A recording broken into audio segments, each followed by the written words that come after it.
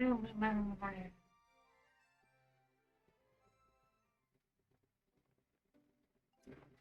course, you only pop those out everywhere.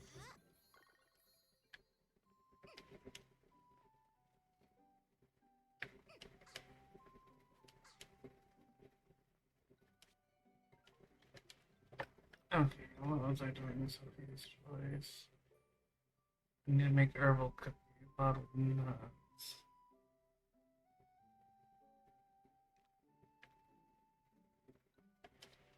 She wants large fish.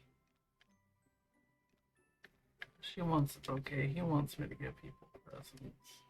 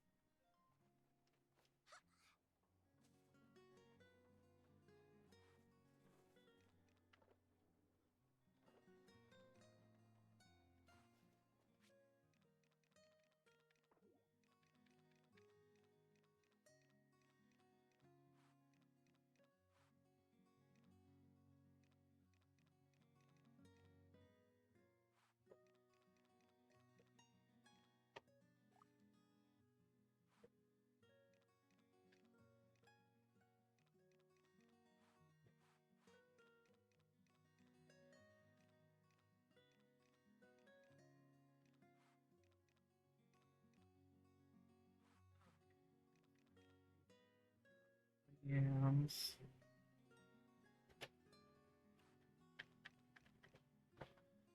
But I probably should turn that into something.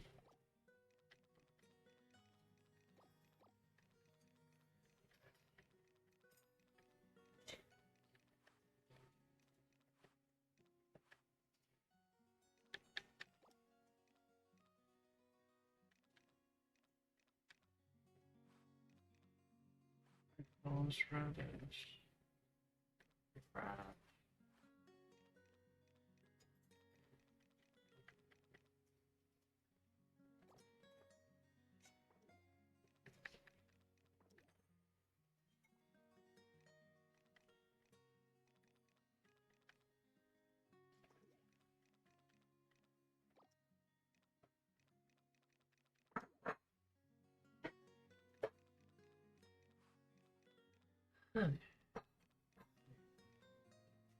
Um,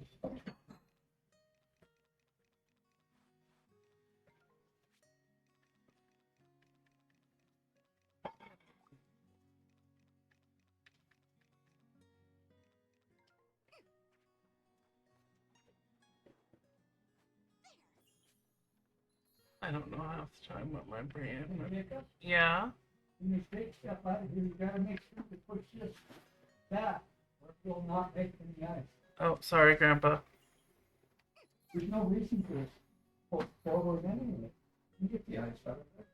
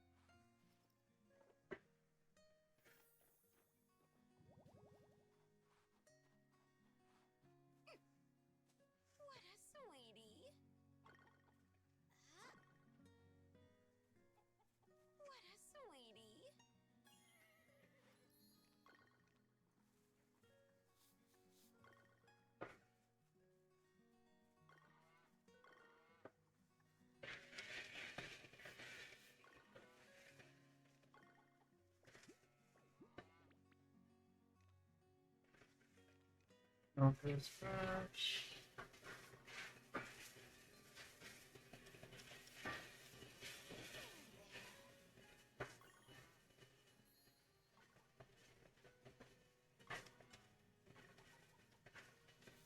I wonder if I can start getting a second barn built.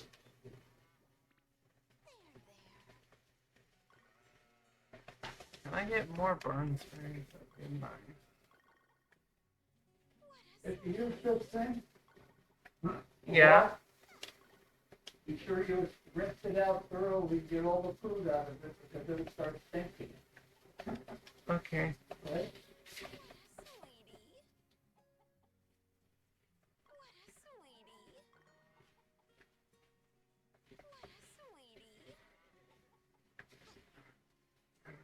Oh.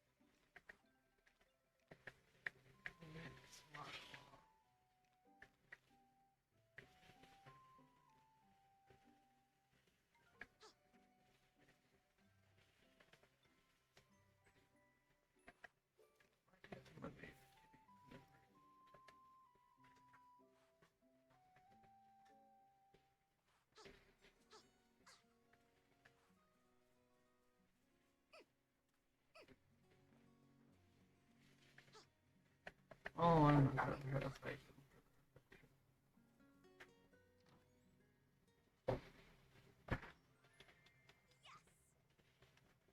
Yeah, the silver fishing rod.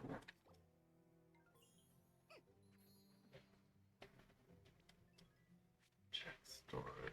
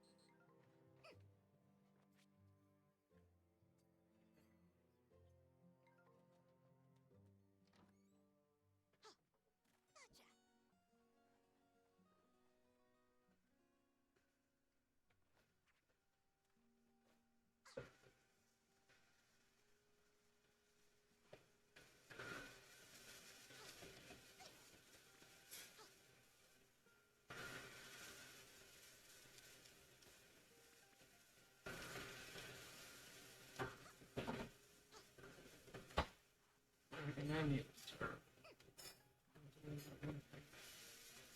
I don't know what my brain is calling that one thing, but it's the one thing.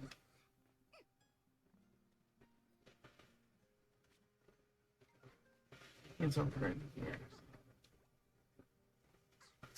Hello, damsel. Why?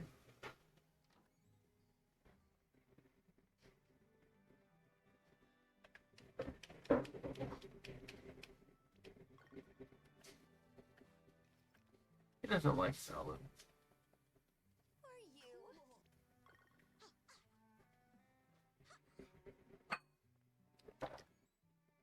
And he is start like actively befriending me.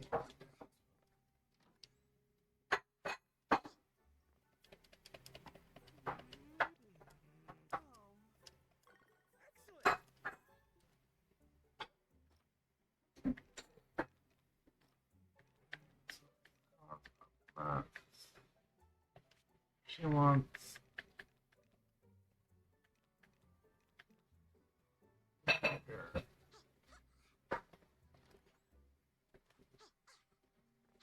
Some of those requests are way out of season.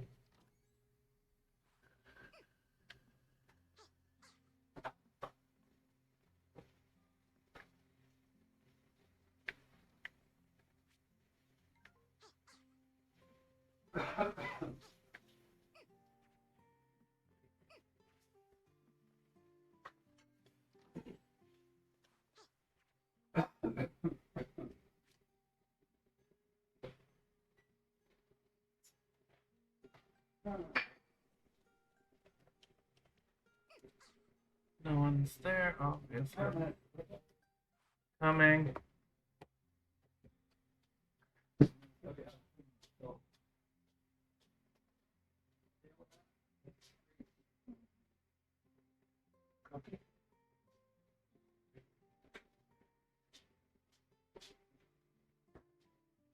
I'll be able to see what I'm seeing.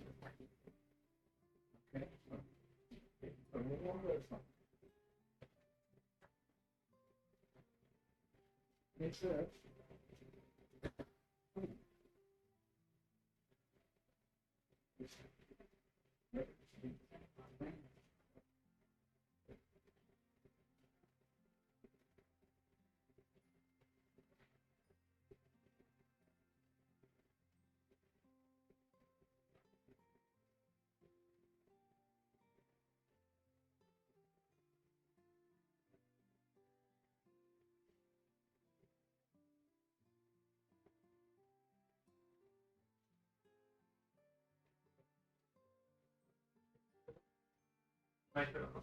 Yeah.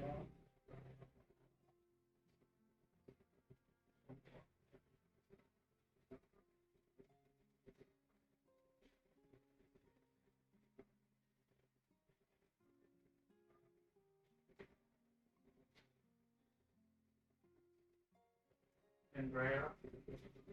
This is right. Not the fish is wet. I'll see.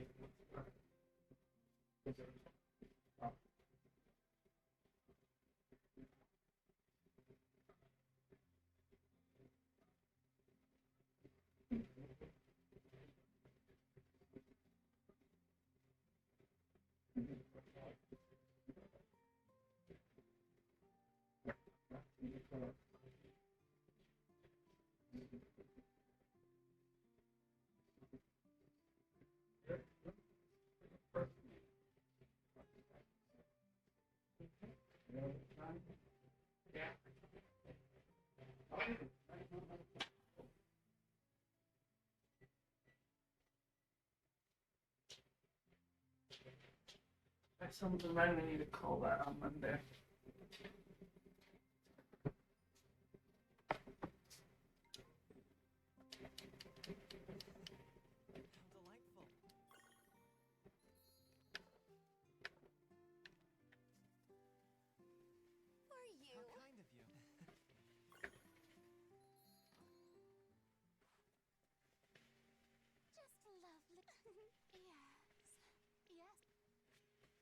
I'll have him in 3 hours.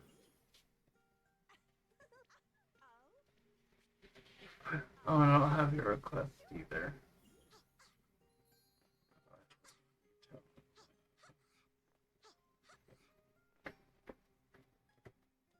So no one I don't have there. Wait.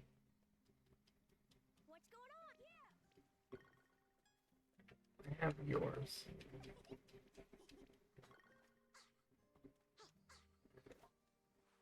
I do not have the bouquet yet.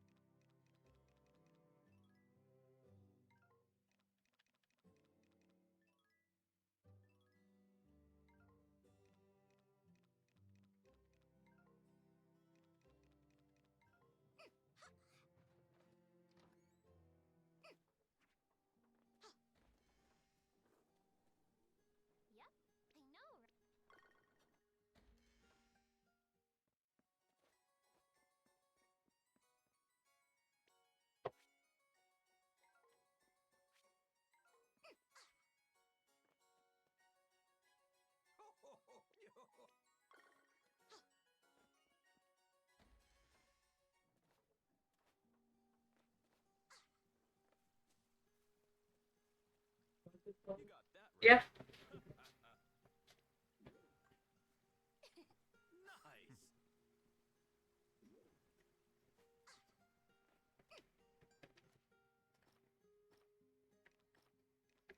Something special might happen.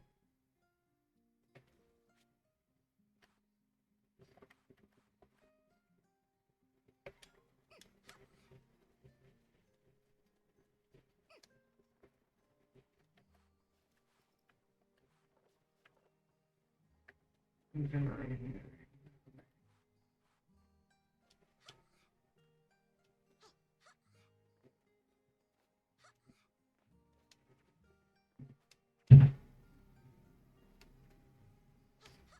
don't have the vinegar.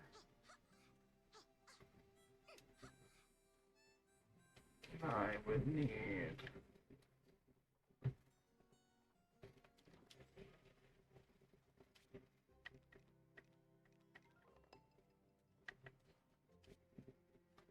bottled chestnuts. Did I come back up here?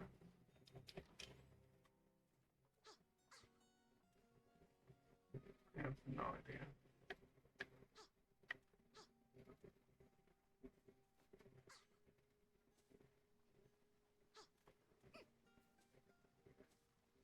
Oh dear, nearly collapsed. Oh, now the chestnuts are done.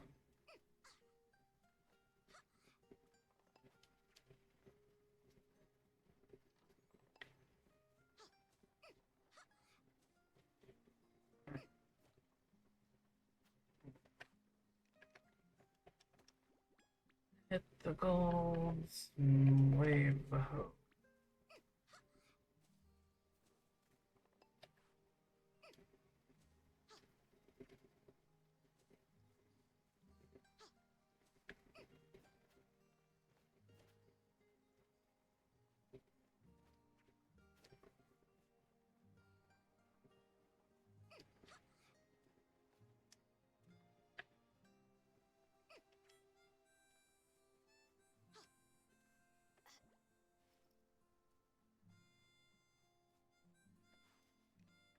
Ironically, those are the.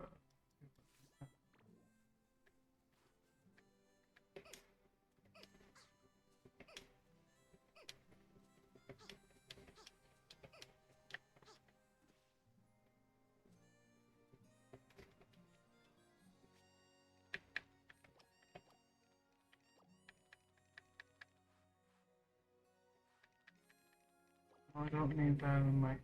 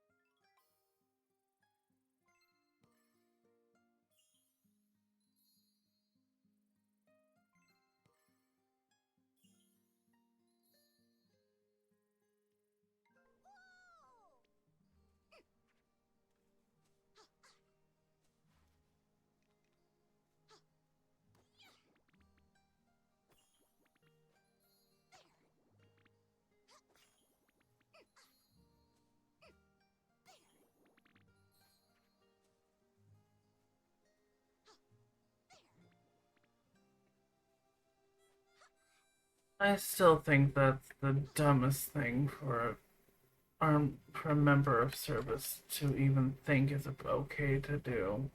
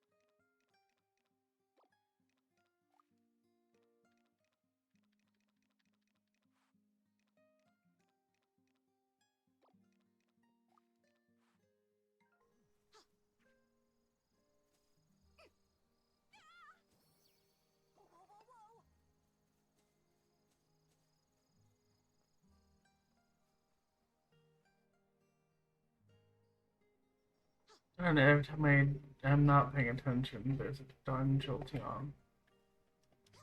There.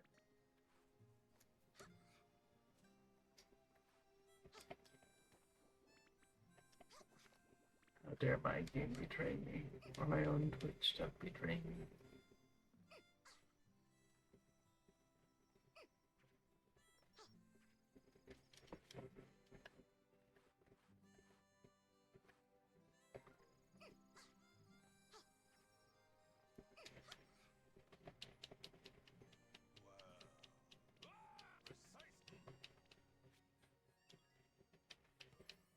Yes, I was able to accomplish your task. Yay.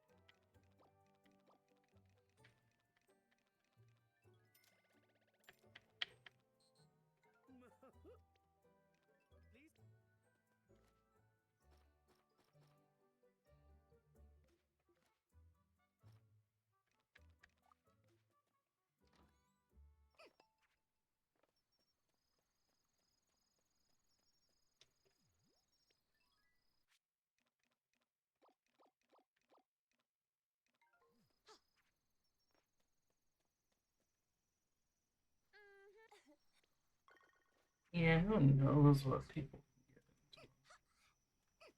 can get into. I mean, around.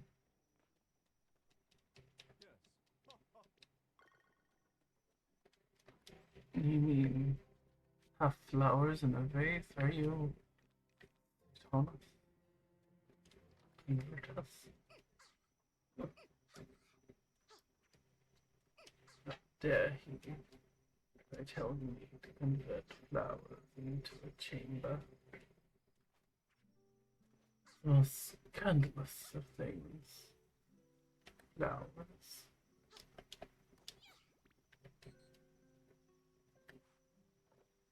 In some place. Flowers are meant to bloom.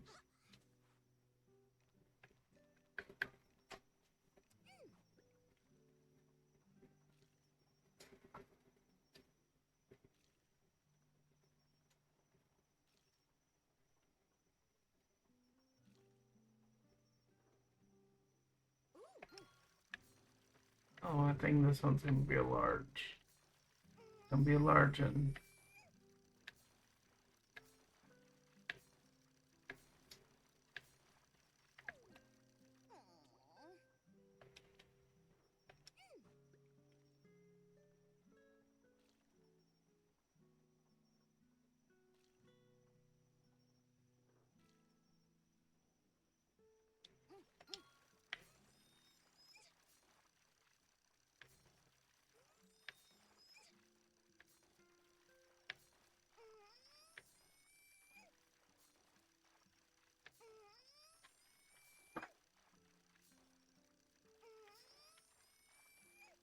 Wee.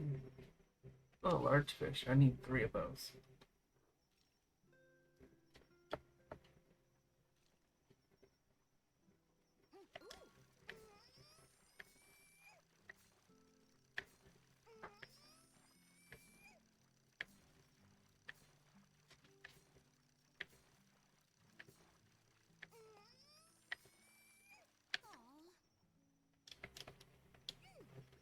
Well, I can't quite fish those.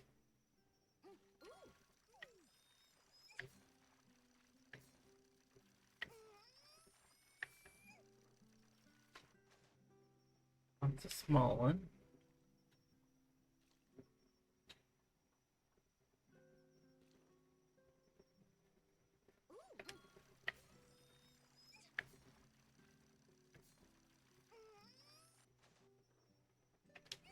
Another small one.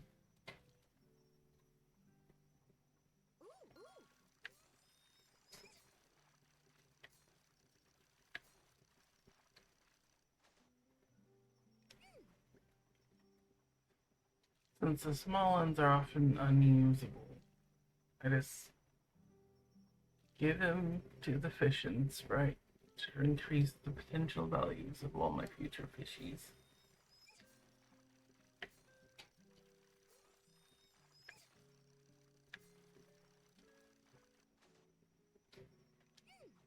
Sweet fish.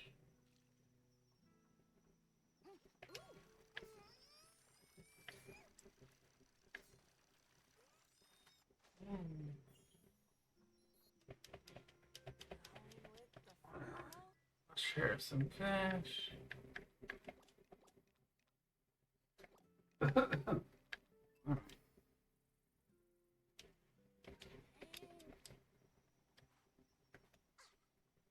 And I'm keeping it reals.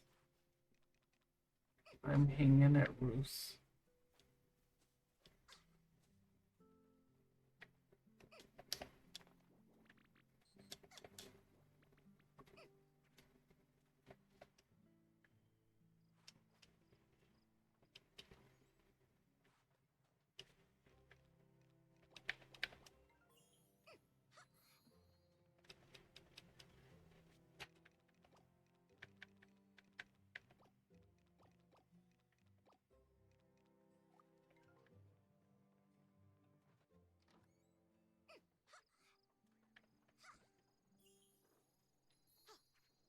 I'll need to turn in all extra critters.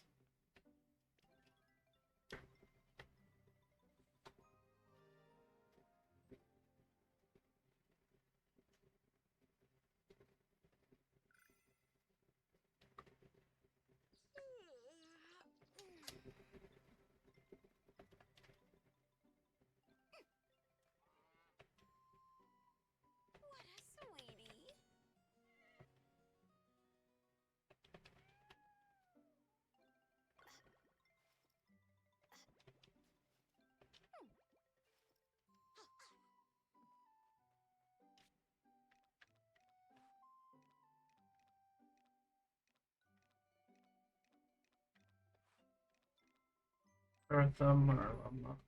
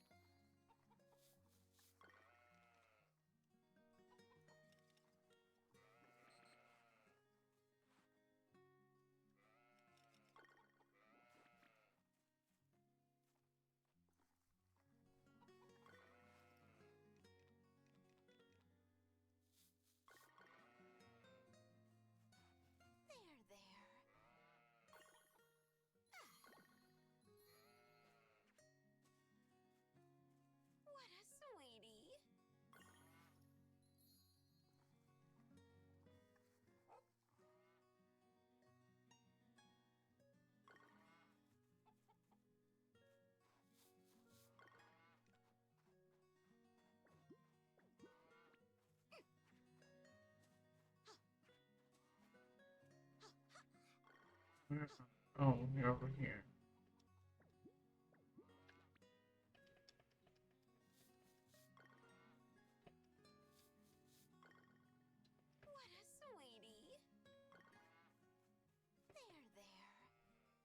What a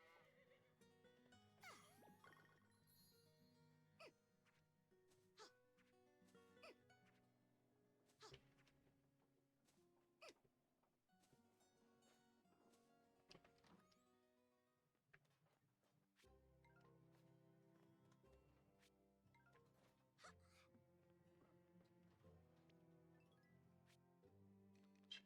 There, there. Storage.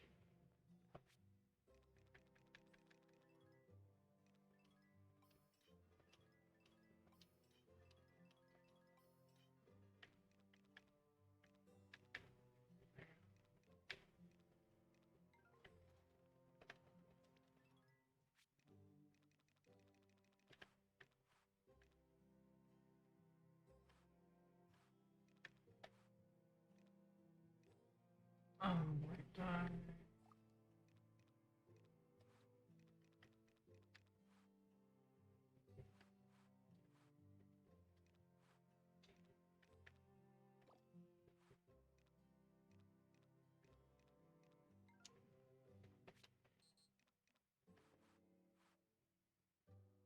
So that's 3 and 4.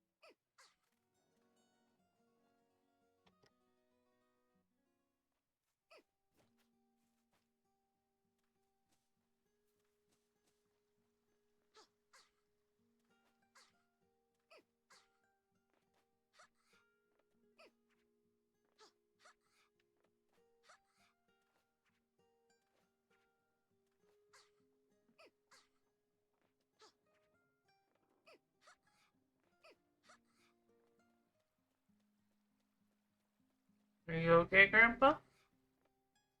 It sounded like you were shrieking for a minute.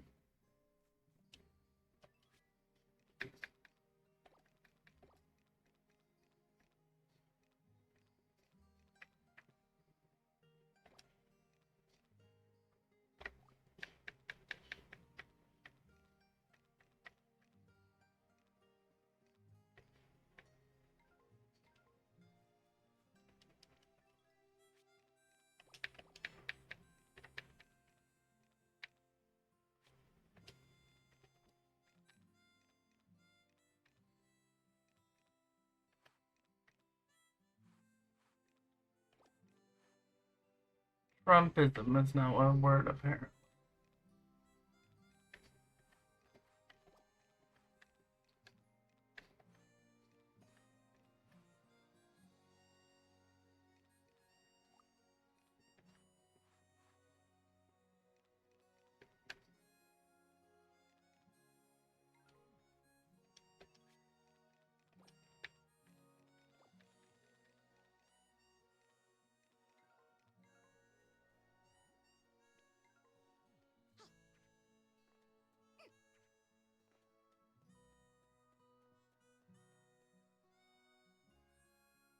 Alright, got some items put away.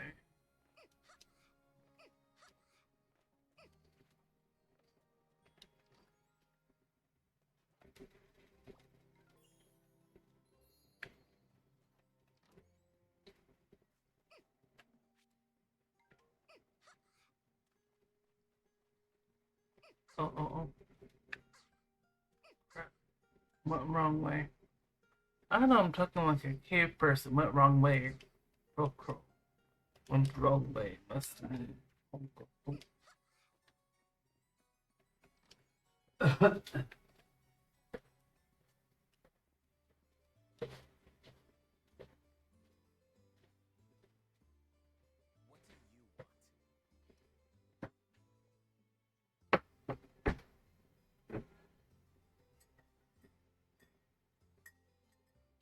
I did empty out the vacuum when I was done using it.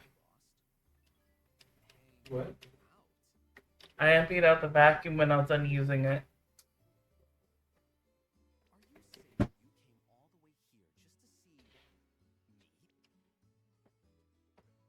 know, what a novel concept. Going to see someone's house to visit them. Such a novel concept indeed. I need to resync the model. Lovely.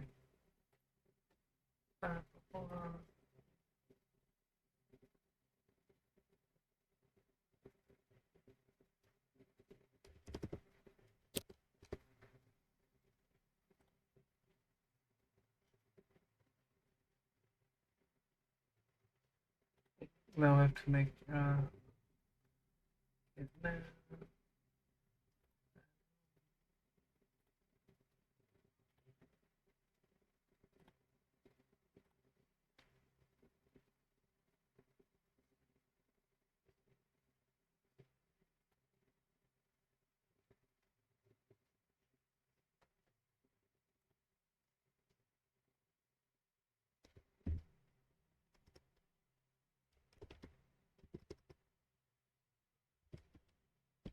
I'm responding to a couple DMs.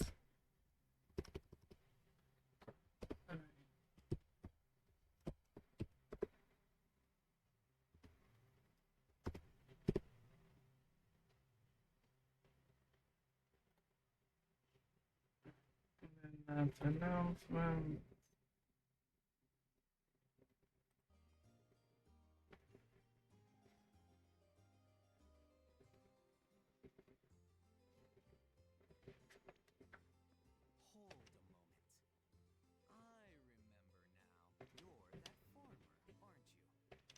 My round.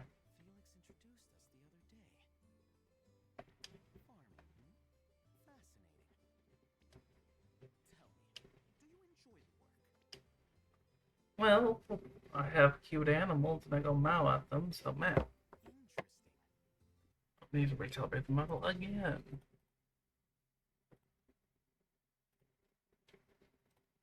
Bubble. Blah. Interesting ghost mouth.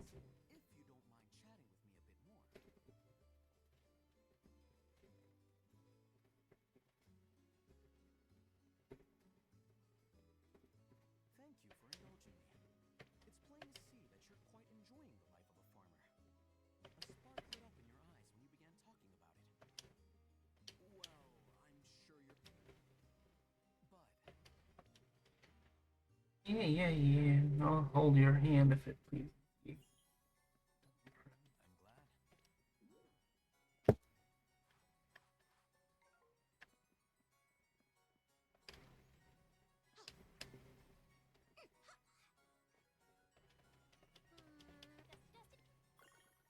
Dustin works. She dusts her food.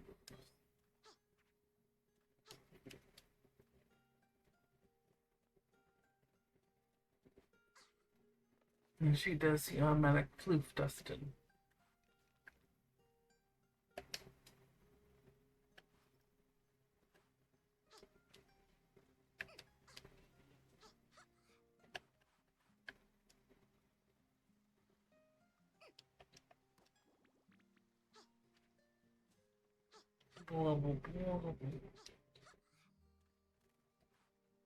There is no wind, so I can't get to that part.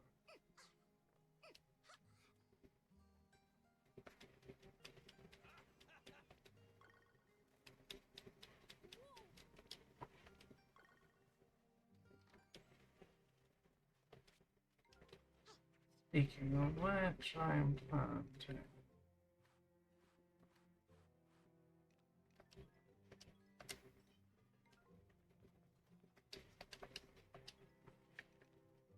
Might as well take the rest of those.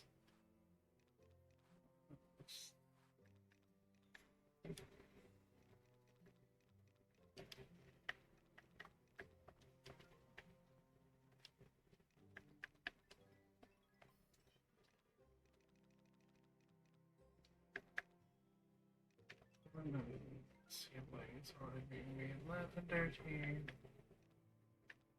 Black tea 10.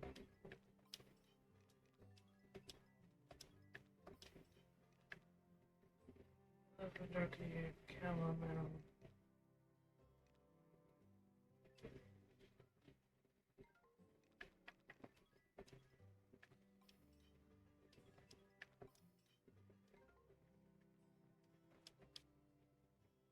Black tea and lemon tea.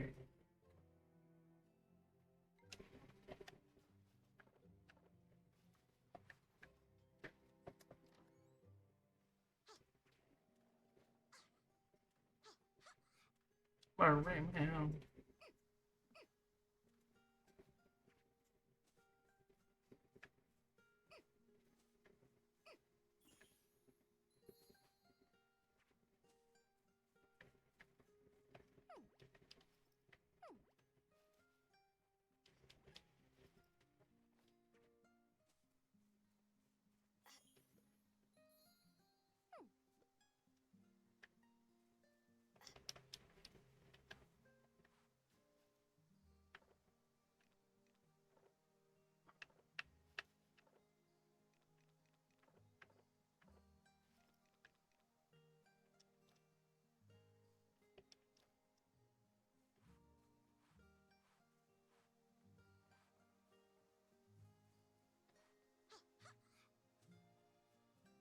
Now he like runs around. State your condition. State your condition. Autism.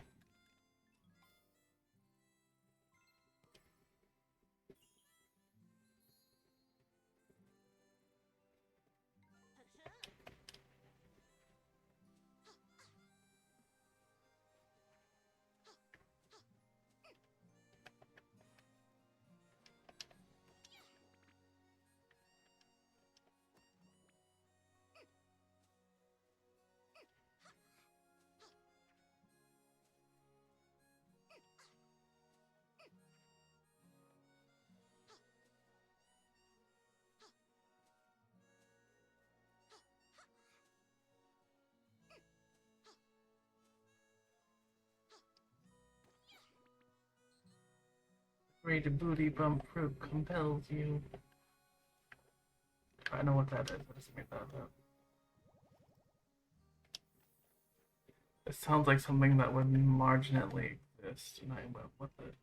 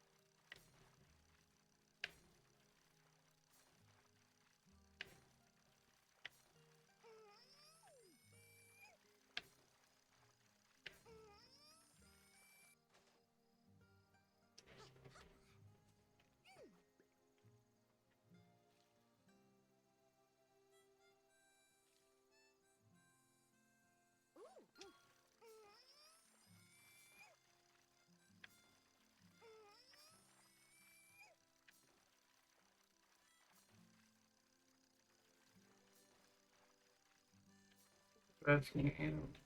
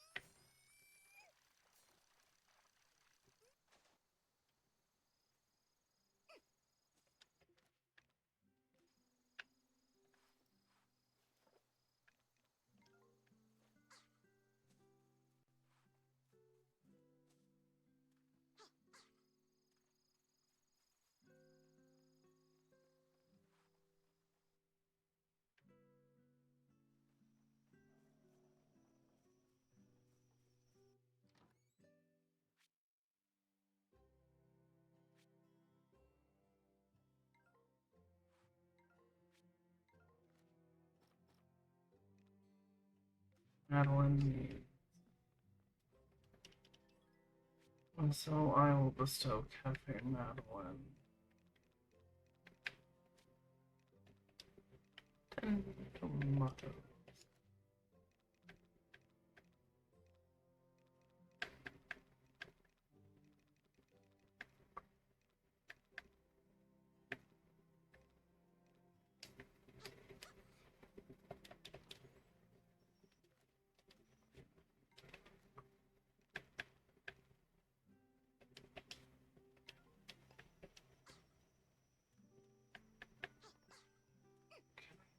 Fishing ban.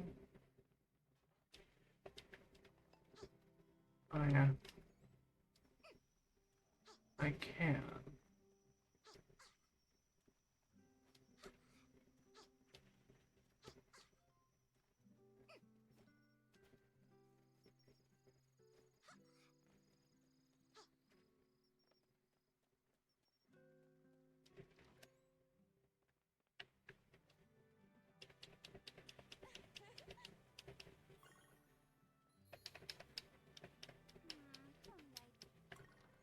We're lucky to have Derek around. Well, now. Indeed, I did.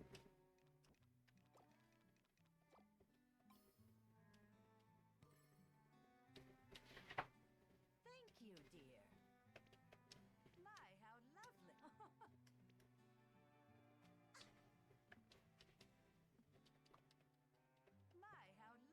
My, how lovely. A whole new menu at the Bazaar? Oh my.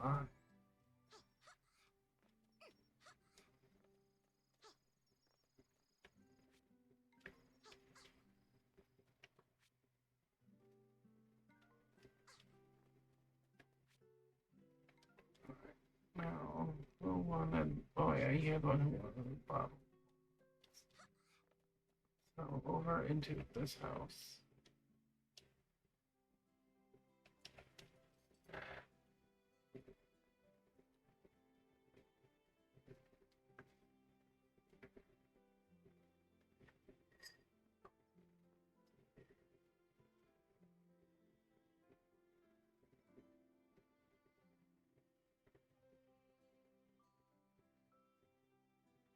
They even put desserts on the table.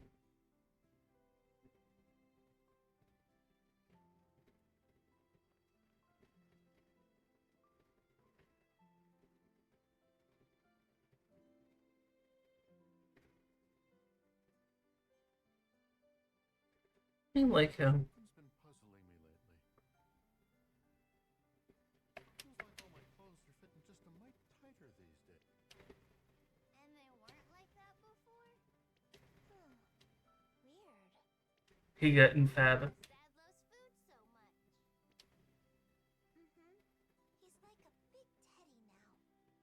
Suppose I do overindulge here and there. Maybe I could try cutting back a bit. Cutting back? Oh, does that mean you won't be eating my cooking anymore? Oh, he walked himself into that one. Of course not, dear.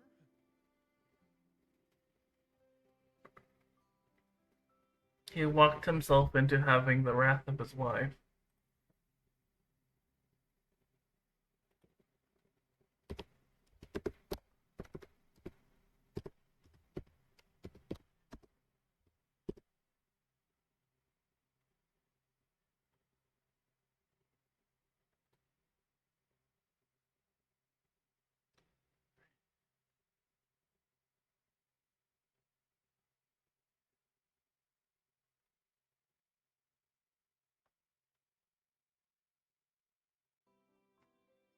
Your cooking's the most delicious stuff in the world. Couldn't never cut back on that. Thank you, darling. Yep, I'll eat up anything you drop on my plate. So pile on the food. I always do. Oh god, he talked himself into that one. So watching what you eat is off the table. This is tough. Exercise then. Then I'll just have to work out more. Yeah, that's it. All I gotta do is put on some muscle. Just you wait, gals. Your old man will start hitting the weights. And before you know it, I'll be as toned as Felix in Errata. In no time flat. That's kind of a high bar, isn't it? Sounds hard. You girls don't pull punches, do you? But who else can be honest with you if not family, huh? Don't push yourself, Daddy. That's such a cute moment. All right. So cute.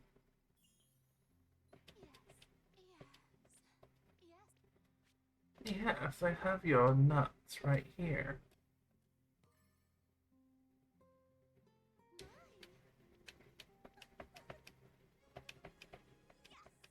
Fish cake.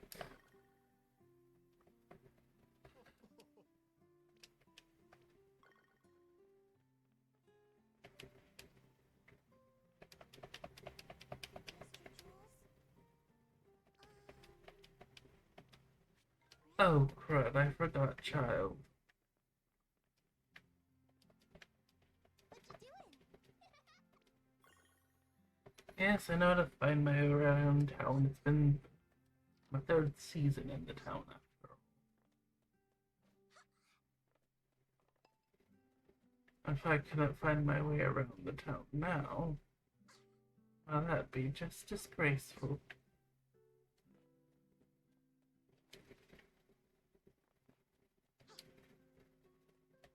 There, Miss Buggums. I have buggies for you. Tons of buggies.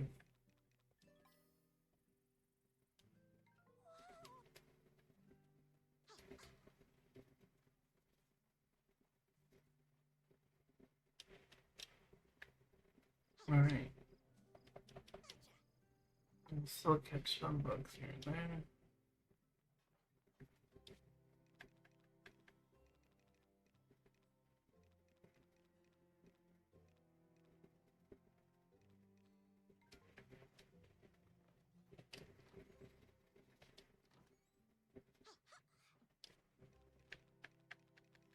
Marble perfume.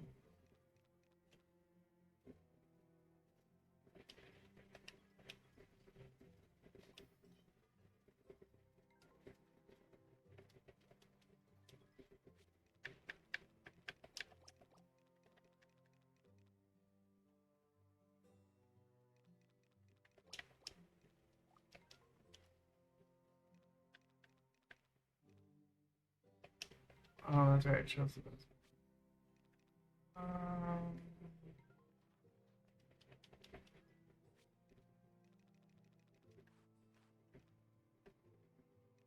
Might as well throw these two into cooking so I'll do.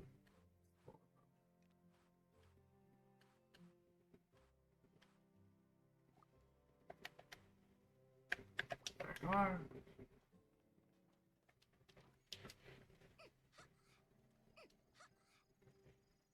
And there really are no storms in spring, so that works.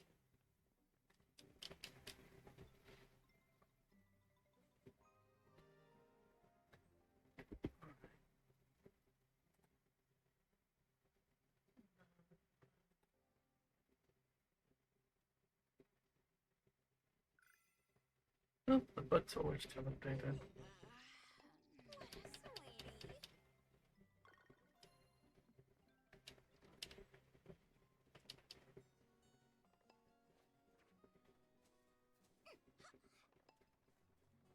Sweetie. Yeah. Got a silver sickle. Got a silver hoe.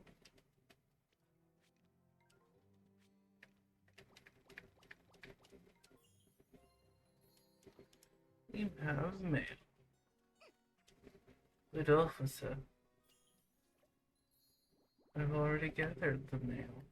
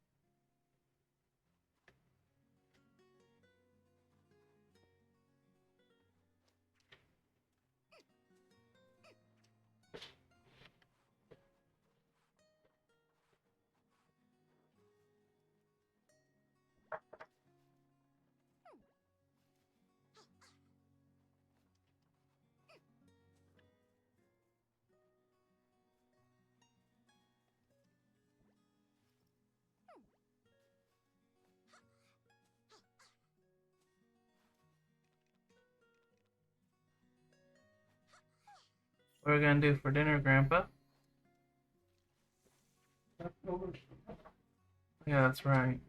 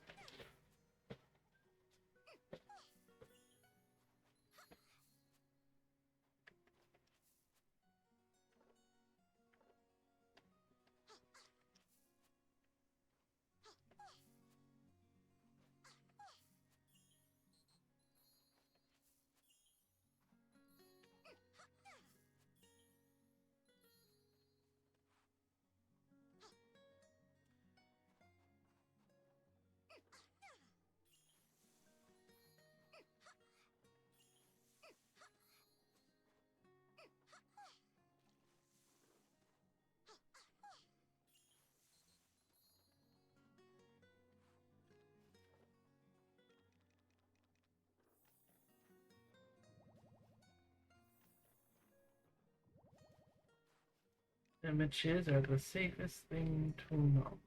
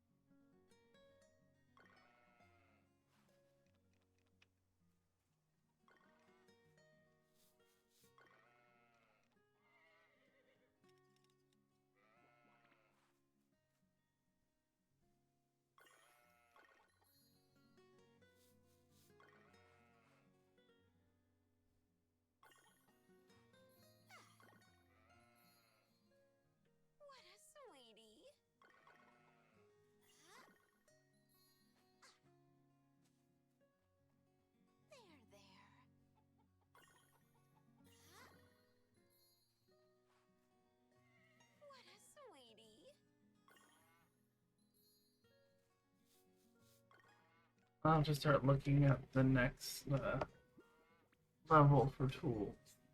Making them.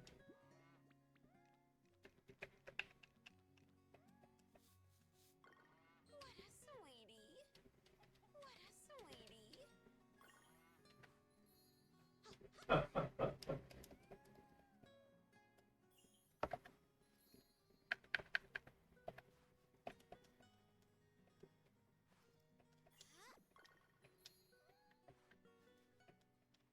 Let's train you guys some. You guys do need to go into the pet show.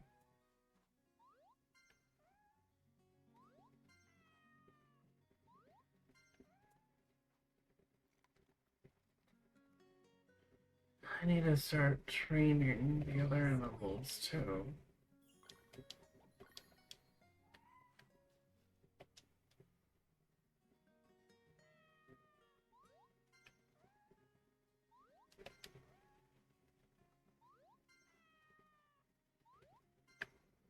I need to start training the horse. The horse festival. The hearse and dervis.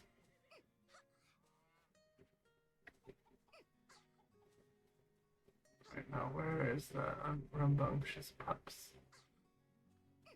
There you are, Moxie. I give him back carries.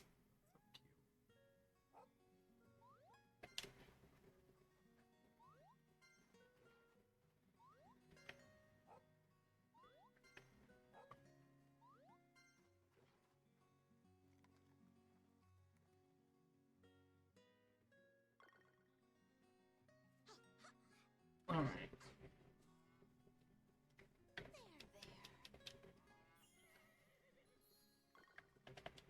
Alright, now let's brush you. Let's ride you.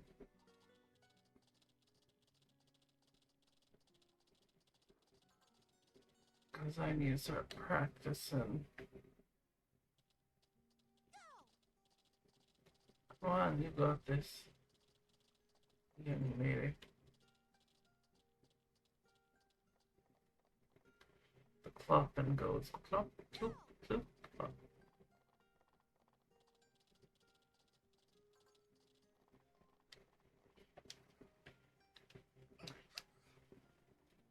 And then tomorrow we'll be making me and or not. Friday we'll be making an ultimate fit.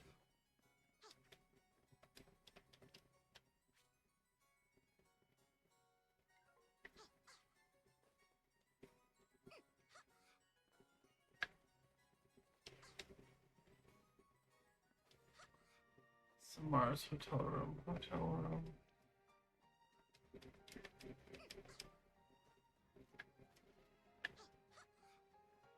No one's in these rooms.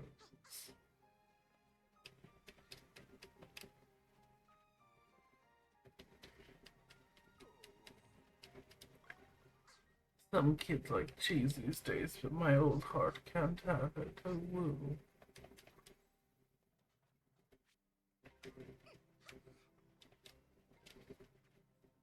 I don't know why I made the old man have no noise. Alright, so large fish.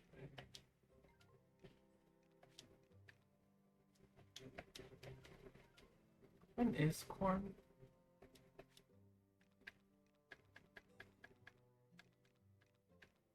What's in the summer?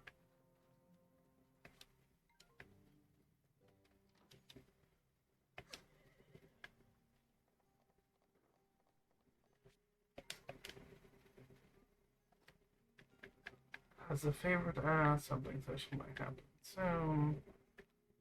Jules, Derek, Lloyd.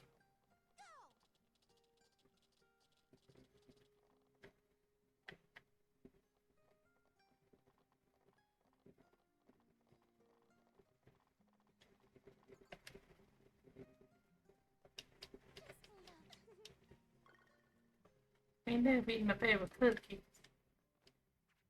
I love also freaking out my husband.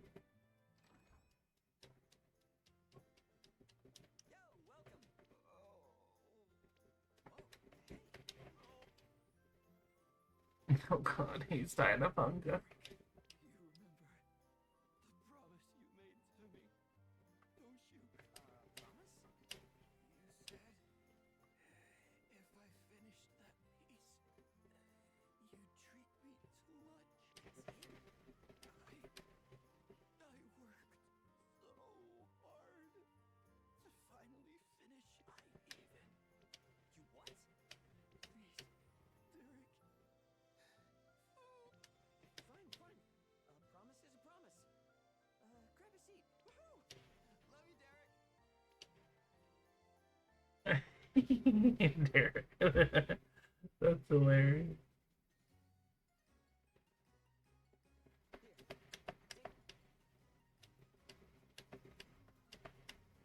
Down the hatch. Watch, this gonna taste horrible. More, please. Already? I did savoring. I just savored.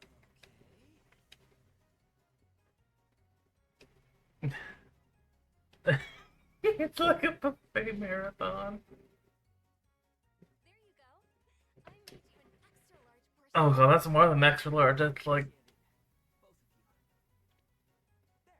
You got yourself. Oh boy, oh boy. Get ready, Tummy. Here I come. starving artist indeed. Another helping, please. My goodness. Well, nothing wrong with having a healthy appetite. Healthy? How's eating everything in our kitchen down to the last crumb healthy?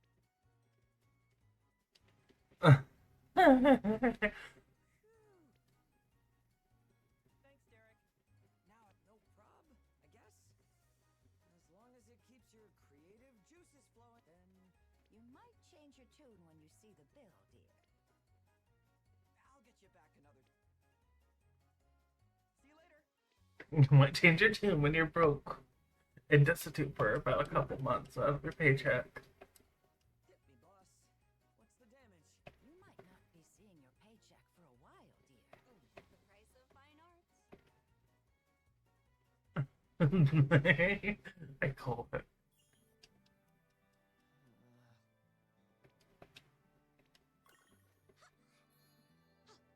I thought Samir was. Oh, where's Samir? Oh, he's in the mountains. All the time going to the mountains.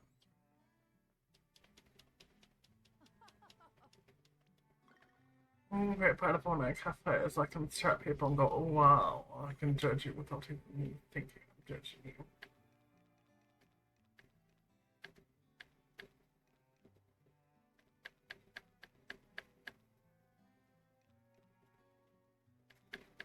Isaac.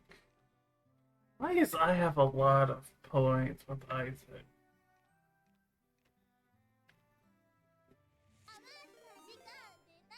Oh my god, hi Brad! I'll give you a shout out.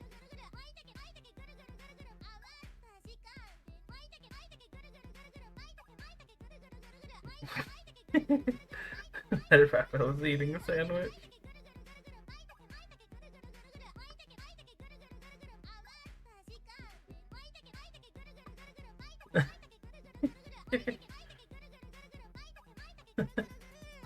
I was honestly, I've had a couple fun scenes so far in this game. Alright. Let's see, shout out user. There, now shout out with both ends. Okay, no, this is really And there you, I knew you. I'm already here, so.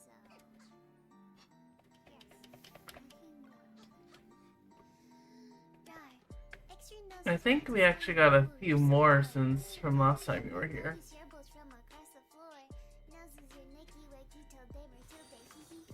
Oh, thank you for the follow, Phoenix Circular.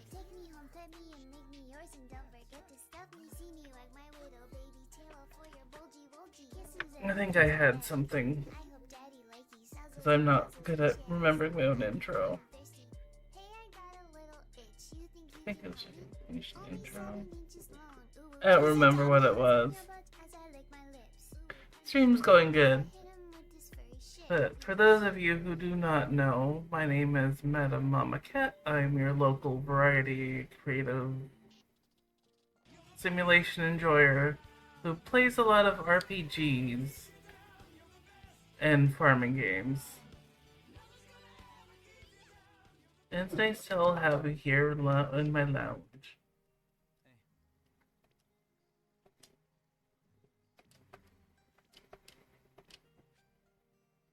Find the cat. Arada's literally right next to you. Alright, I'll find the cat. I think.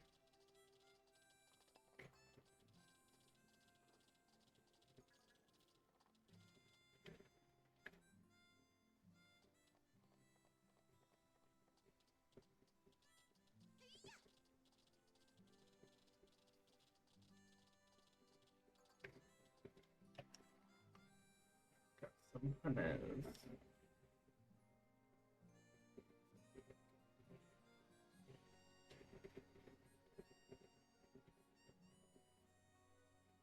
Alright, thank you for stopping by, Phoenix Star Killer. You're always welcome here at the Kitty Cat Lounge. So how was stream?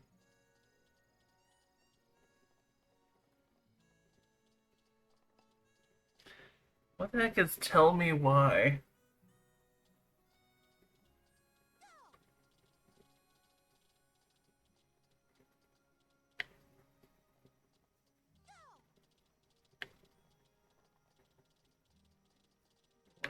What? I can't control the horse.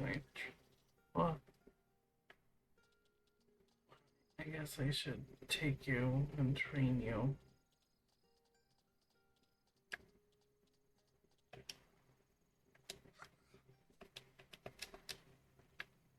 How does this work?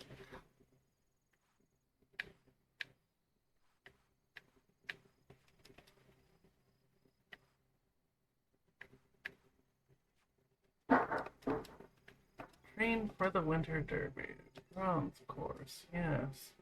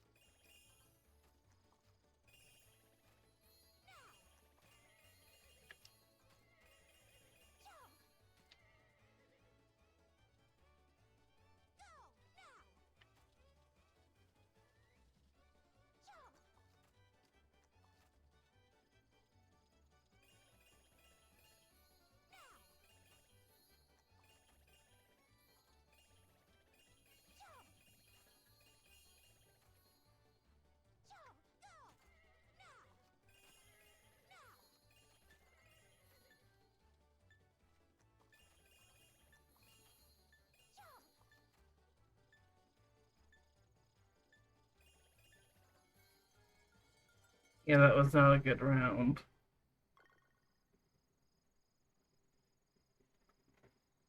Ooh, nice.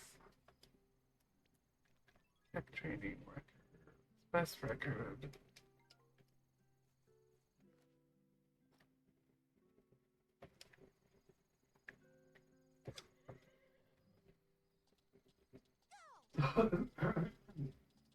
Well, I hope you have fun, no matter what stream you go into.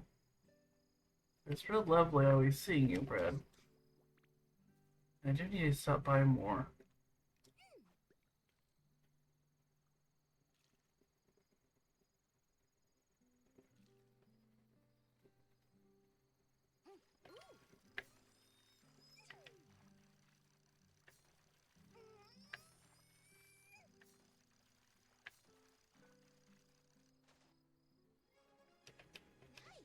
A dark sleeper, which means I think these are nighttime fish I'm catching.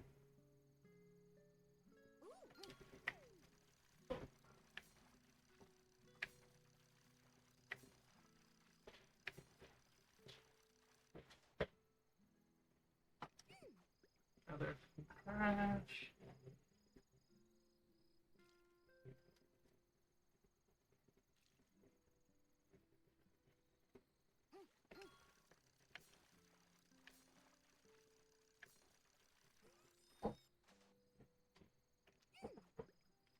Another pale chub.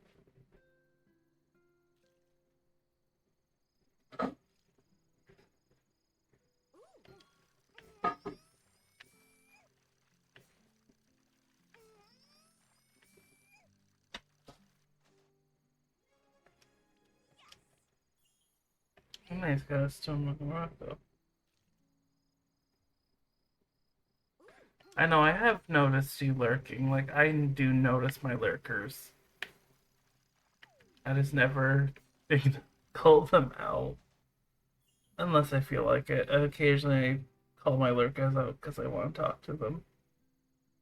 One of those weird things I do. I appreciate you being here all the same. It means a lot to me. To see you and have you chatting.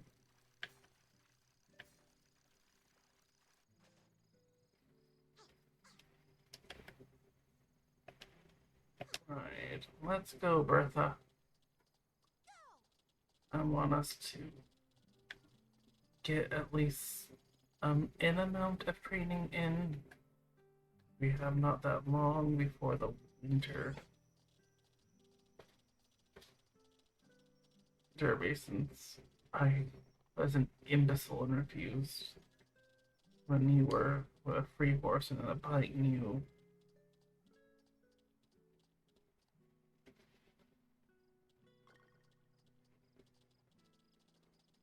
Come on, Bertha, into here with you.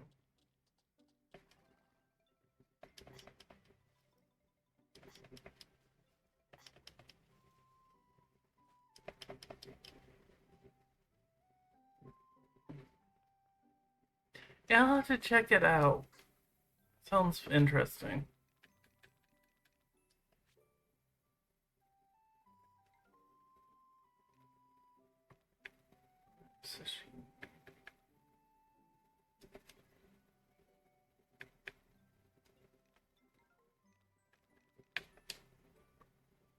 Culture.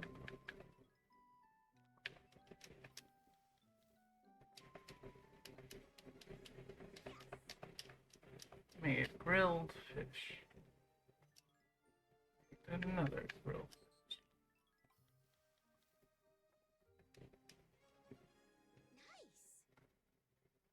Well, nice. Then I'm pretty sure I'll be reading you then.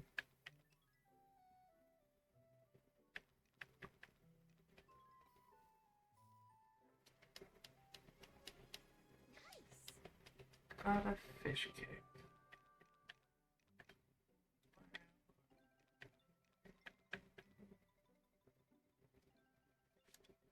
Bread, we get Yorkshire bread.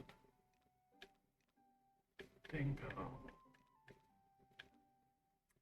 Black tea, green tea, warm milk, walnut. Happy chef. Mushrooms and salt.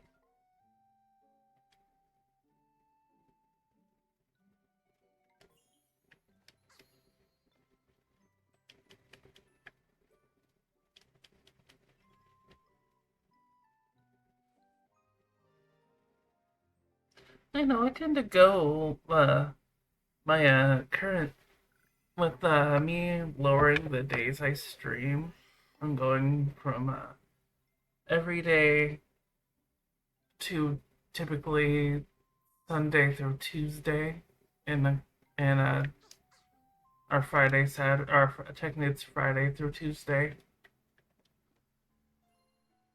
I'm trying to do longer streams.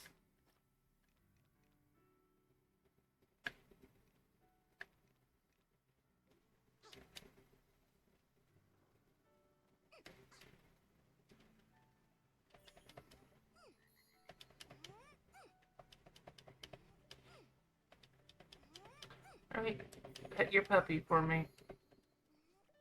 I love the poochie.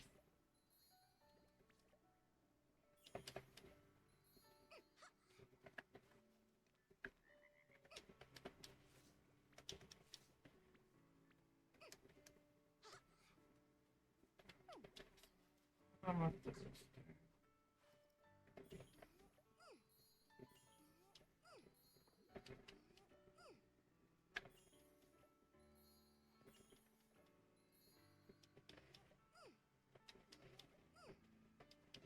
I am immediately depositing.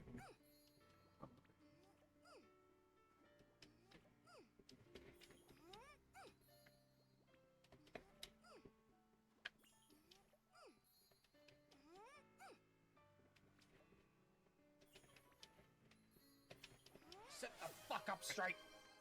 Thank you for the poster and the hydrate. Drink water. Become.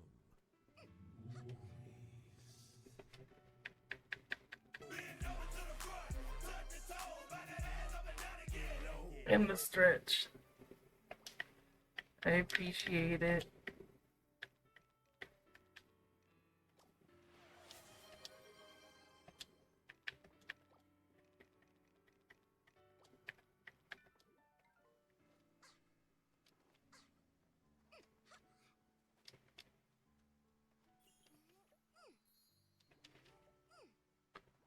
Sweet potato.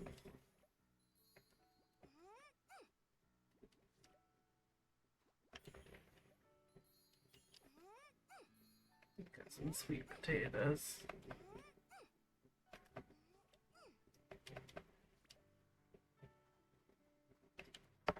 Alright.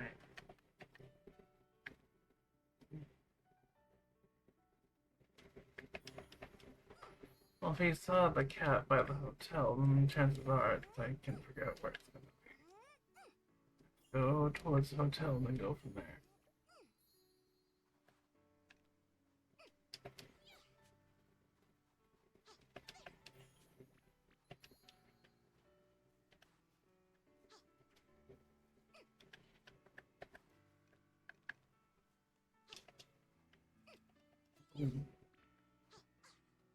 Meet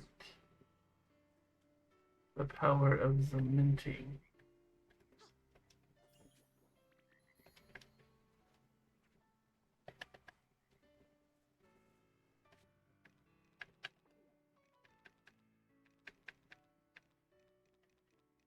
I'm crazy enough to take on Batman, but the IRS, no, thank you. As always, you're a grand enjoyer of the immortals. And I appreciate it. Chestnuts. Rocks. That goes in. I have to go in here and go mow at them for a bit. Egg. Eggs have graduated.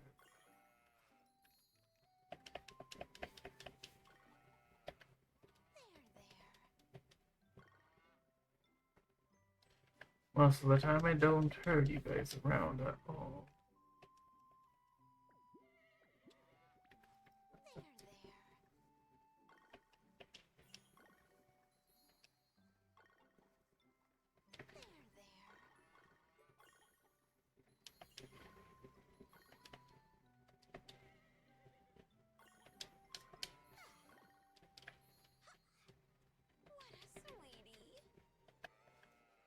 Have I already talked to you and brushed you?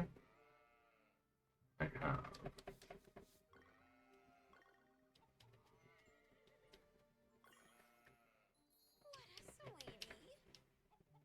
Yeah, I talked to Platy. Trisha. And never once. Oh, I already did eat.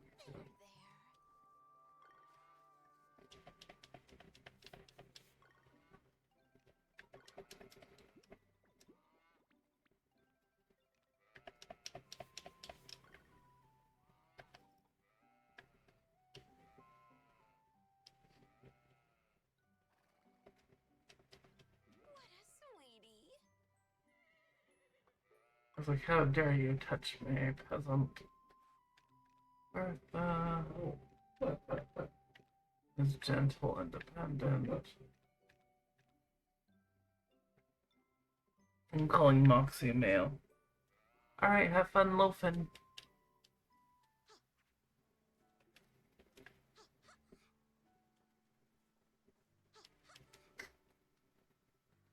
Gandalier Neon.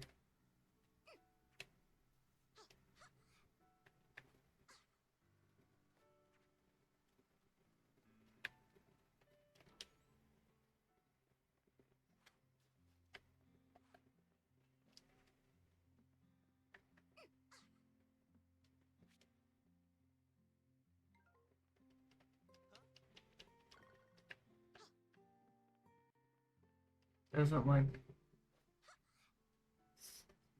some boobies. Like some buggin' boobies.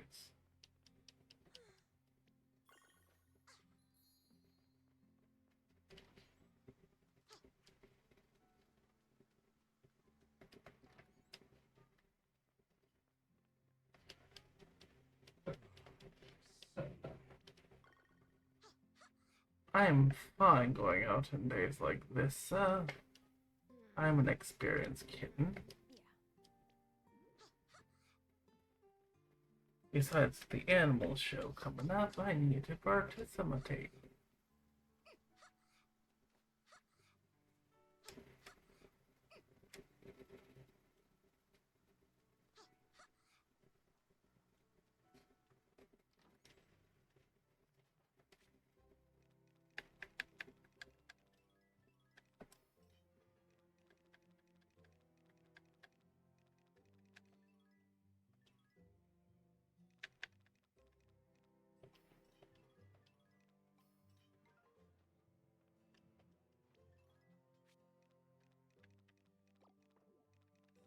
I don't think there can be anything madder than a parental unit's rage, but if they find out you've done something you're not supposed to, it's honestly terrifying.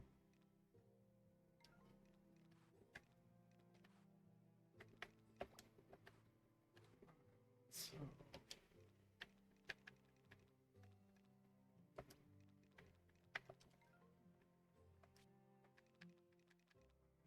well, maybe.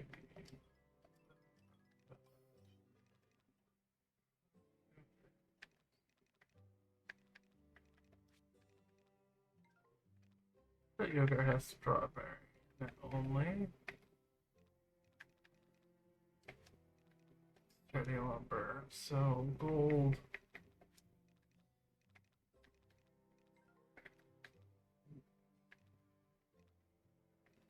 Alright, I'm gonna need to start making sturdy lumber.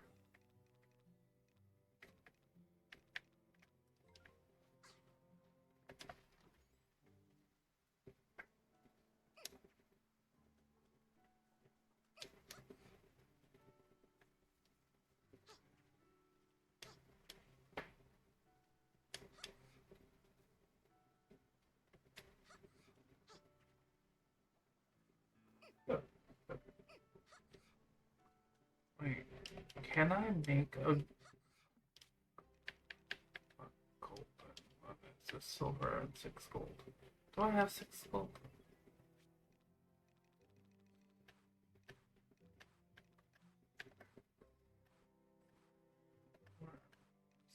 How am I doing that 6 gold?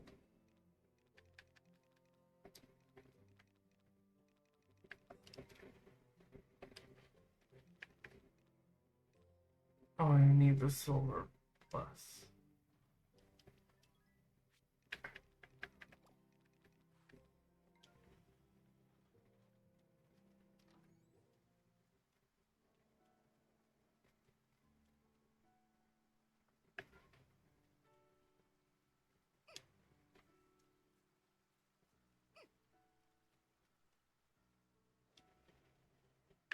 Oh, there you are.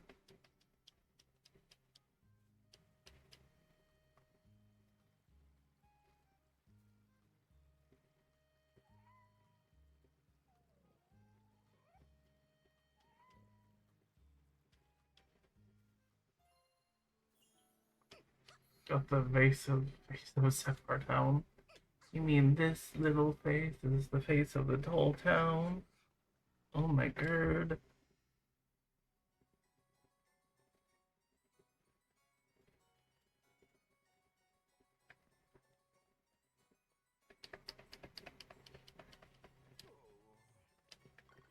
basement sounds poor, and I think about the lean roofs and the leaks and the homes and the bums and the kitty kitty boom boom.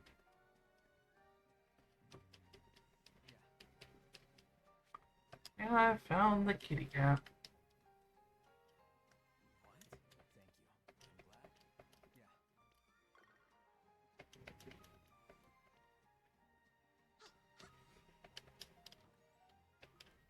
Alright.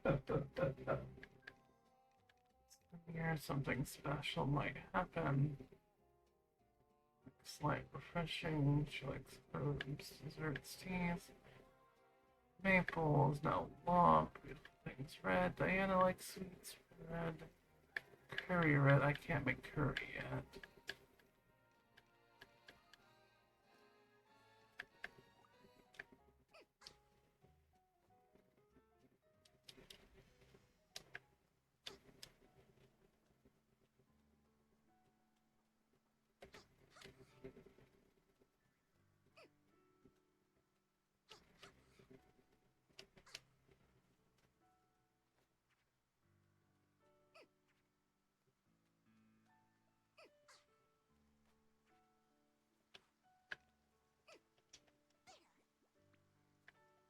Stirred up iron.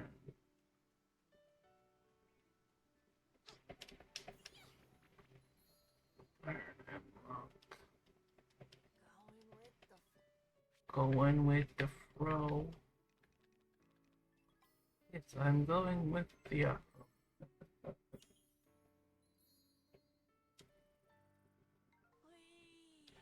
The fish are looking extra pretty.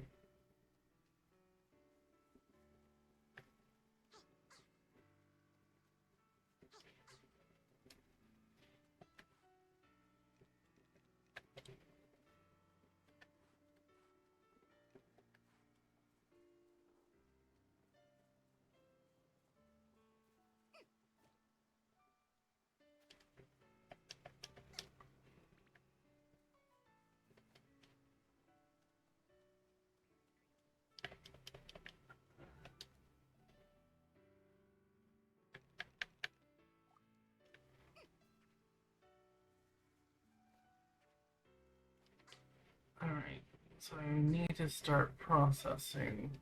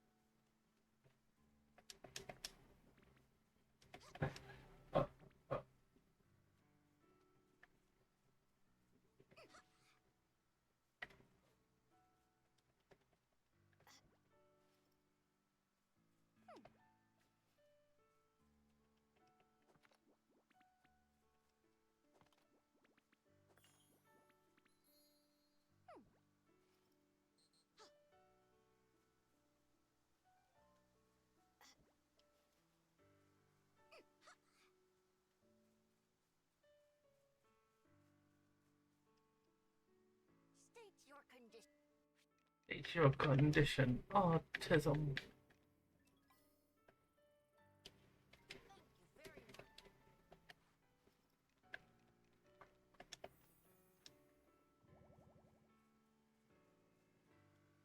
I don't know why that's my new thing with him. It's not wrong, but it feels slightly mean to my making fun of myself.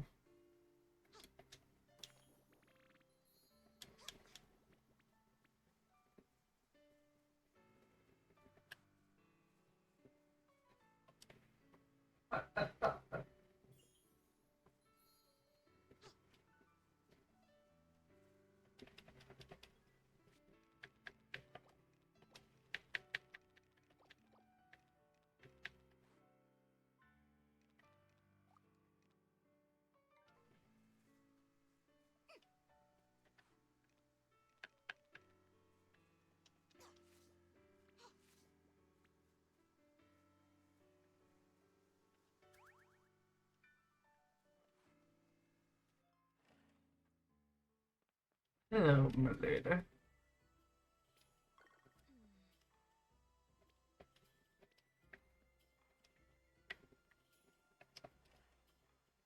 I love how you're the mystic of this town.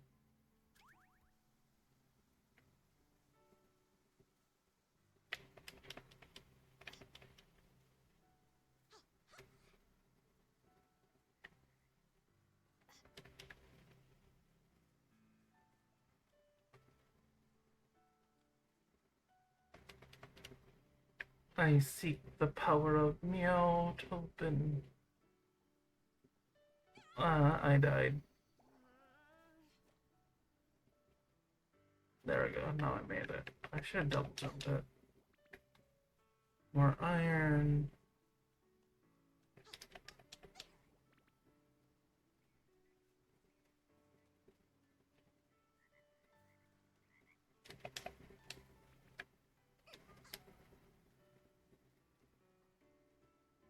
Maybe a wallet did something. Blame the wallet.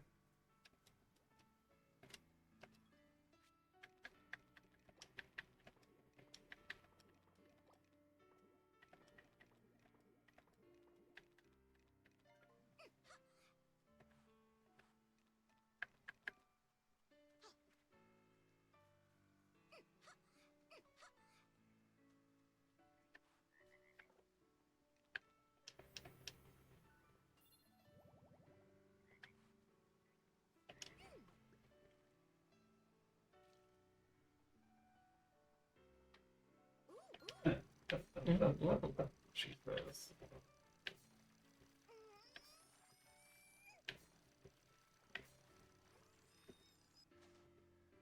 And I got an old left boot.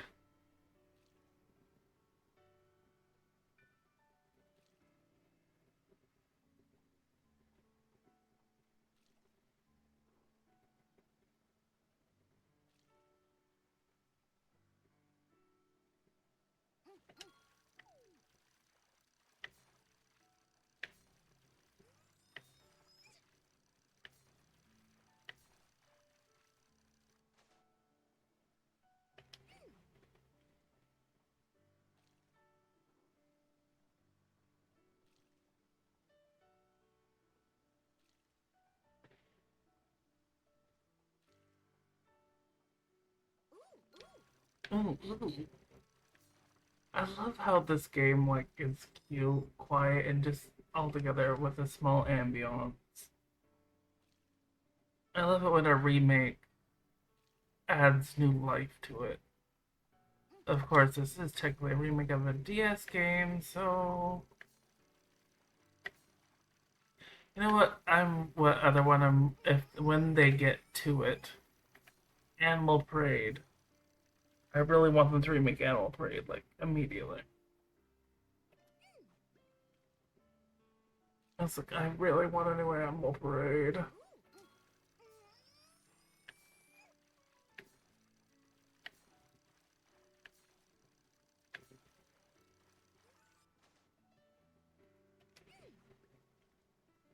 What you been up to, boy?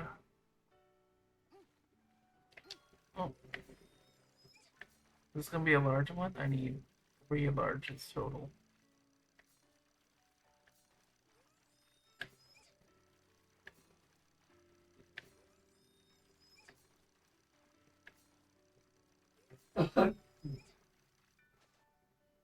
It's another silver carp.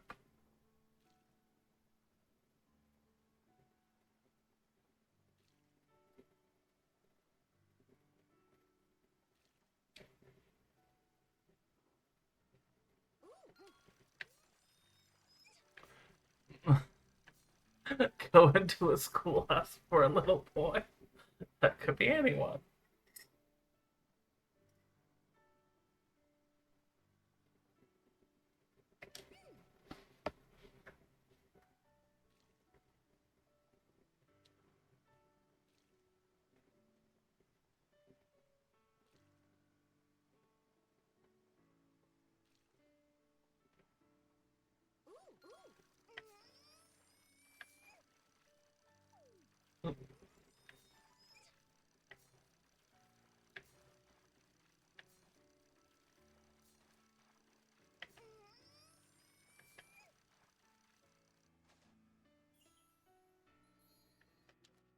How is everyone doing today? Forgot to ask.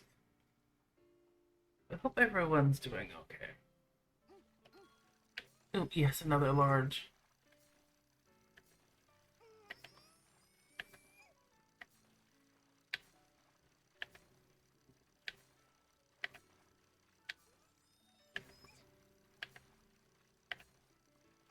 Oh, I got it. Nice. And it's a big hit card. Okay.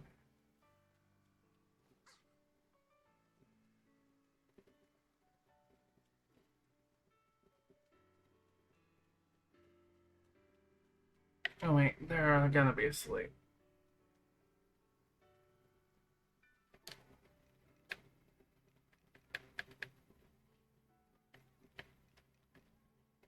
I must stay here until I die.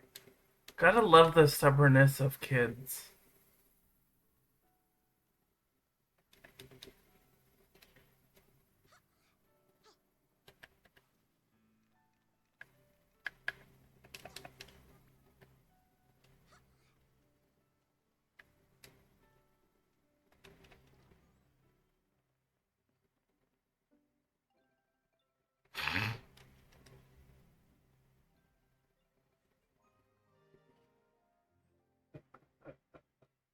Eh.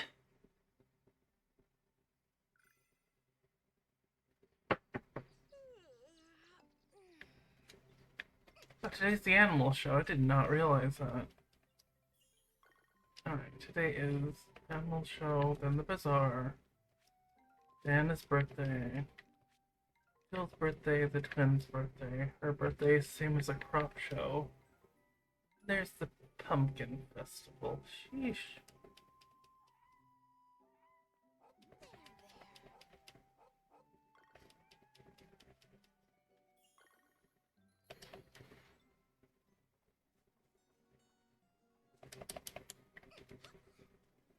Alright, which one of the animals am I putting into the show?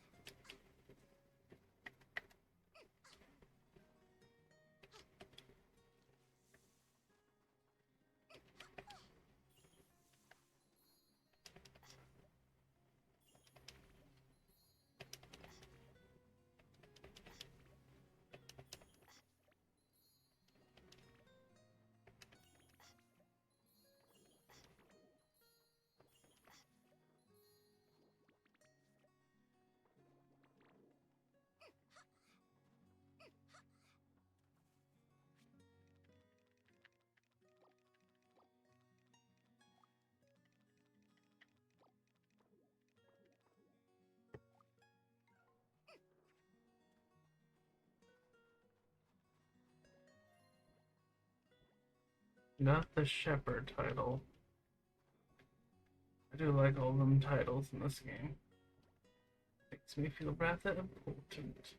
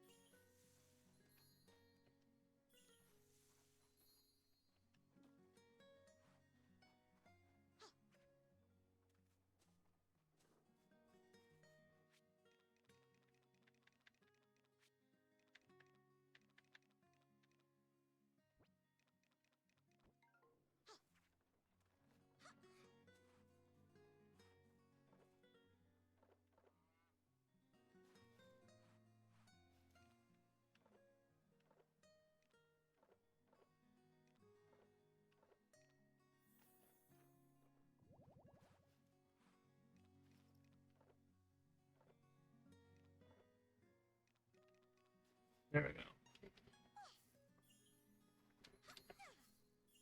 Oh, I'm sure Plata could win silver. I'm not testing it. Plata.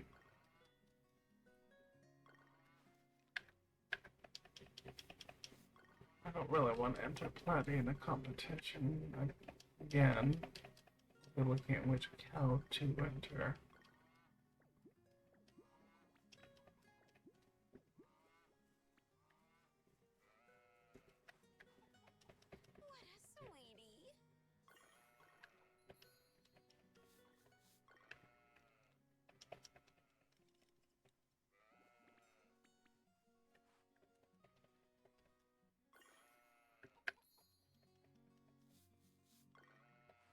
What a sweetie. What a sweetie.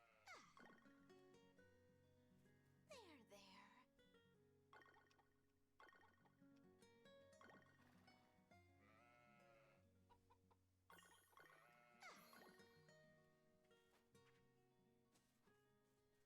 What a sweetie.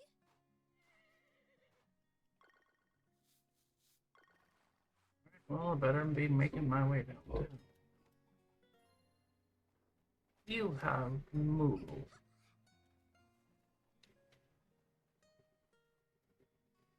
Hi, darling. How are you? Let me give you a shout out. A shout out.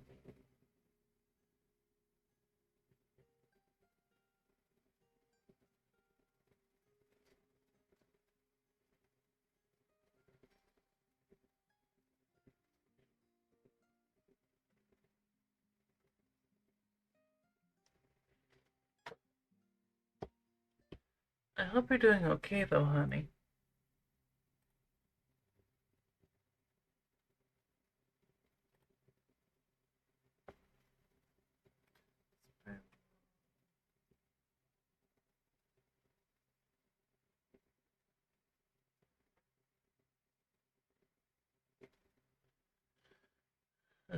Oh, and Joey is gonna go live. Oh, he is live.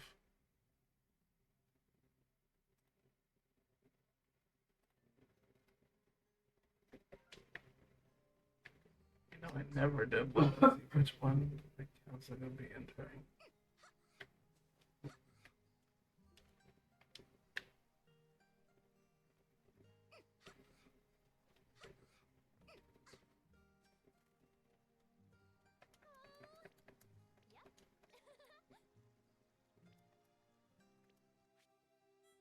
know, right? Yup, yup. Really, that?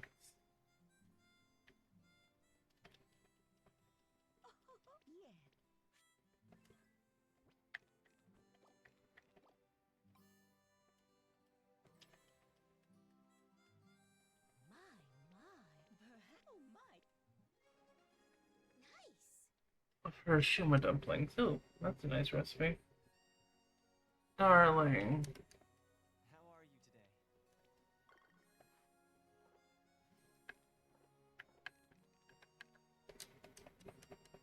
Here.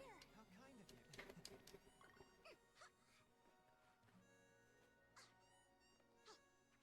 To be honest, I sometimes have those types of thoughts.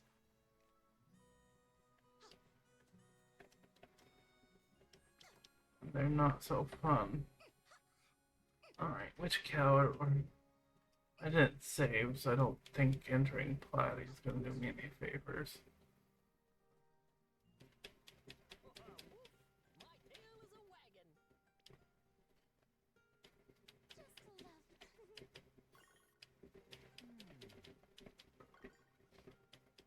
Hello there, dear.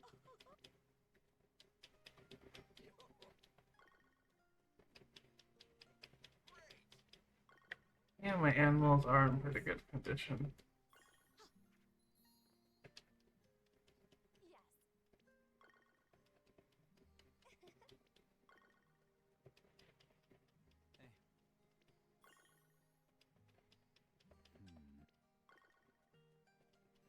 Yes. Alright, I will be entering my cows.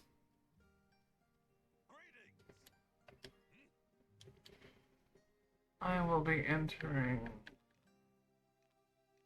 a cow. And due to friendship, I'll be entering Marigold.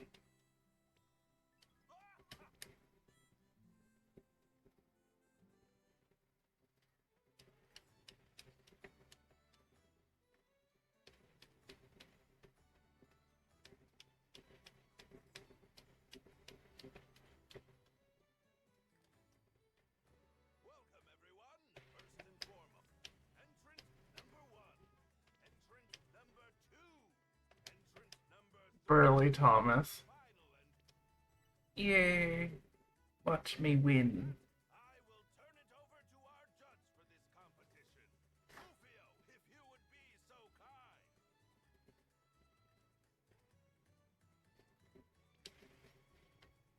Thank you. I'm positively excited to meet all your farm friends today. I think Fable would love this character.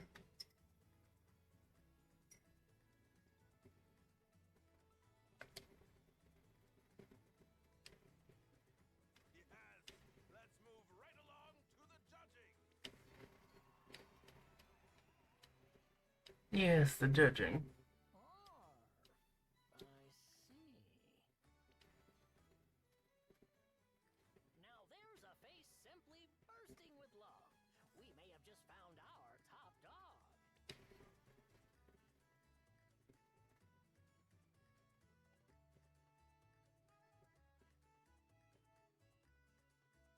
Thank you for waiting. Our highly qualified judge here has finalized the result. Yes, thank you all for your cautions. The winners for this animal show are, in third place, in second,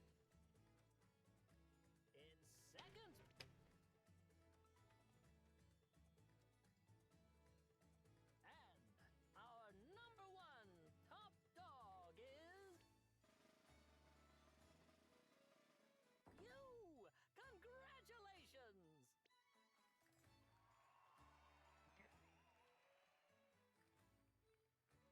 Let's not delay with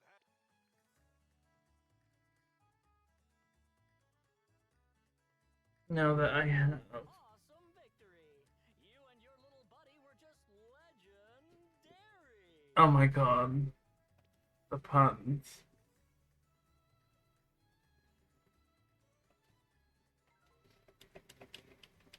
Bravo! Indeed, here is your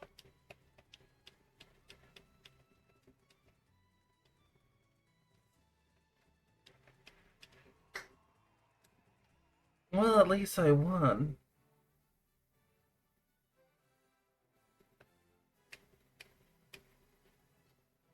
We had a wonderful show, if I do say so myself. I hope you are as utterly eager What it? for the next show as I am. Oh god, no. I want to take a screenshot. Well, let me take a screenshot of it. We have concluded this.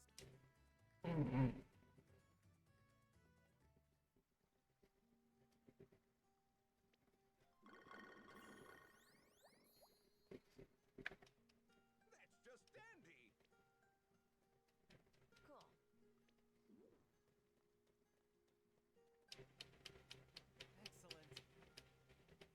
Wonderful.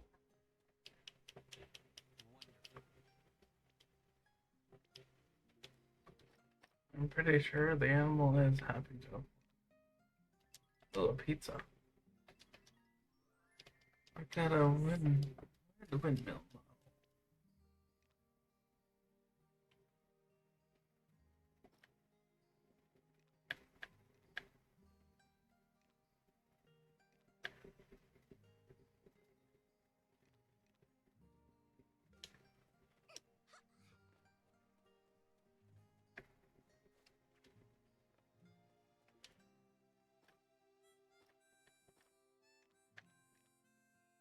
Alright, he's locked. It's not. We were.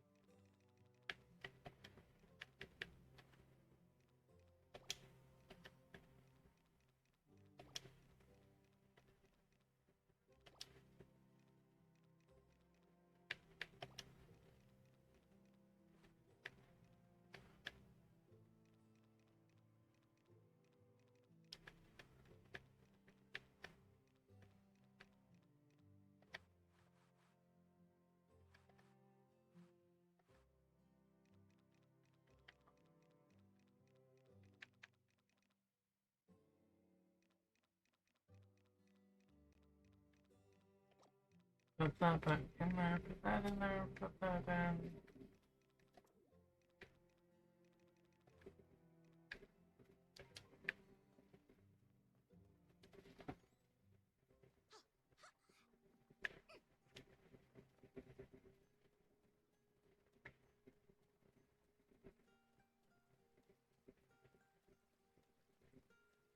I hope you feel better, darling.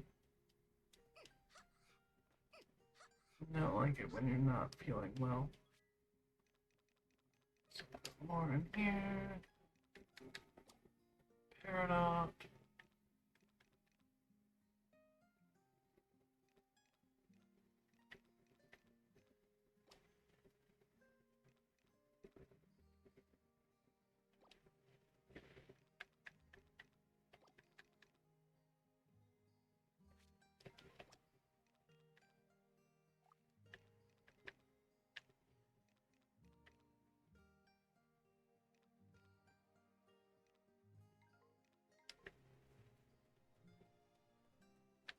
I'm putting those in, which means, oh, I'll be definitely making that Bazaar ranking.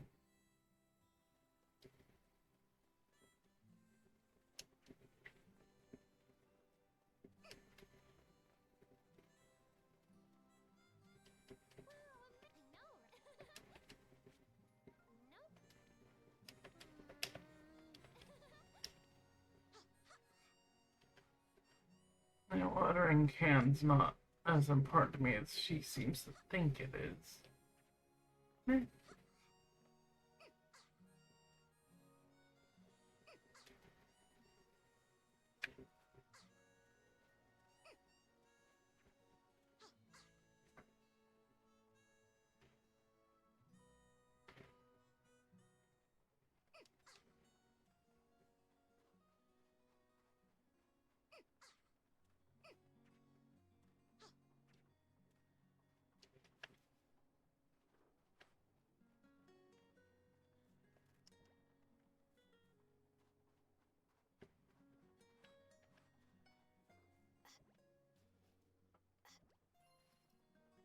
Not the nature of our title.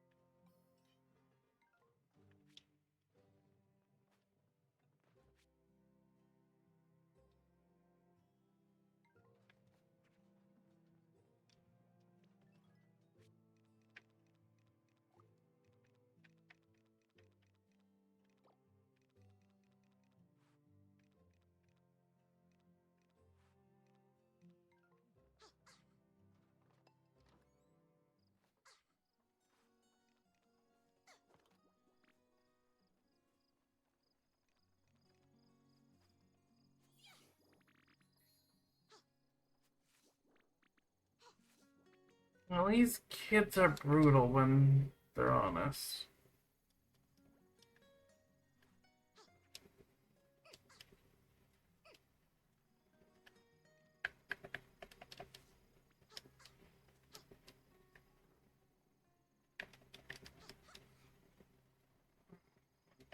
Uh, let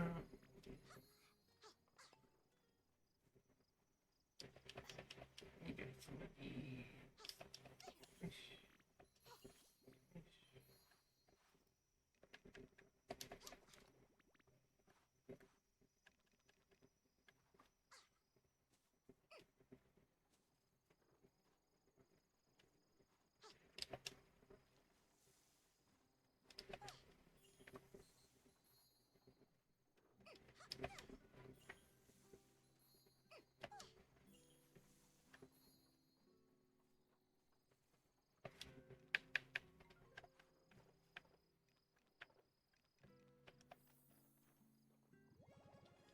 And the recipe for pizza.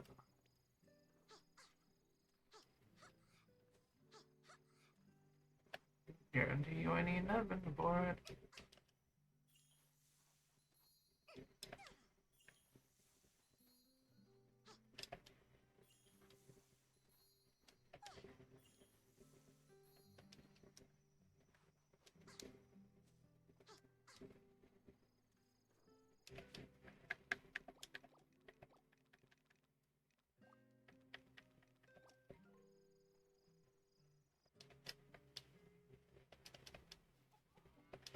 At least my products are gonna go up.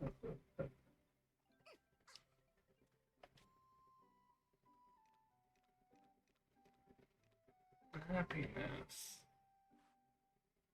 Well, they probably could, to be honest.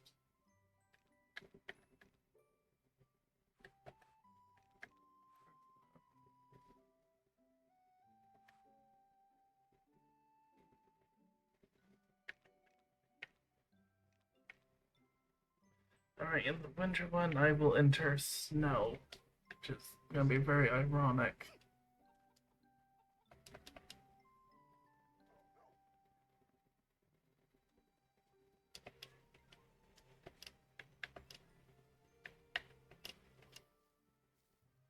Nice.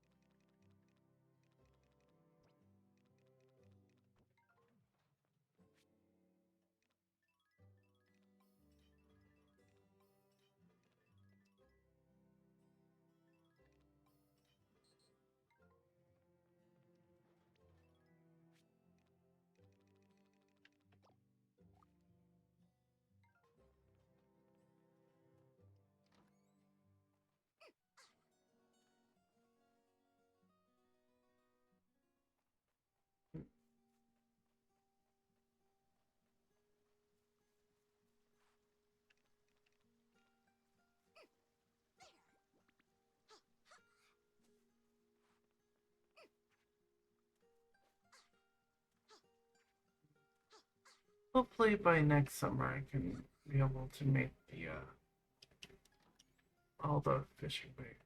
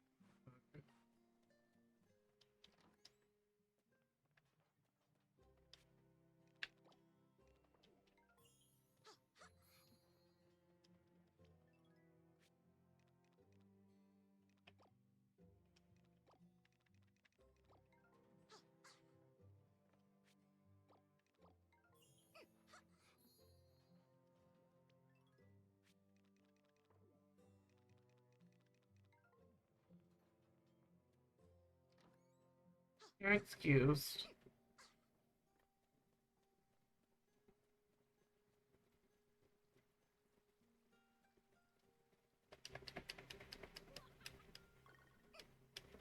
Imagine the bazaars do kind of feel like a party. Oh, that's right. Madeline has a shop.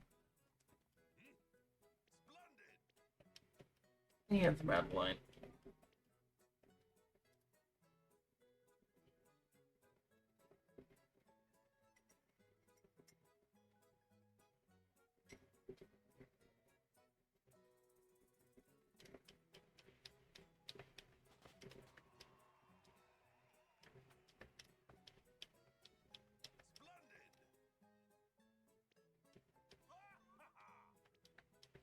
Thank you,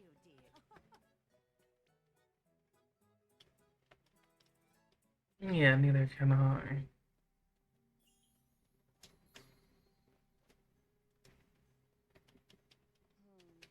Here's my report. Yes. My apologies. Carrot, potatoes, onions. Thank you.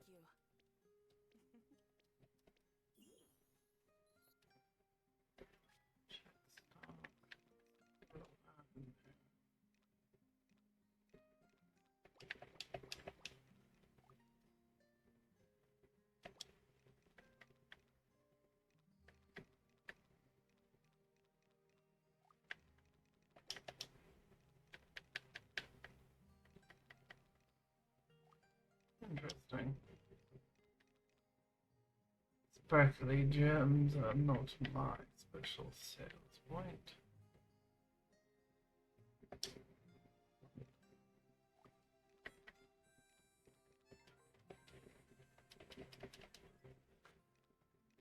Alright, let's.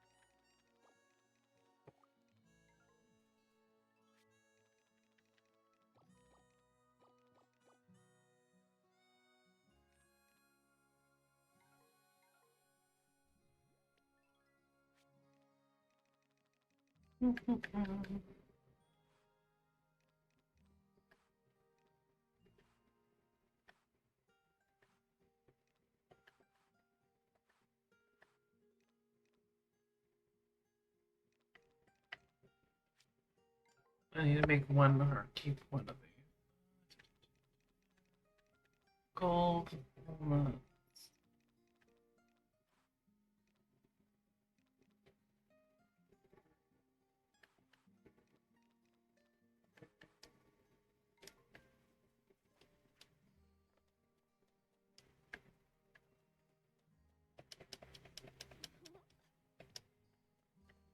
That's literally the mayor's. How do you not know the mayor of the town you visit? He is literally always present.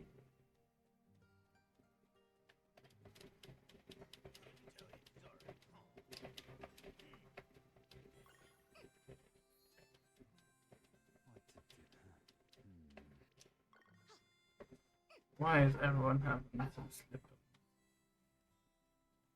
Hello.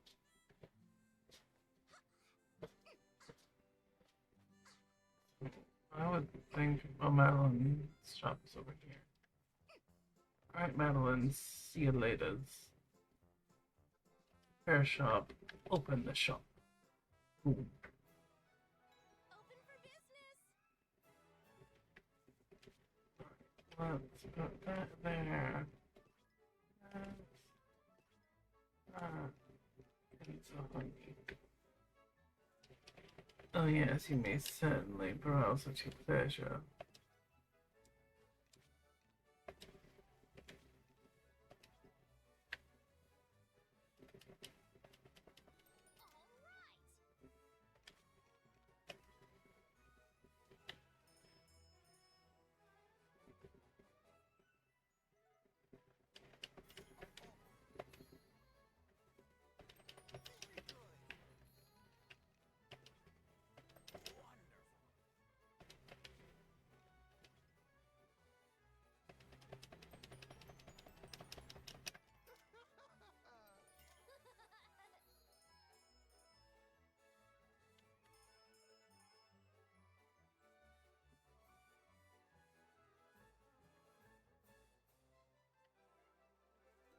All right.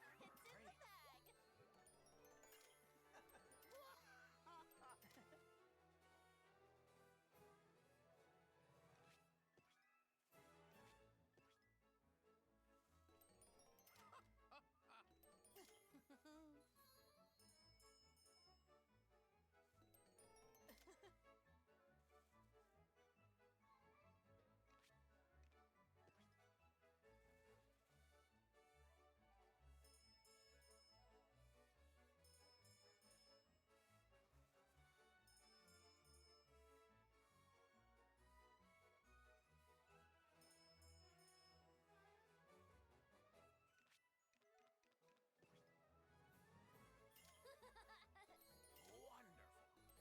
lovely.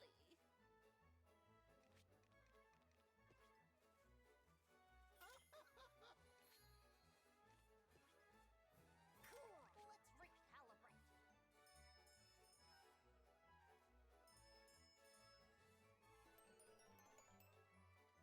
Just wonderful.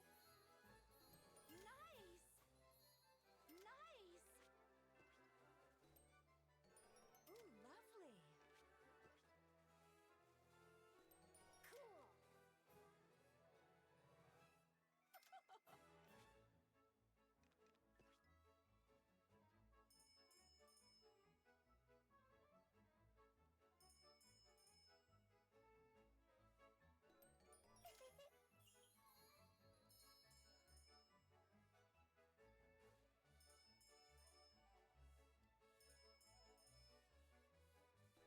Way cool. Gotta keep buzzing.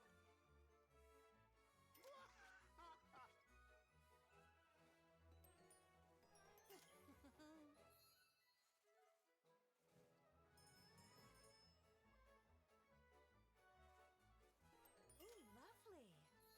Very good. Great.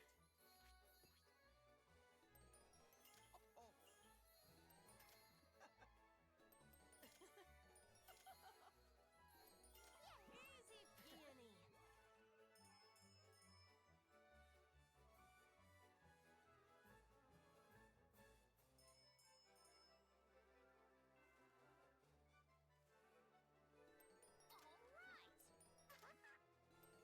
Oh my, thank you.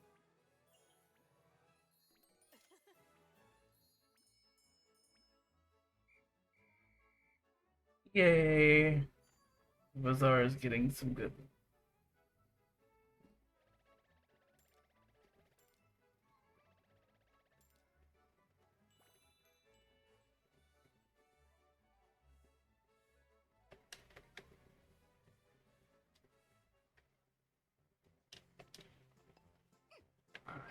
So let's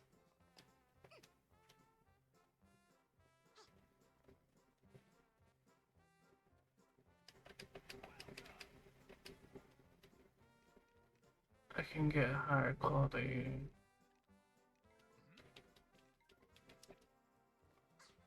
soil, which I don't really need.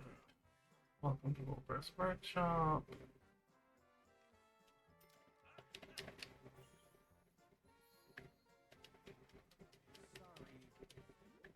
Alright.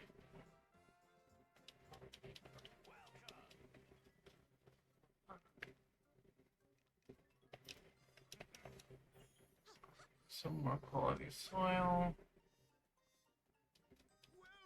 welcome. Okay, let's see.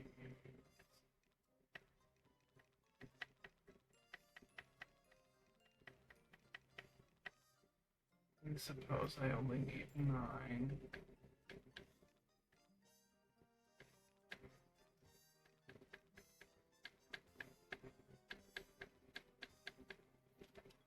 I will take 60 salt though. Thanks, Mon. Alright, Madeline.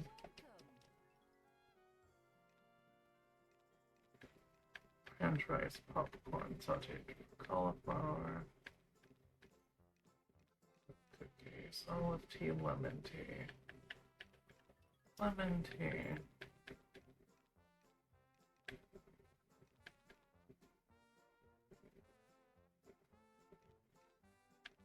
Marinated peppers.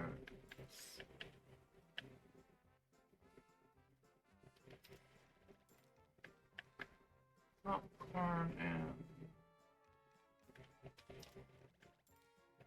tofu. And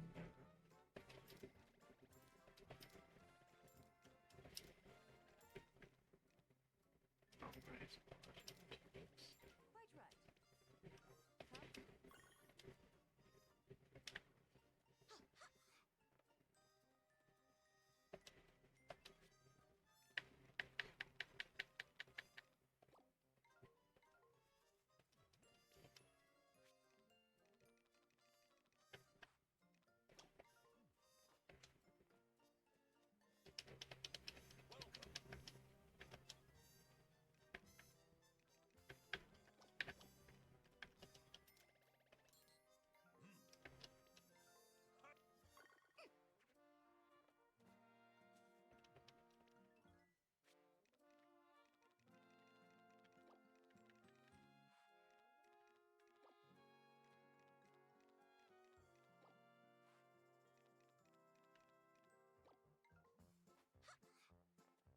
Alright, now time to order some more clothes. Welcome.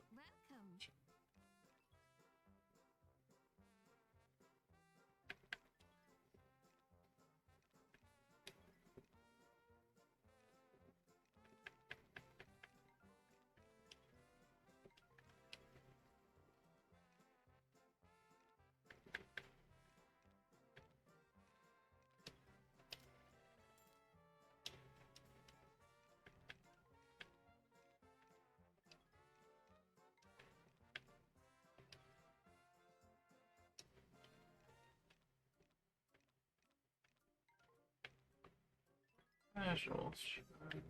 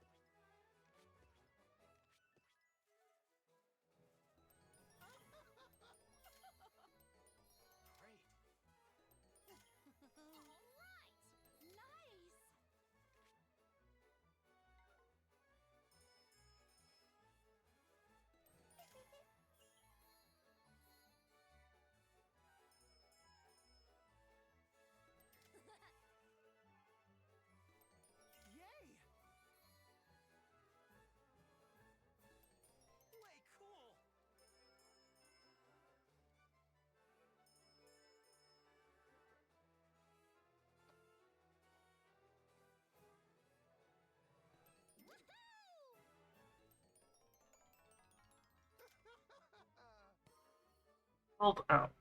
Thank goodness.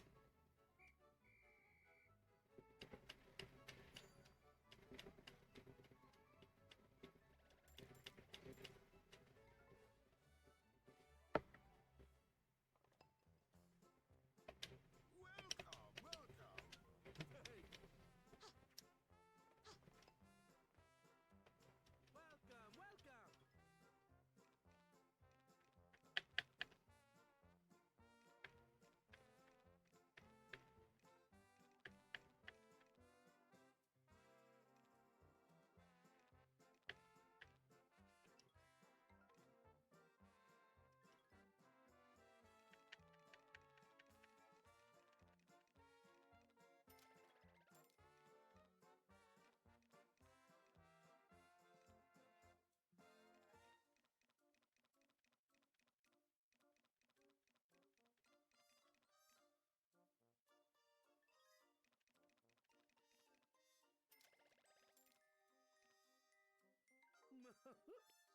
Please.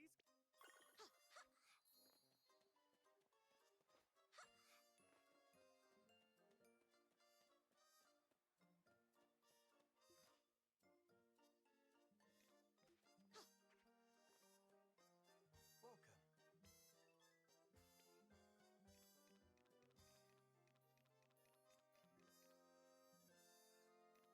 Yes. Thank you. I'll be aiming for that power.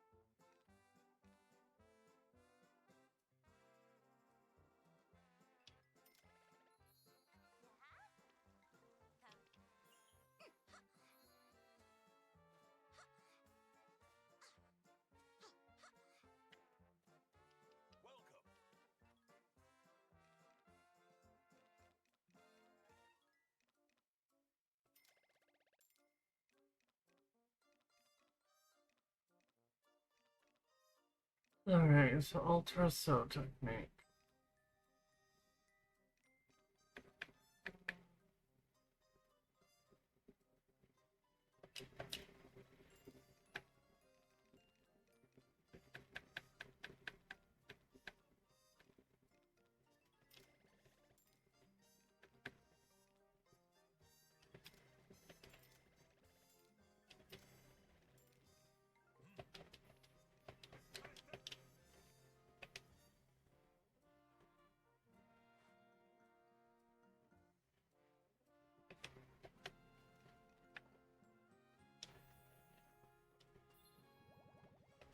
And the recipe for French fries.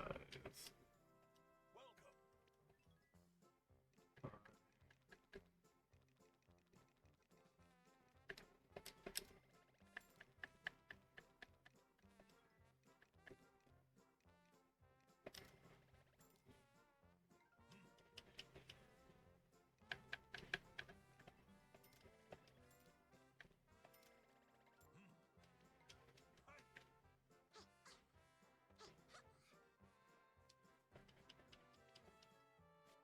Check storage. Put that down.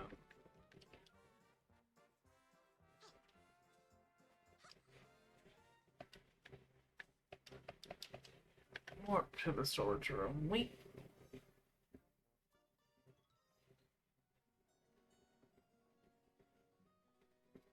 It's not-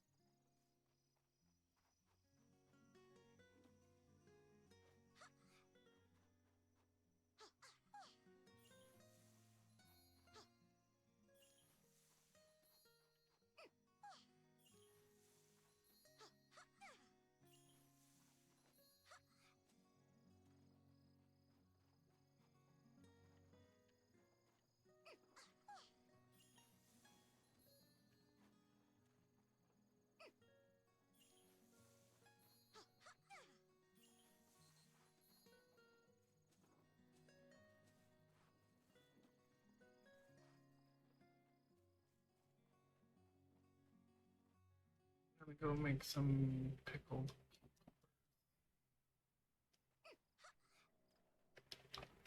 I also need to look for.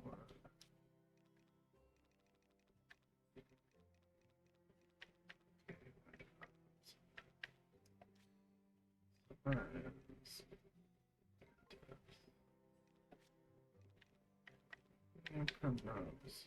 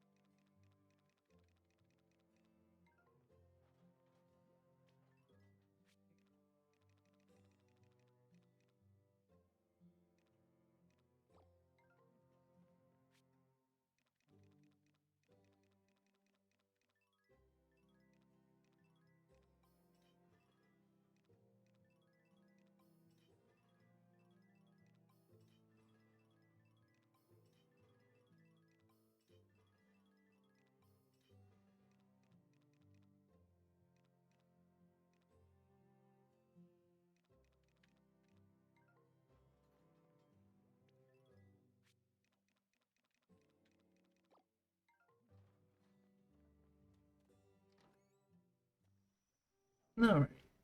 Now let me put that done.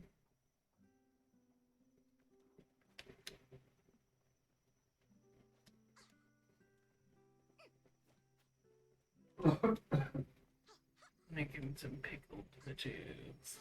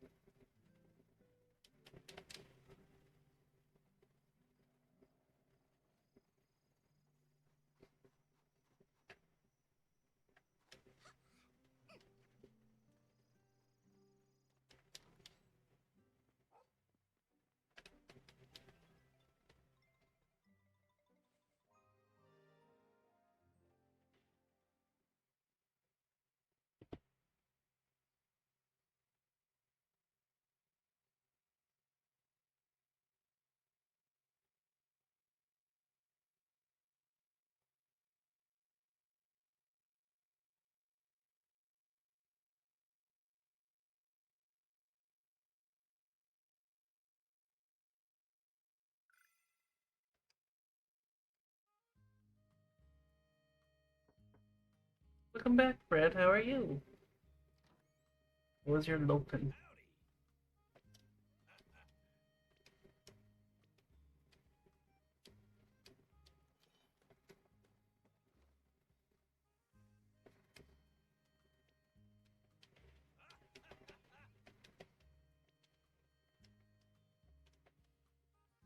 Come back again.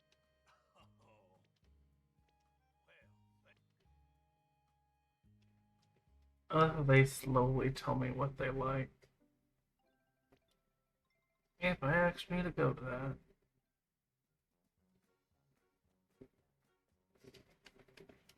attention everyone! My great pleasure to announce that our bazaar has officially reached the regional bazaar rank.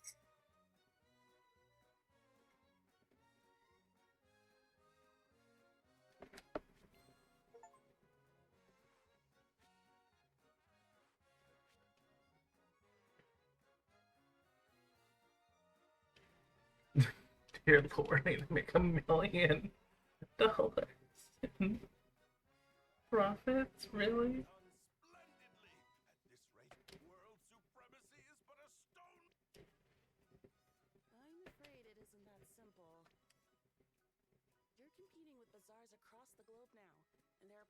with a more fervent customer base, they'll have to surpass their popularity. Yes, a fierce battle. Continue on All your right. current trajectory.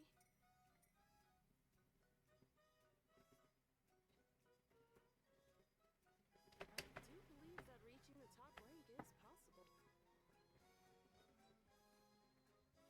But of course, we have our farmer with us.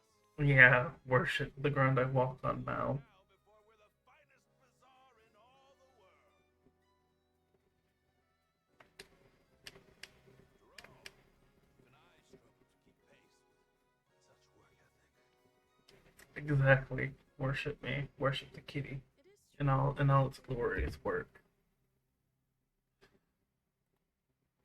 You know you want it. The kitty has more power than you will ever realize. Around. Thanks for getting us this far. Alright. I'm gonna go see what the Discord notification I got was. Oh, it's a shaman. He's driven. I expect you to meet my high expectations. Let's have a big round of applause for our farmer. Yeah. Worship the ground the fluffy kitty walks on. Thank goodness you haven't finished yet. Oh, Harold. I found a letter addressed to you at the post office. What? Well then, let's see. Yeah, that's the thing. There was a note left along with it. It says you're not allowed to open it until the bazaar reaches the national rank. Do you have any idea? Mama!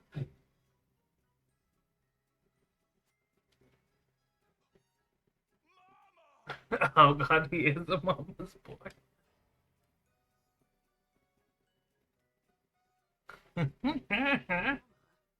you mean it's from your mother, who vanished without a trace? Well, anyway, it's all yours, seeing as it's addressed to you. Nothing's stopping you from opening it right away.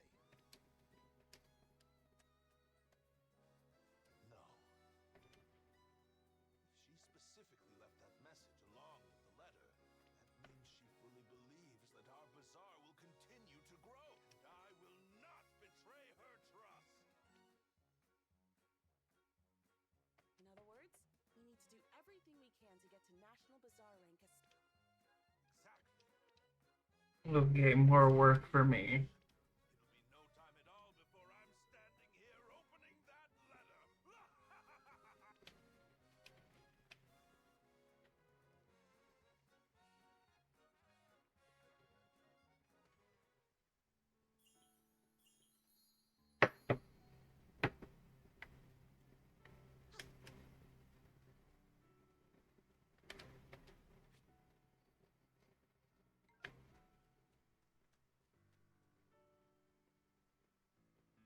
Hmm.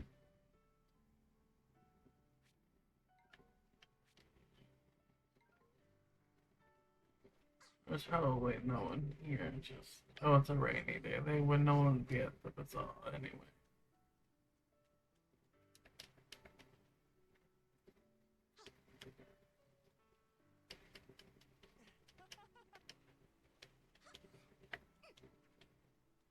If I was petty, nice on to talk. Way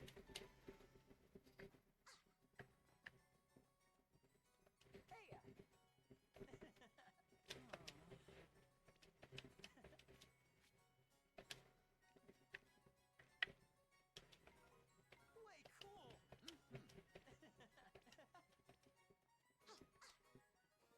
You want 50 medals. Suppose so.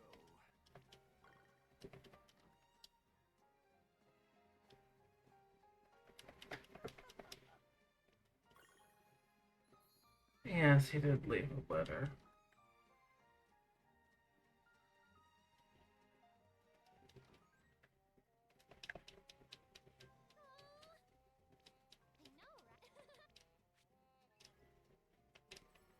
I've long accomplished this.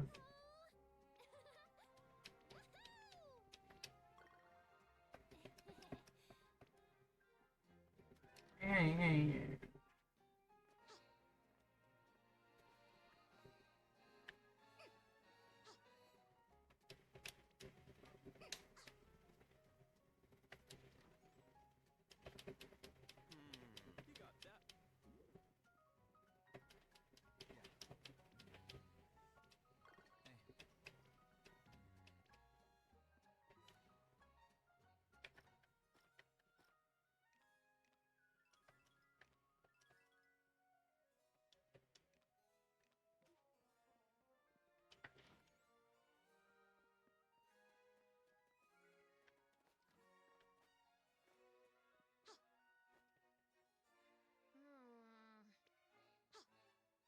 You don't need them buckets.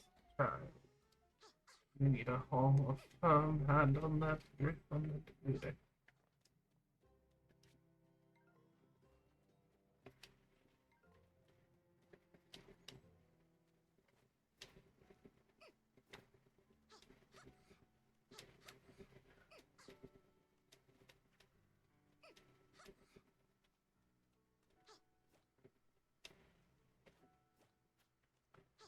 My goodness, nine booty crap.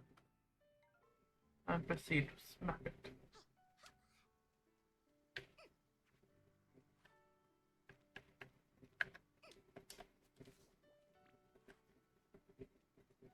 The fresher the booty, the more jiggle.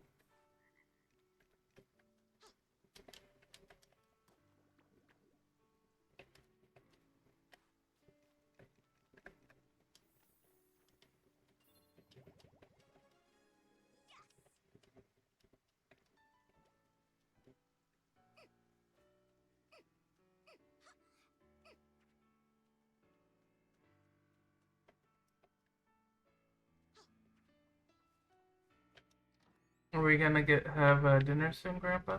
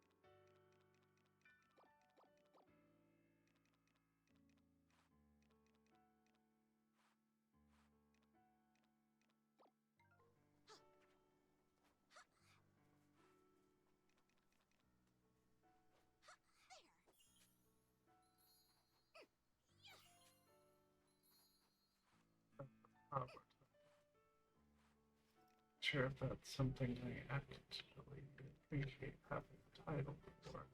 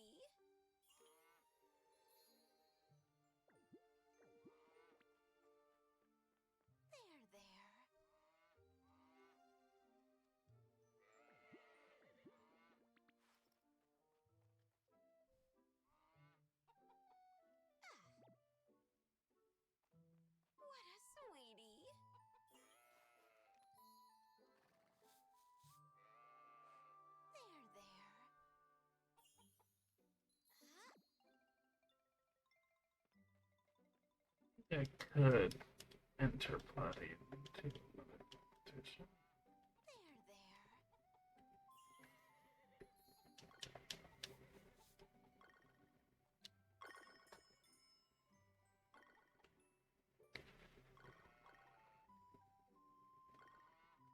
There. But plotting will be entered in the spring festival.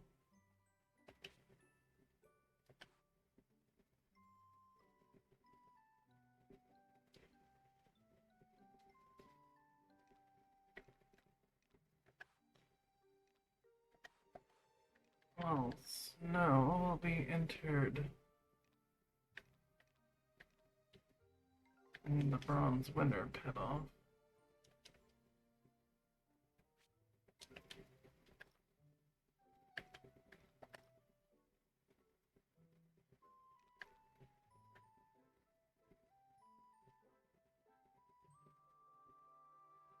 Alright, mushrooms are higher.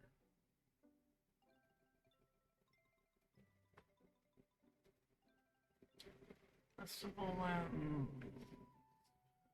Art festival. Hang on a second. 2 bronze. 1.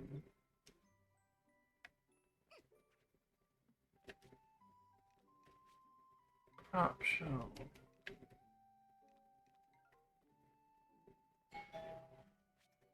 Want me to get it?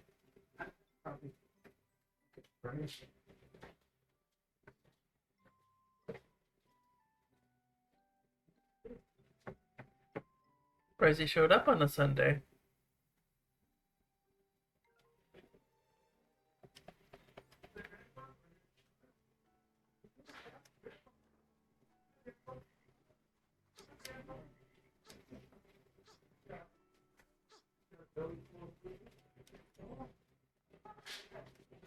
How you guys doing? What's up? How you guys doing? Oh, we're doing all right. Yeah. Pretty quiet. Charge you? You know, Grandpa. Yeah. Hey, Grandpa. Grandpa. Yeah. He'll be running around the back. Oh, yeah. What should you Hi, Jack. Yeah. He's like, oh, Do I look completely different to you, Jack? You want your comfy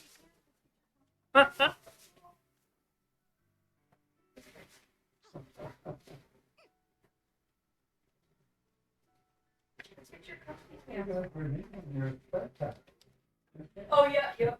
Yeah, it was a custom Bluey backpack. yeah, we got that. What? First year? Yeah, I think so. Come on, baby. Let's go get your company pants on.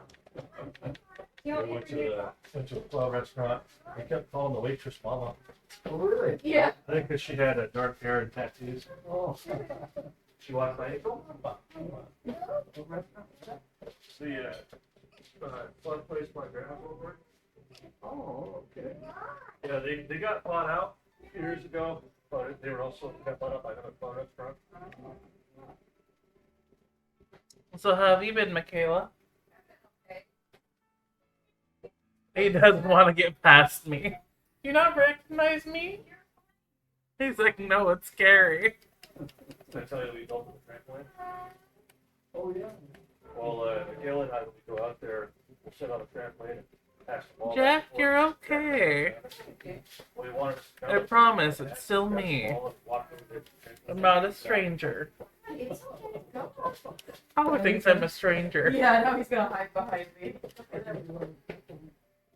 How did you do on the trampoline? He was good. Yeah, he sometimes when he bounces him, he goes a little higher than he wants to, so it kind of freaks him out. He loves to go. Yeah, he likes watching us cannonball on it.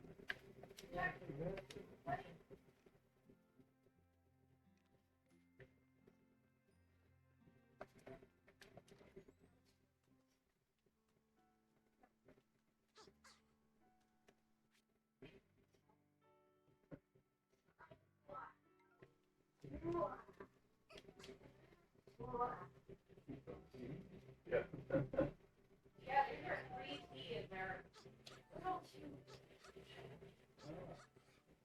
It's too big, huh?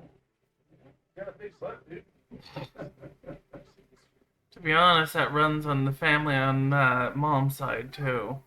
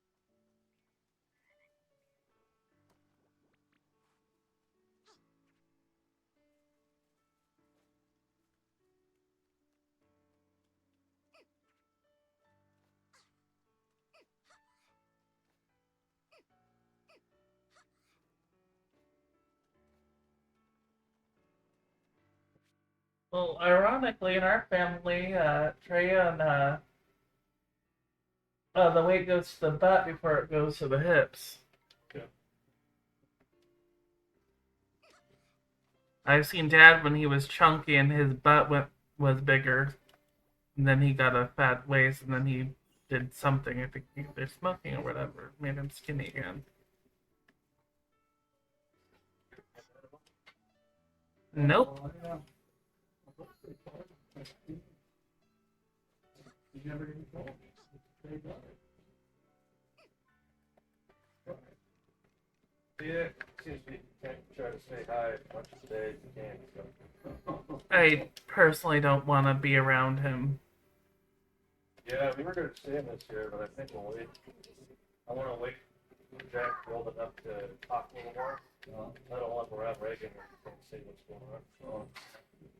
That daughter, granddaughter of Mindy's weird. Her son-in-law is really weird. Her daughter seems more or less normal, but her daughter's husband. Yeah. Be glad.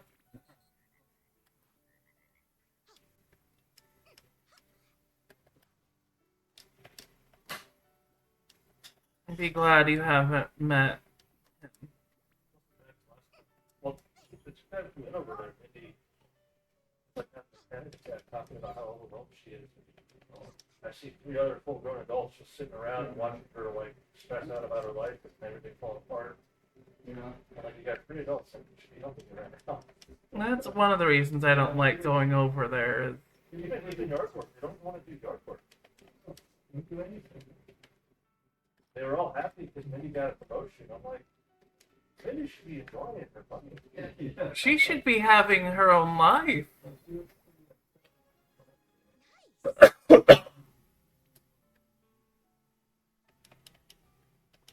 think doing that would get you a couple more calls here and there.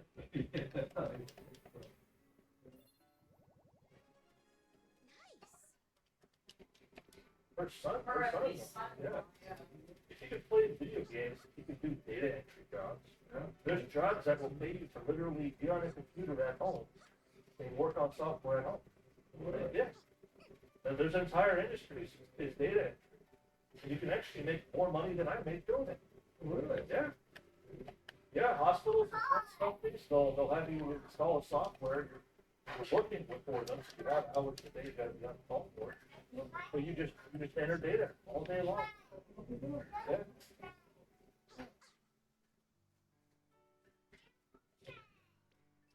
Anybody that knows how to work with people do it, Yeah. Even 911 dispatchers, some police departments, they have their people work remotely.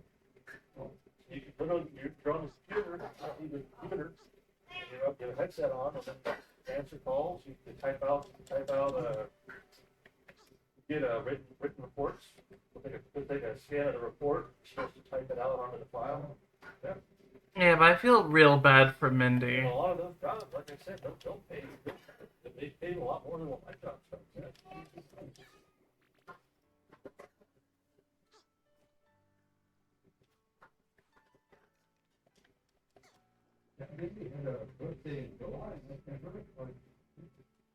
And she called us.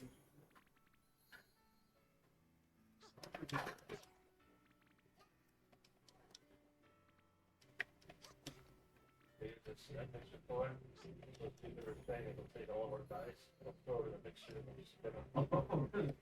Real things sold on Crackle now. One of those for Now we got no dice in the room.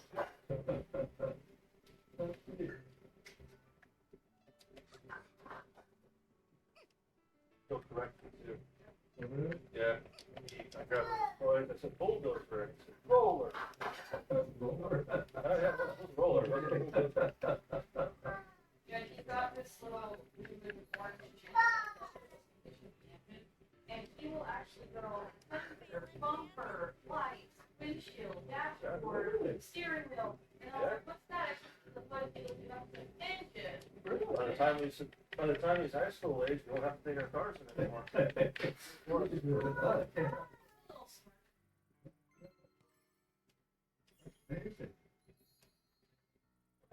Pretty good.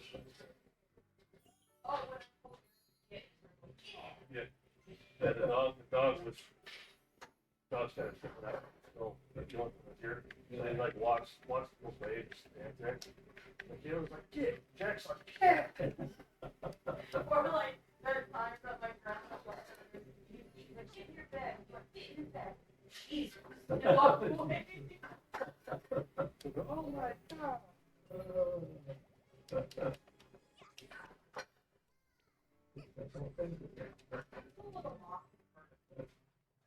Well, he's at that age, too. He's gonna repeat what he hears and learn what it means.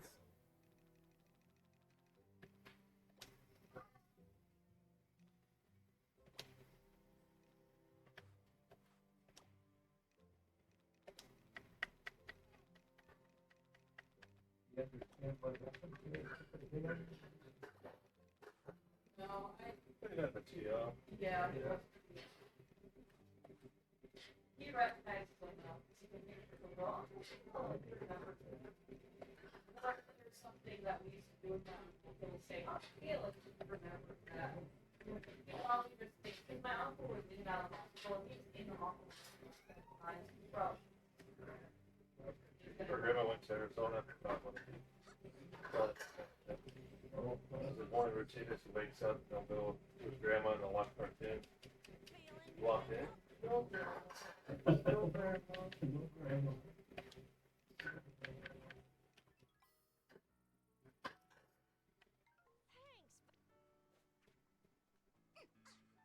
Really doesn't like my aunt. She's been hanging around a lot lately. Yeah, we think she got fired from the job.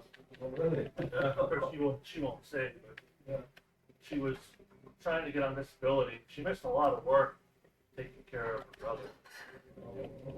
And she's trying to go on 3 months of leave with knee fix.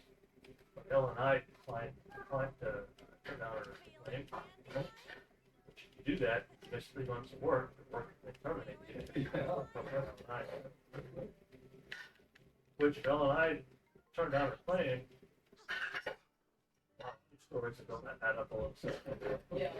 Ellen and I just written reports when things happen, so.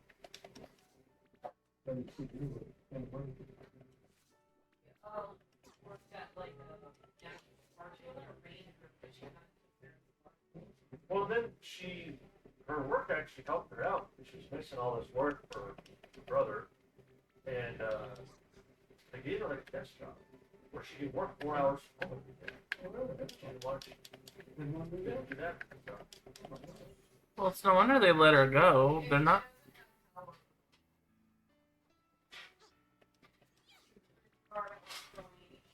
security guard at college, she was half an hour.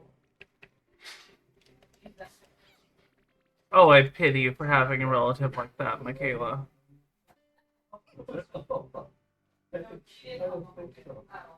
No, The only thing she did was whenever he had a doctor's appointment, she would be hell bent. She's the one that had to take him.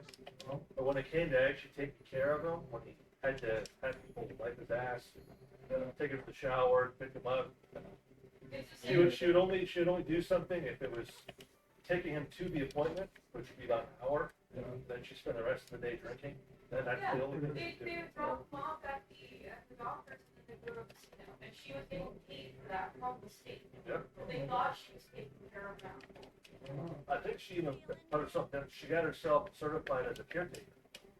So then she would have gotten more money from the state for taking care of her brother, but she didn't spend an hour over it. No, she put it all on her mom. Her grandma would do most of the things for Gail, and then whenever he had to be picked up, I'd pick him up, Yeah. move him and stuff. Then when he couldn't get in bed anymore, I had to put him in bed. Same thing happened to my grandpa. My grandpa was homeless for a while. Betty would take him to the doctor once in a while, and she was considered his caretaker. When my brother was on the toilet, cleaning the shower, cleaning up after him. She was so bad on trying to get herself down as his power of attorney. Yeah. She wanted control as well too. My uncle And he was like, gave her the power to kill him. That was about it. That was my, yeah. she's still after him. She had a 401k that had $100,000 in it. My grandma. She just told my grandma, well, actually, they'll tax you if they let them put my account instead. But why don't you transfer it to my 401k? So she's so. Well, and Gail told her, when I die, you can have a specific gun that he bought. There's a lot of guns that her uncle bought he would have for her dad. So her dad's like, she's not taking the guns I put money in. And so her uncle said there's one specific gun that only he bought. He took it to the appointments, and we'll at least have one thing. And so the aunt said, well, I want this gun. And instead of telling Mitch and having Mitch get it, she actually tried to go through the gun safes. Oh, really? Yeah.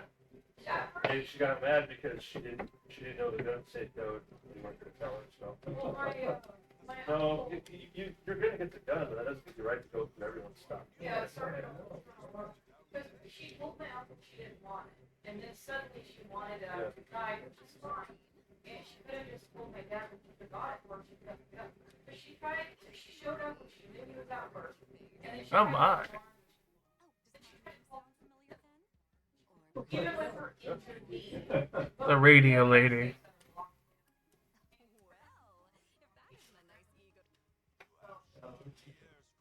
She wanted to like go through and see. And she was telling my dad how well, Mitchell would stop keeping it from me. And my dad's like, she didn't want it. Just tell me when you're just over how she's downstate. We have a child. We're not going to leave a gun outside of a safe until one day.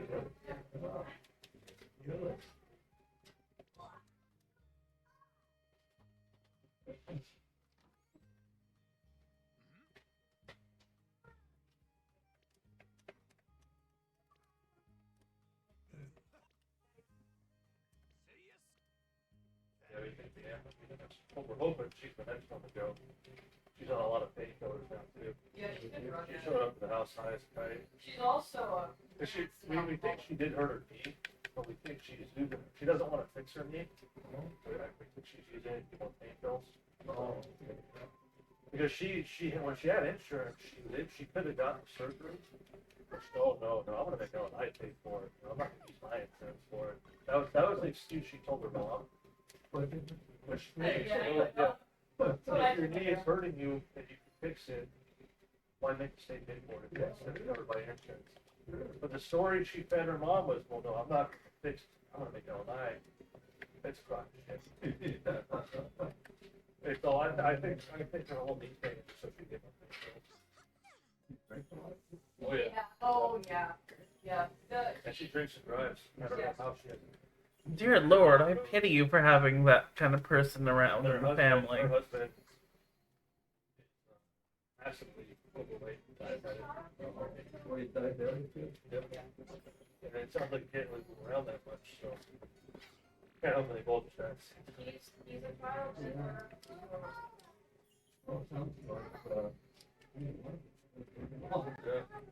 Yeah, unfortunately, I was fighting for a little while, but it was a very, I don't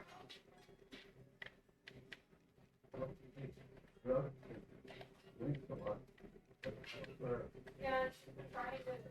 she used to come over and she Speaking of which, and she came over the other day and her and my grandma took out like 60 years.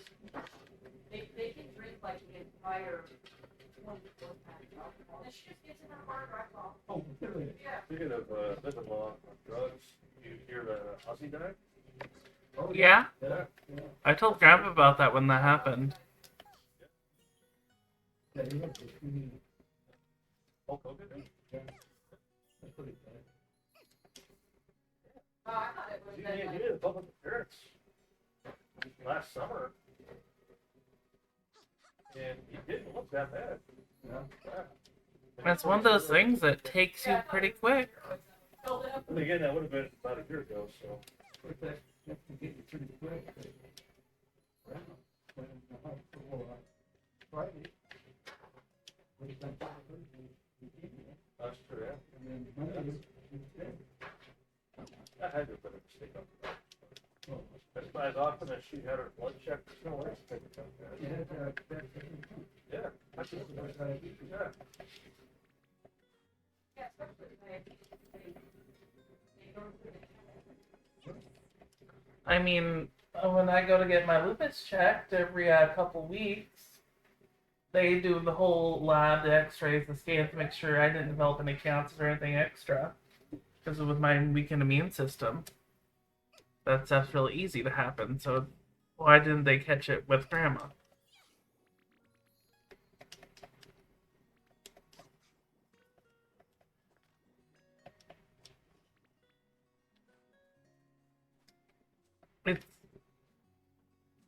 It makes me wonder if someone wasn't doing their job right. But at the same time, I want to give the doctor the benefit of the doubt. But at the same time, I'm just annoyed that they didn't catch what was the leukemia. Right. He'll perform, I saw him with Joe in like 2018. he could probably even talk. Yeah. Oh, Yeah. Well, when he was, it was really weird when he'd sing, because if you weren't paying attention to the lyrics, his voice still had the same strength. So when he would sing, it was like listening to him on the radio. The radio was just too kind of blurry to pick up the words, you know. so you didn't know what he was saying. And he would sing a song, and he would go, God bless. And there would be like a pause in the crowd, and everybody would go, yeah. But you could tell everyone was trying to figure out what he said, and then they go, yeah. But yeah, when he would sing, he still had a strong voice. He just couldn't enunciate his words. Then the TV show years ago. Yeah. I used to watch it. Told you about the family? Yeah, Yeah. yeah. And same thing. Yeah, I know. Well, after I saw the concert, one of my coworkers like they dumped water on him. I said, no. He said with Ozzy, some concerts they'll dump water on him, and they do it because sometimes when he's in a concert, he loses control of his bladder. Because of his sickness, he didn't have a lot of control of his bladder. So he would send a signal. They would dump water on him so nobody could tell him. You know, yeah. I mean, to be fair, if your bladder is going out, you don't want people to know.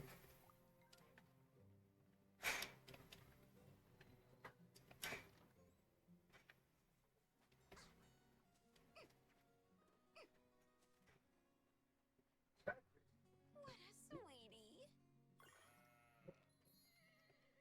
sweetie. Alice Cooper, he's still Jewish. That's wild to me. He is really good too. I'm not like there's one or two songs I like. But I'm not a huge Alice Cooper fan, but he is a really good performer. Yeah. He's so like. Are the Rolling Stones? I never got to see it. I don't know if they are or not. Yeah. Well, it's really sad because Ozzy, I guess he had just done a show like a couple weeks before he died. Yeah. And it's kind of poetic, you know. You know you're dying and you're like, well, let's have one last one before, you know. What he did his whole life, so why not? Yeah. Yeah. Really Nelson. Oh, yeah. I'm kind of surprised the Prince of Darkness how much he turned towards religion too. Oh, I guess I don't do that. But I guess he started doing that like in his 50s. Yeah, Rowan Nelson, yeah. He's been yeah. He's so hot. Yeah, sure, yeah. Well, you know what really kind of leaks me out is Clint Eastwood. Oh, yeah. Oh, I Yeah. He was in a movie like 3 years ago. Yeah, called The Duel. Yeah. I just started watching on Netflix.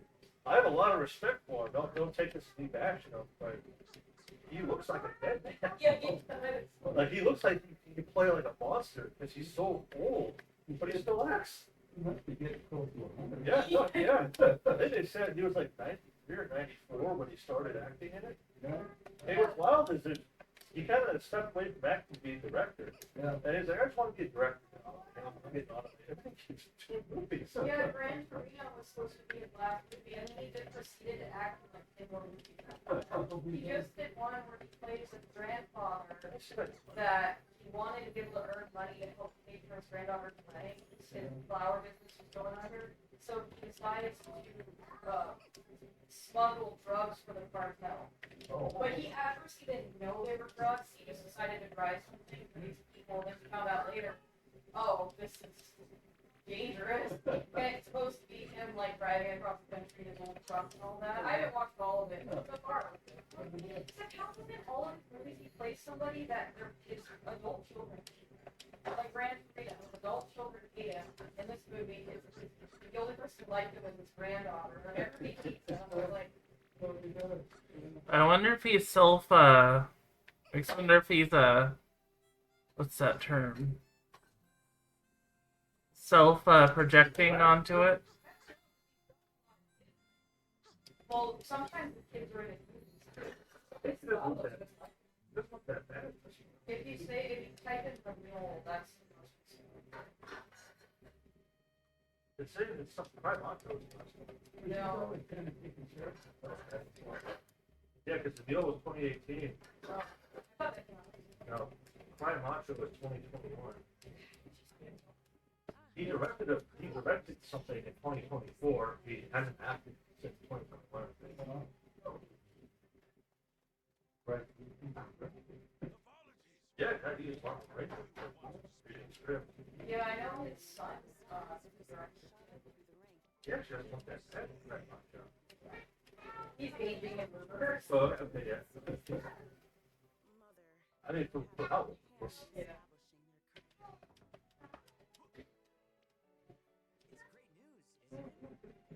Yeah. Yeah, I mean, for someone almost 100. Yeah, he is. What's like Harrison Ford in 19, whatever. He was the only thing good about that show. He actually was great for his age, too. Yeah. From that first fight. Yeah, him and Helen Mirren, they played a very 1924. Yeah, 1923. Otherwise, that show sucked. It Yeah. really sucked. But him and Helen Mirren were the only thing that made it long. They were a believable marriage couple. Yeah.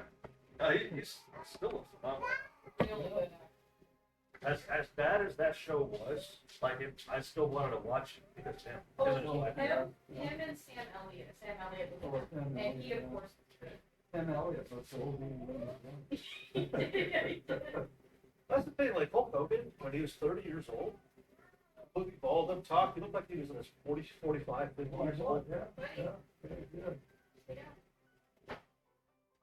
Kind of like Tom Selleck, too. He didn't ever look super young. He's always middle aged. Yeah.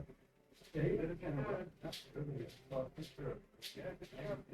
Yeah, my grandma loves Put Me Down Under. So she watched it all the time. So watching that when he was young, and then seeing him now.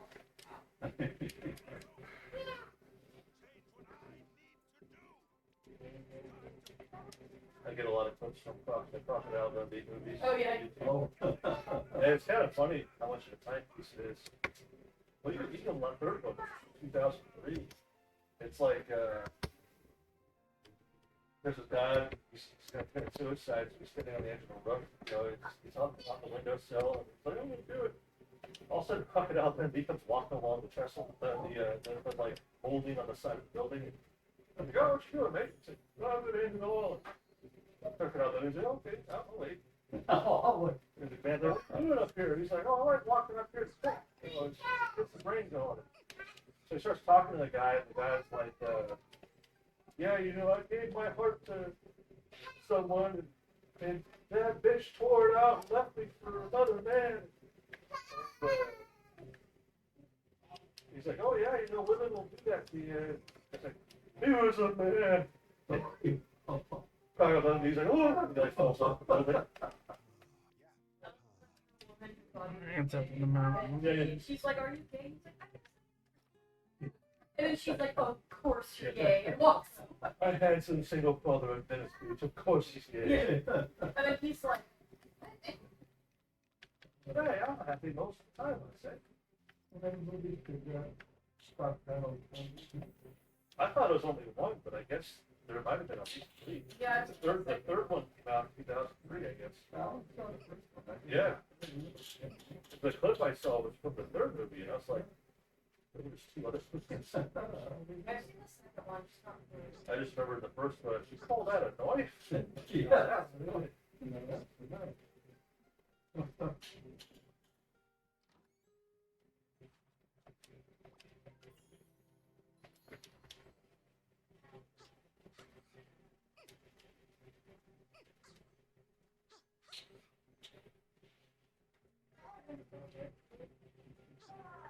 Here, the ice had the largest bust in American history.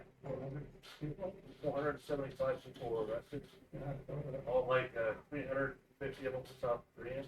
Yeah. Like Hyundai factories. Georgia. Yeah, Georgia too.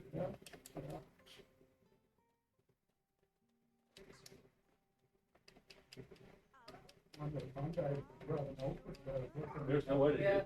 Yeah. That's what I was thinking. Now I wonder if every single one of their factories are going to be audited. I don't even know what you do to a company that does that. Well, that sucks for those people, because they were probably told you can move here, you can live here, and they didn't think anything of it. They probably thought it was like a visa. Because So that's the problem with Asian immigrants. Is not for us, but for them. If they get told, we'll bring you to America, and since we brought you to America, you're going to have to work for us for 10 years. Because in Asia, it's entered servitude, so it's legal as far as America goes because the companies that say this to these Asians, they sponsor their visas, they come on the H-1B, and the people that get brought in, they don't know that since they're on a work visa, they don't have to work for that company. They're free, they can do whatever they want. But the companies that brought them in are like, okay, now you have to stay here for 10 years, or we're gonna boot you out of the country. yeah, when you That's all these Asian massage parlors around here. I guess that's the most popular thing. They bring in all these women, and they make them do dirty work. They're like, well, you have to, because if you don't, you have to go back to your country. And they don't know, they can just go work at Walmart. They don't have to worry about it. well, if you get workers, you say you have to work in the beginning. It depends on what we said you want. Yeah. If you're sponsored by a company. If it's a workers visa, then you have. But it's not just a matter of you working there. You also have civil rights. Yeah. And so these companies will make them work 16-hour days. Hey, you gotta do this. Yeah, they do that with South American and Mexican illegals. They'll bring them over, and then they're like, well, you're gonna work in this factory, work in whatever, and if you complain about your $2 an hour pay, they call ICE. Well, in California, they busted the pot farm that had children working. In California. Yeah, illegal children. Child slave labor. Kids weren't paid. They were told you have to work the fields. They're just treated like They were brought in from out of the country and, yeah. Literal, we don't let our own kids work, but California, they have child slavery. Well, yeah, and people were complaining when ICE found out that these were illegal children. People were like, well, who's gonna work the farm? I'm like, Not the kids. not the kids. So it's okay to make them work a field because they're around children? Like, what does that sound like? Ugh. Racism. Yeah.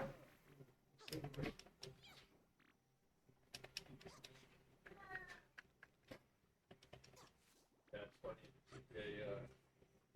I guess they've had 10 million Indians immigrate to the UK in the past, like, 15 years. 10 million people That's 0.01% of India's population. Yeah, India is good. I guess so for America, China's kind of like the overwhelming threat for us. Mostly because China's very interested in taking down the U.S. But I guess Europe, it's India. Not necessarily because India is trying to take everyone down, but it's because Indians are just supplanting every single workforce they get into. Yeah, well, they'll, around here, they'll take over a company that will only hire other Indians. And then that's what's happening in Monroe right now, is Indians are just flooding in through Canada. Well, yeah, and They're everywhere. the reason why Canada royally screwed itself over, but it's good for us they did. Other countries have to see what happens. But they brought it legally. The Indians came in legally. Canada brought them in because Canada, they were very careful of how they issued their work. They originally did their immigration very well. They brought in people for specific jobs, specific fields. Their economy was doing great. Everything was above water. So the Canadian people were like, wow, these immigrants are letting us compete with countries like America. Let's let them bring some of their families over. So they opened up immigration. You're a worker. You can bring in your family, one person removed from you, so like your in-laws, cousins, first cousins. They didn't realize Indians have 40 cousins. Flooded the country. And so what happened was you had these Indian workers that were willing to work for minimum wage. Tons of them, so it completely destroyed their muscle class, blue collar destroyed. They also need houses. Now there's a big competition for housing because Indians are competing with native-born Canadians. Native-born Canadians, kind of like native-born Americans, we rent a property. Okay, as a landlord, you got to put aside 1 month of rent for maintenance. Things break, we're going to call you. You're going to fix it, and then we're going to expect a certain quality of life, certain rules, certain privacies, and you're only going to get 1, maybe 2 people renting 1 room. Indians, they don't care about any of it. They don't care if you fix the place up. They'll live in the police swallow. And then they'll put 20 people in a 1-bedroom apartment. That's 20 people you can charge for rent. So you could charge $5,000 for a 1-bedroom apartment. The Canadians won't pay that, but the Indians won't. Because they'll have 20 people split in that $5,000 a month rent. In Nova Scotia is a really tiny province on the East Coast, up there. And now, because of how many Indians were moved into Nova Scotia, there's more Indians than the native Canadians. And they're actually living, Indians are living in house made out of pallets. And the pallets are made down the road, Mirror Creek Parkway. They make those pallet homes over here and they send them to Nova Scotia. Well, in the UK, over 50% of all the births in the UK last year were foreign immigrants. Yeah. Yeah, So the UK, if nothing changes in the UK, in 2 generations, the English man will be right out of existence. Yeah, And it was already kind of bad because when Grandma took her DNA test and ancestry, he had more English in her than the average person in London. And this was over 10 years ago before the revolution. about 7, 8 years ago, it was 80% of the school children in London they were born. So Indians, Middle Eastern. The number one baby name in Ireland and England is Muhammad. Yeah, no, you can walk through, like, there's a video of somebody walking through London, and it's just Pakistan. There's all these women in burqas, and they have, like, a Muslim police now. They have one in New York, too, that goes through and you see a woman wearing a tank top, that's pretty fine, even though they're not supposed to do that. Sit here. It's just crazy. I'm like, come on, if you're choosing to go to England, you're choosing to come here, you need to leave your stuff in your country. If you want that, go back. But the problem with Indians is they have that caste system, and so the high-born, upper-class Indians are very elitist, and so they view us as lower than them, so they treat us like that. Except the American-born Indians tend to be really nice, because they're more American, but the ones that come here, they're very elitist. And then there's the lower caste ones, those are the ones that will just shit the streets. Oh, really? Yeah, Ontario, Canada has the world's largest freshwater beach. It's beautiful. People can't go there anymore because Indian families are coming in and just sleeping all over, burying their diapers, everything. This one woman was showing a video every day. This Indian family was coming to her yard, wrapped in her yard, and then walked away.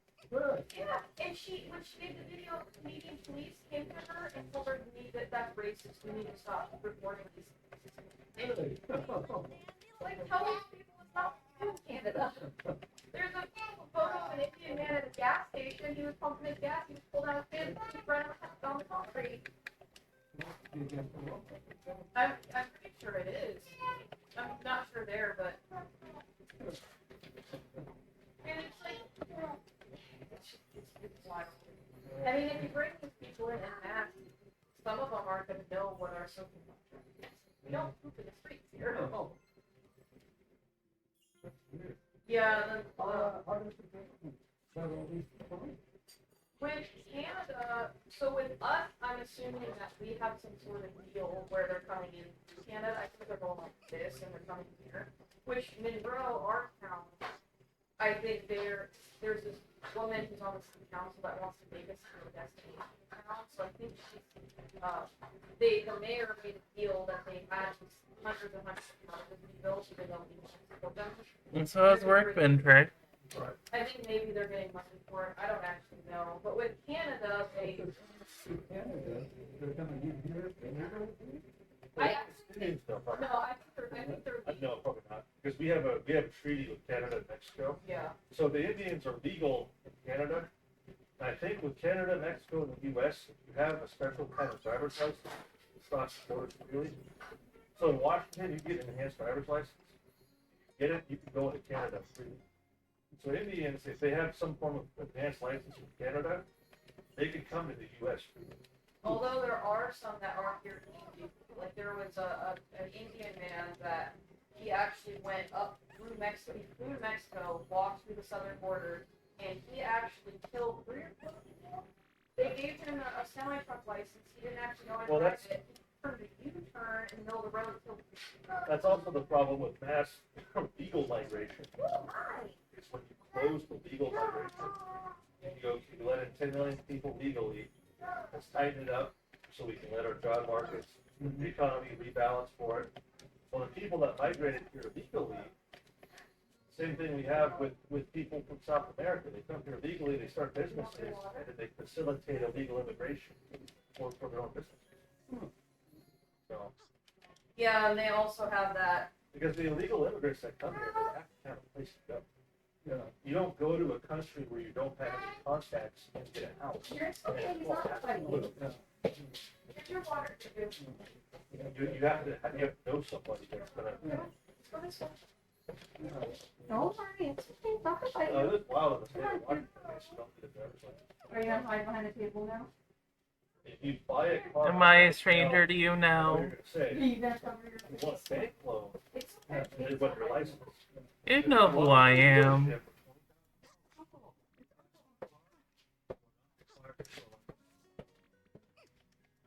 Yeah, I think with the Indians, it's just like with the Koreans, where there's Get a haircut, a child that doesn't recognize you.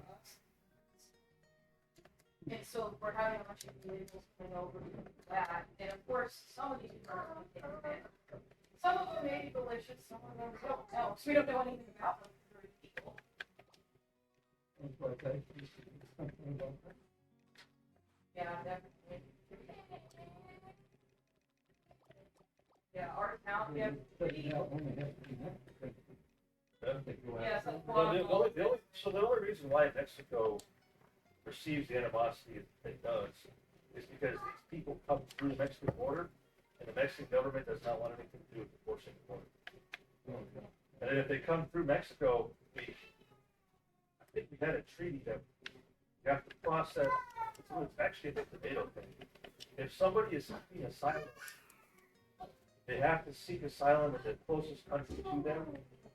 So like if somebody was fleeing from Venezuela, persecution in Venezuela, and they went to Mexico, Mexico would be obligated under this national treaty to process them there.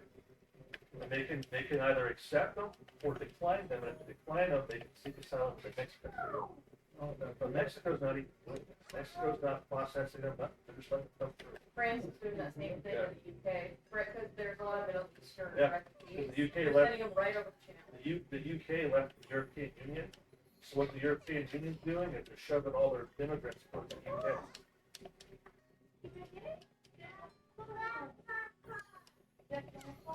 Well, it seems like they could just, if they could send them over here, we can just send them back. Not a full Go. But that's the thing too, like, if you mention anything about how we need to do something about illegal immigration, people are like, well, you just don't like Mexicans. I'm like, no, there's European illegals too. I want them out as well. Why can't I not like Indians either? Goddamn. What? The sad part is these illegals are taking advantage of. I don't want slave labor to exist in our country. I mean, I got nothing wrong with Mexicans either. No. The Mexican food worker culture is very similar. It's almost identical to the American food worker culture. Yeah, it is. Now, the Cholo culture, I think, is a sponge, but if you're a guy here just to work, then work. Yeah. Yeah. Yeah, some of my favorite. The problem is they have kids, and then the kids become Americanized, and they get all these fucking Cholo tattoos and these rice burner cars.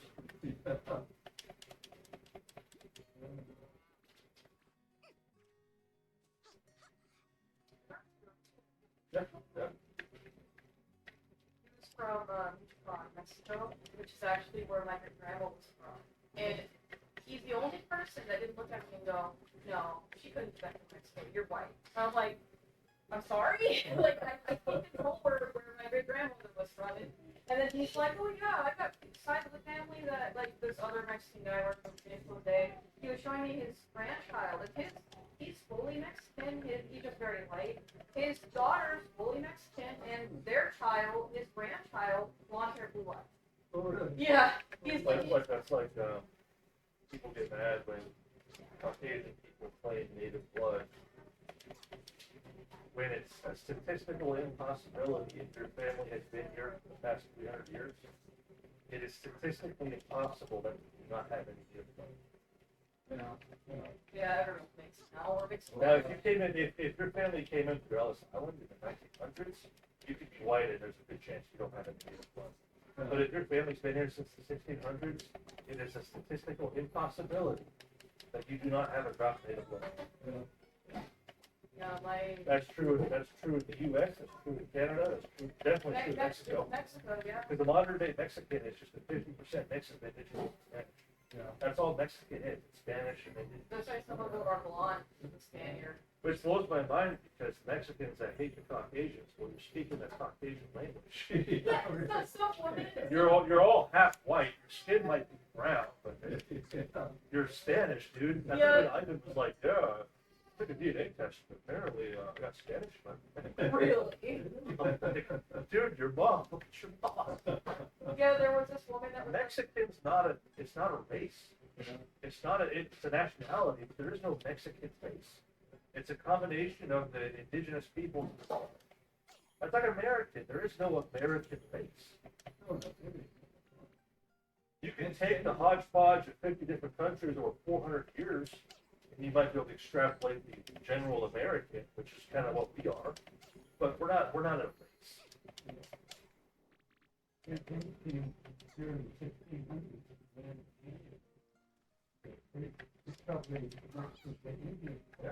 yeah, probably. Well, then we got on our side we got the Carthenel rock, which there's documentation. There's documentation over here, at least from the 1800s. So, My great grandpa. back to Edelbrock's, the Edelbrocks very likely killed natives because they owned a general store that was in the newspaper, and it was attacked by natives. This general store is what they reinforced the guys back. Give them the reparation. Yeah, I gotta get my tribal cards. Apparently, in Iceland, they found out that a lot of the native Icelanders had native Americans. And the theory is that the Vikings that went to Iceland, they went from Iceland to North, well, they know they went to North America. The first white Europeans to hit North America were actually Vikings. Yeah, Lee Erickson. Yeah, Steve Erickson. So it's, they found Vikings in North America. But what they didn't know was because of the Icelanders' Native American DNA, there was actually a strong possibility that some of the land intermixed with Native American. Because Iceland was completely uncolonized. The Vikings were the first ones to colonize, so there weren't any Native Americans there. Alright, what's going on? This embedded URL, no one. Okay, that's just a group reactive image.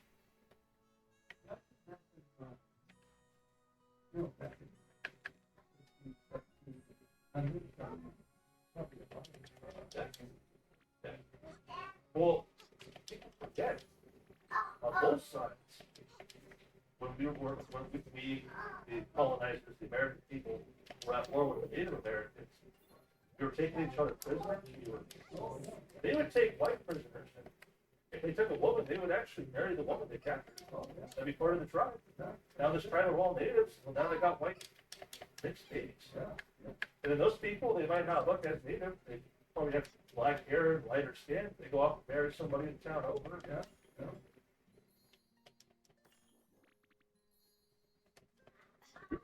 Exhibit. I heard you too. Yeah, you too did. Your brother's too full too. Yeah.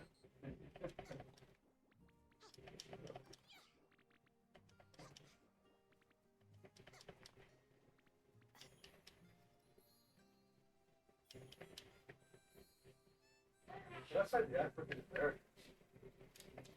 There is an African American. Again, how long do you have to be in a country before you're called American? I mean, if you're from a slave family, and your family's been in, well, number one, you haven't been from a slave family. But if you were from a slave family, you might have been here since the 60s. You're not African. You're just American. But you had those people that claim that heritage. How many of the black Americans in this country today do you think are even from those lines? Mushrooms are 3.5. Yeah. Most of the black Americans I think we see today are probably just immigrants from Africa. I can tell you right now, we got a lot of people from Africa that come here to work. They come here to live. They bring their family legal. And how much you want to bet 60 years from now, their great grandkids will go, I'm from a slave. There's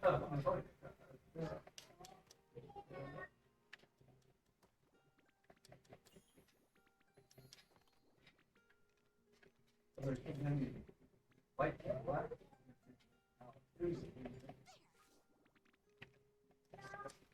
You're throwing up a race.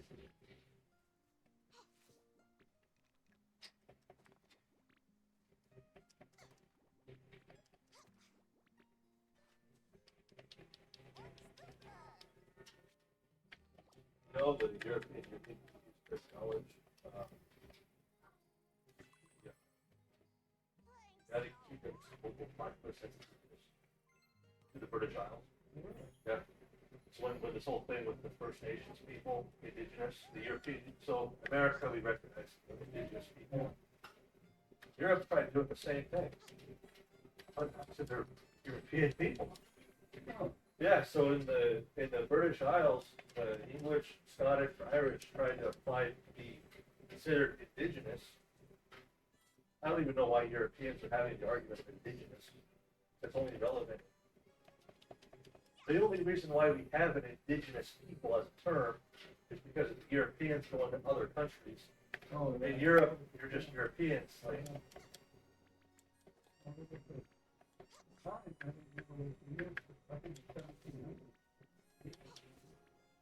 they said some never said. They conquered so much. it's kind of funny because I was thinking about it.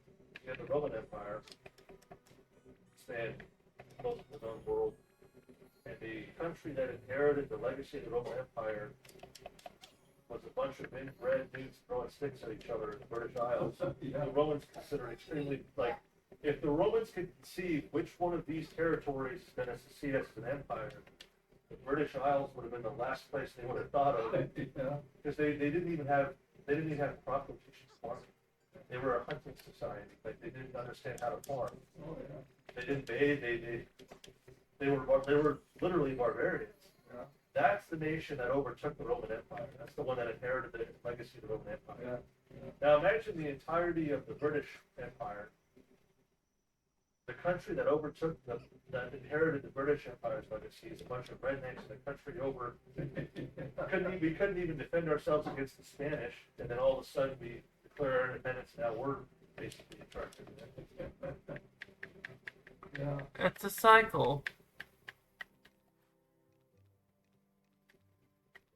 You got, like everybody in China has soldiers and stuff all about robots. Yep. Well, the Soviets do that too. That's why during the Cold War, we were terrified to go to war with the Soviets because they were really good at holding us parades. Yeah.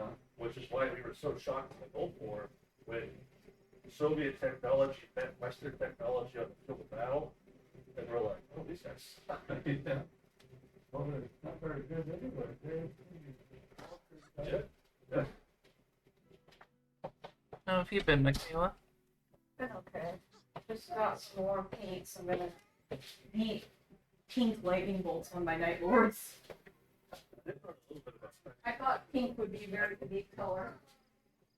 I kind of understand. I think China's trying to Western, Are you not tired? just America, but Europe, but I know why they're doing it. 'Cause the We British started playing same Final thing, Fantasy 14 in the again. 1900s. Nice. It's actually Part of the reason really, why they really couldn't good. fight the Japanese. There's something World the of Warcraft Chinese is call like so- 100 years of shame. I heard. where it gets to- Oh yeah, I heard a lot of people I don't know if it was uh, India or China. say that it's no longer Feels like fun. basically You know, going into China, it's not. trying to It's find the story's really bad, drugs and problems.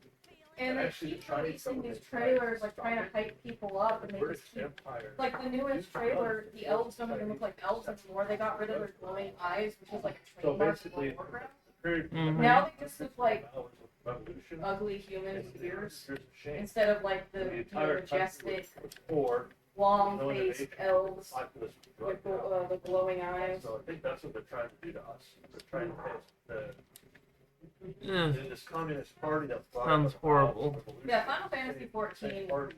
I don't remember. Oh, I remember. I stopped playing it 'cause we were playing it, and then my brother died, and then we just kind of stopped playing it. But we made new characters again, and it's just it doesn't even seem like an MMO because your character is in all the cutscenes, and it's like they actually care about the story. Oh, They're constantly adding new That's- things. that's Yeah. not really- you know, And you get a last name in I that see game, we're, which is also really cool. They see several $1 million money, drug cartels. For our anniversary, we were gonna get married in Final Fantasy, Mexican government. so we actually have a wedding. 'Cause we didn't have a wedding for our anniversary. They're like, well, these cartels were operating in Mexican land. Money. Yeah, you could have yeah. The only reason why they cooperated was because they Sorry, you can't reach it. declared these cartels for terrorists.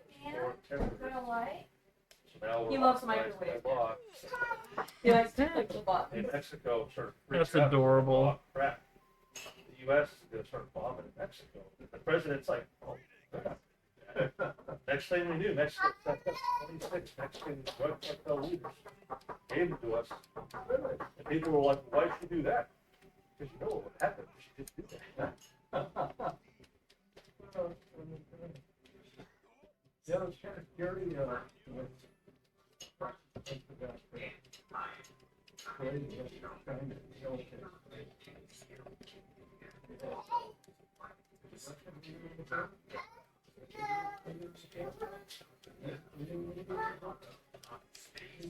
kind of military. Yeah, if we got into a war with India or China, I don't know. Because with China and India, they don't have the same problem. The problem with Japanese. One bomb, wipe out 20 million people. And I'm not even talking atomic bombs. Their infrastructure. but it's still tightly packed together. Yeah, they have 10 times their population density. Their cities are so if you have a bomb in Seattle, if you wipe out Seattle, that's a million people. And if you drop a bomb in Italy, your city wipe out 100.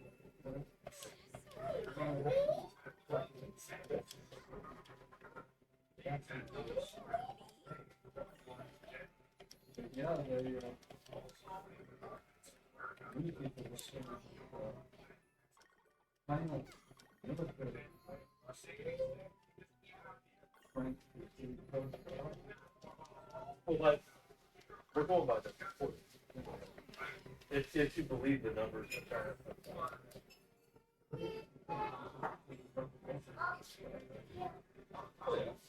Yeah. We also got to I figure, don't think we have any problem with China.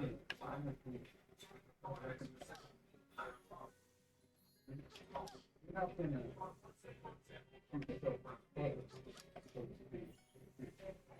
Make money. see, the thing is, that makes sense from a capitalist perspective. But China's not a capitalist. Their primary agenda, the political party in China stated this. The world, the whole country knows this, the world knows this. Their stated goal is to be the #1 global power. Oh, yeah. They have stated out loud, every single country will either be subjugated or destroyed. So if I was China, and I'm looking at this objectively, you have a president right now. I agree with a lot of what Trump's doing. But the flip side is there's a lot of people that want to see it fail. He's a polarizing president. So a lot of people really support him, and a lot of people really hate him. Same with national TV right now. Some countries really like what he's doing, some countries really don't like what he's doing. The American populace spent all this stuff. The administration is starting to crack down on it. So let's say 10 years out from now, we might Trump is cracking down. We're still in our country right now. If I was China and I wanted to take down the U.S., you either have to hope that we elect a president that's so incompetent it all falls apart, or you strike when America's at its most vital. We still have tons of illegal immigrants. We still have tons of drugs in the street. We have a president that has most of the mainstream news organization against him. People publicly against him. European countries, they're our allies. Like I said, some really support him, some really don't. So, we don't. I just saw a figure of 50. Oh, yeah. One for another one where it's yeah. You see that on the mainstream news? Yeah, 90% against Trump, everything he does. I know we should do it. What don't you do? But don't I agree? Well, you said no, so I'm curious. Well, I didn't say that. Yeah. What about you?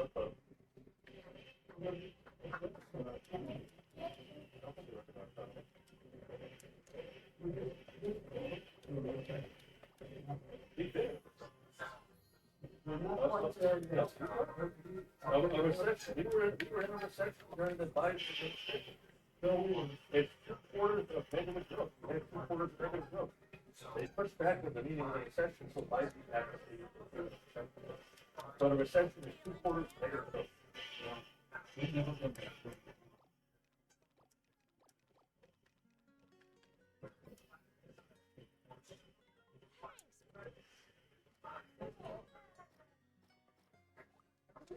I can't believe that,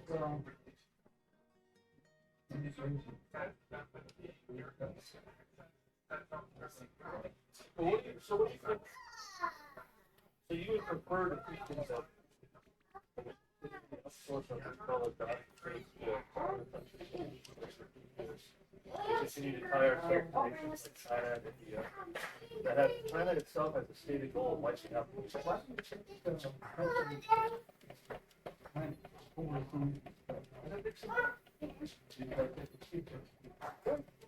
They can keep their Do you know what market correction is? You took economy class, right? Yeah. So if we were in an economy, so here's what happens. We have cheap goods right now, right? You can buy a cell phone for as cheap as you could have ever bought a TV. What's the market correction? Cheap goods, cheaper goods. They make you buy a new phone every fucking year. $1,000 phone. Every year that phone breaks on you. You buy a new one. You buy the other every year. Okay, we manufacture in America. Phones are more expensive. Okay, let's say it's a $2,000 phone. Are you going to buy a $2,000 phone if you know it's going to break next year? No. You're only going to buy a phone that's worth the money. So the market correction is you buy something that you can use for 10 years. So the market correction is we don't get cheap goods that break every year. We don't get cheap cars that break every 5 years. Yes, it will be more expensive, but the market correction of that is the goods last longer. You get more for your money. They don't break them. They're more reliable. And every time you transition from that, there's going to be a shift. It's when you transition from one system to another, there's going to be stress on that system as people adapt. That's the period we're in now. But there is going to be a market adaptation. I wish we had a nice. I mean, if you want an economy, like I said, the downside of having cheap goods is we are wrapped up with China. We are wrapped up with India, and they have more people than we. Eventually, this only ends one way. Whether it's 100 years from now or 20 years from now, they're going to overtake us. They're just going to absorb us. That's just how it's going to work. And that's the cost of getting cheap goods that we have to replace every year anyway. With these tariffs, we bring back these goods. Yes, there's going to be stress on the system in the short term, but the markets always adapt. Historically, that's always been true. These people don't want to get wiped out. These companies don't want to. Yes, it's going to be more expensive, but they don't want to die. They're going to have to adjust their taxes. They have to adjust their goods. They have to adjust their services.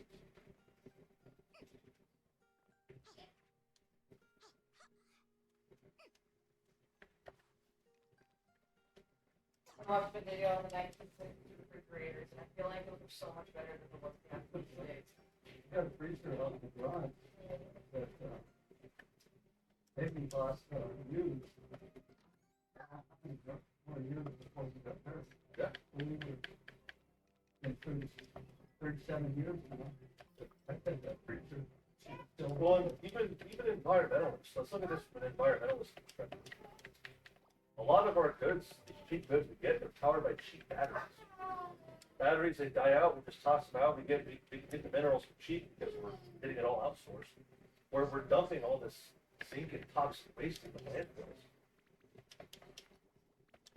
If we force companies to make better quality goods, we can get batteries that last longer and have a cheap stuff to replace it and reduce the overall waste. That'd be better for the environment.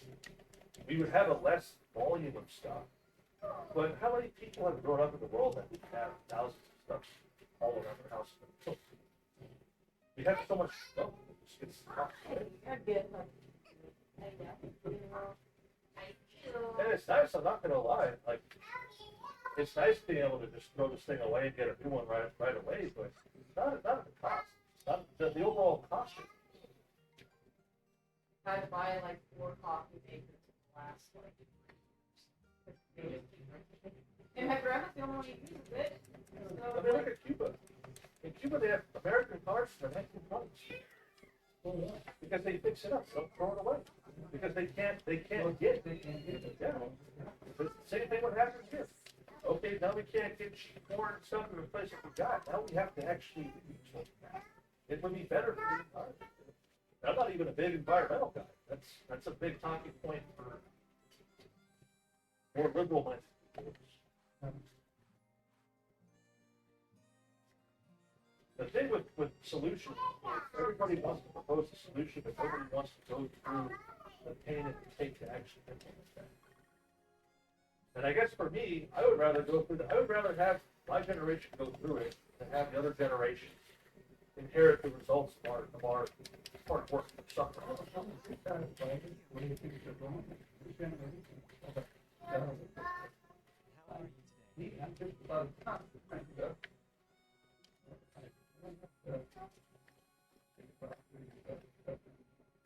I wish I could have saw the U.S. really broadcast.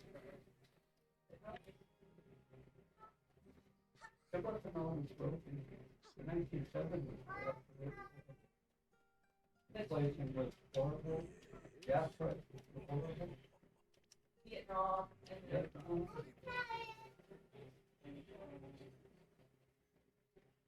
I feel like fashion is not. It was really good at the 50s, like the best fashion that was.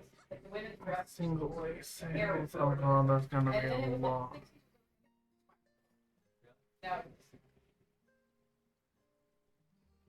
I would love to be able to buy an ice cream cone for 25 cents. Not in this economy. And to like be able to like my grandpa, my grandma was a stay-at-home mom with 4 kids, and my grandpa now on income. Well, we used to be a country full of towns. Yeah. And tariffs are probably about at least a third of the reason. I still think regulations killed American farming. But tariffs that other countries put on us are what killed our agricultural industry. Because we didn't tariff foreign goods, but they tariffed our farming goods. So we could buy our farming products from them cheap, but we couldn't sell them our own produce. So what happens to our economy? Well, it's not worth it to grow our own food anymore. If we can't make money off of foreign markets, if we can get foreign goods cheaper, then that makes out our farming goods.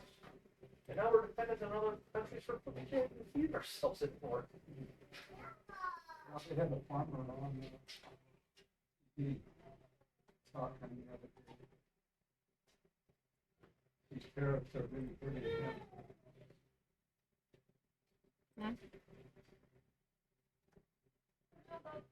I don't know. Farmers can't get into foreign markets anyway, so. Well, yeah, he said he used to be able to, before he Oh, was yeah. he used to be able to sell his crops over there. Alright, I'm gonna go use the bathroom. Okay, now if you're arguing the counter tariffs that were put in before, then yeah, there were counter tariffs. So things which Canada dropped, actually I think every country but China, maybe India has dropped the counter tariffs on this thing. So things were in the short term worse for them, but they should be at least back to how they were. The counter tariffs have dropped. So the only thing is we're tariffing their goods. But the tariffs they have on us right now, it's the same tariffs they had before. Canada's dropped all counter tariffs on the U.S. They want to negotiate this.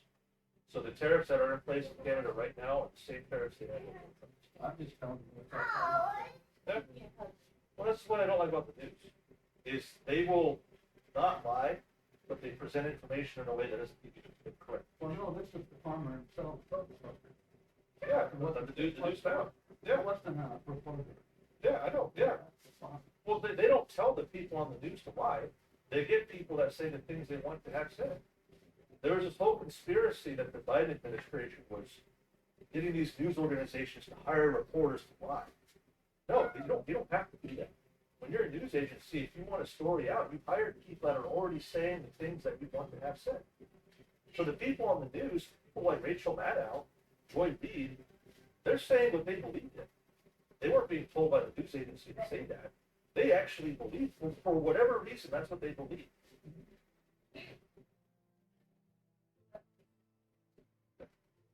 Let's glow in the dark. I can't tell. And I was talking to a guy at work, some of the stuff Trump's doing, I mean, there's things I don't agree with too. I feel like Trump's dropped the ball on a couple of things. I think not banning TikTok, which Congress agreed to ban TikTok, I think that was a big misstep. Because we know TikTok's owned by China. Yeah. Trump wants to be hard on China. Why are you letting a company owned by the CCP that's telling our young people what to think, why are you letting them operate? That makes no sense. They also take all your data. So Yeah, like it's a everything. huge security breach. Yeah. If you work for the government, if you have TikTok on your phone, you might as well hand your phone to the Chinese government. Well, it's scary. Why did Trump pull a 180 on that? That makes no sense. And he hasn't even given us an explanation on it. He just said, no, we're not going to. Yeah, Yeah, I thought that was stupid. yeah. People were like whinging about it. And the tariffs themselves, the tariffs are a risk. They are a gamble. Yeah, And the way I see it, is we're going to be screwed eventually.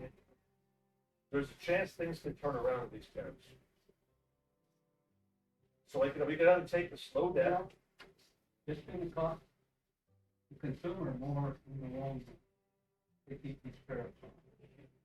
Because the companies that are ordering, that say like, say Best Buy orders $100,000 worth of TVs or whatever. China. Well, you got a 25% tariff on it. So they have to pay China their $100,000. But then they also have to pay $250,000 for our government. Okay, yeah, so the cost of goods will be up. Yeah. We will, but we will have, we How will, long can companies absorb that kind of money they have? market corrections. And again, They'll have to pass that on to the these consumer. goods in certain markets will be more expensive. Look at your generation. Look how much a TV cost your family. It was astronomically high. The cost of technological goods was extremely disproportionate. But what did you guys have? You guys had cheap food, cheap housing, cheap gas, cheap affordable, cheap to now. Don't even tell me that your houses weren't cheaper than they are now. Oh, absolutely. The spending power you had. I made $1.25 an hour. Yeah. What do you make now an hour? Yeah, and your $1.25 an hour probably buys more than what we started off with buys. Yeah, you had much more spending power. And yes, you're correct. Goods like TVs will be more expensive, but other aspects of our economy will be more affordable. It depends on what comes in for it. Well, are we pulling in houses from China? I'm not talking about Are how. we pull? Okay, what do you need to live? You need a roof over your head, food in your belly, water. That's all I really care about. Everything else is extra. Well, what's somebody doing about that price of house? Is there anybody doing anything about it? No. So we gotta bring back American manufacturing first. We gotta unwrap our dependency on foreign imported goods. What's that have to do with housing? I'm back. Yeah, so the regulation. Because the market There's a regulation. Supply and demand. There's a regulation. we do not have enough supply. Because of regulations. Yeah. All you have to do is build more. So in order to have American manufacturing work, in order to have American-made goods work, you have to do something of the over-regulated economy. With the regulations, then we can have more people working in the U.S. You can have more houses being built. You can have more goods being manufactured. It is related, not directly, but you have. When you fix one problem, you're going to fix the other problem.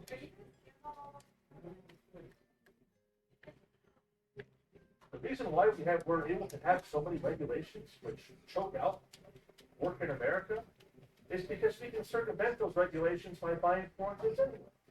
So what's the point of having regulations if we're just giving money to other people anyway?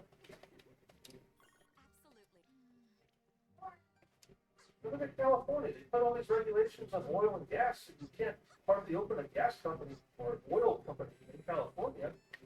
And then they buy foreign oil that doesn't follow any of those regulations. It is connected.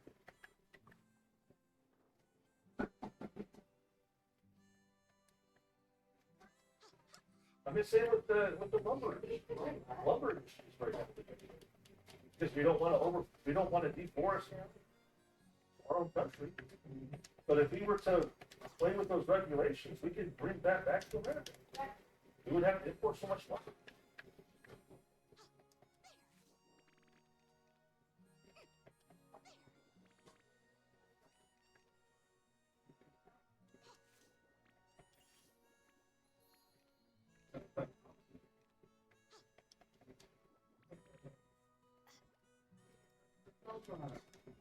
Just try to stand on all of them. Oh, now you're walking.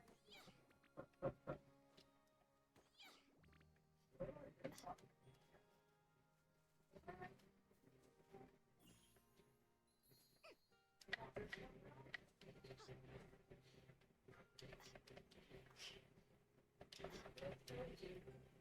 do think the first thing that needs to be done is do something about the price of housing. Somebody has to do something about that. Well, unfortunately, I think someone is. It'll be your generation. Unfortunately, 20 years from now, there's going to be a lot of wealth, which it's really sad because a lot of governments, a lot of state governments, and a lot of countries are planning on inheritance tax because we're going to have a very large transfer of wealth in the next 20 years when the boomers go out. Yeah, And if the government takes all that, then I'm going to done. yeah. But if you allow people to inherit that wealth, well, I mean, it's morbid to say, because I do think economically, boomers do hold the most wealth in the country. You're also the biggest generation still, somehow, the biggest generation. So you hold the most wealth, you probably own the most real estate, most housing.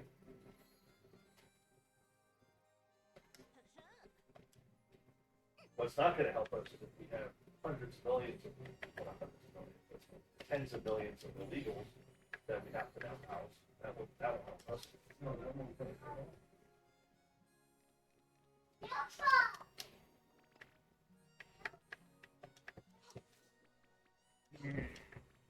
We also have to talk about nobody ever.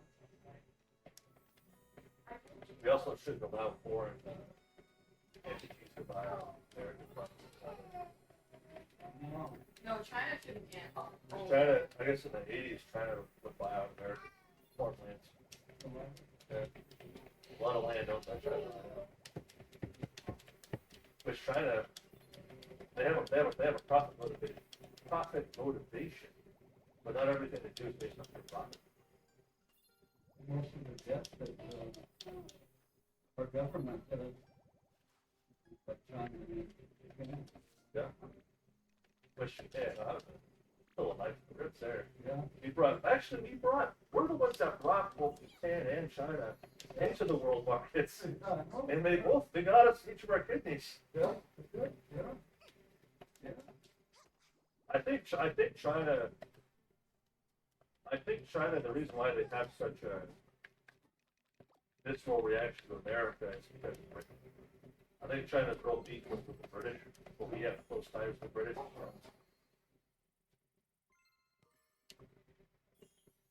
But China's not doing so well either. We have problems in our country, like with housing and whatnot, homelessness, but China, it's a lot worse. Yeah, they're probably.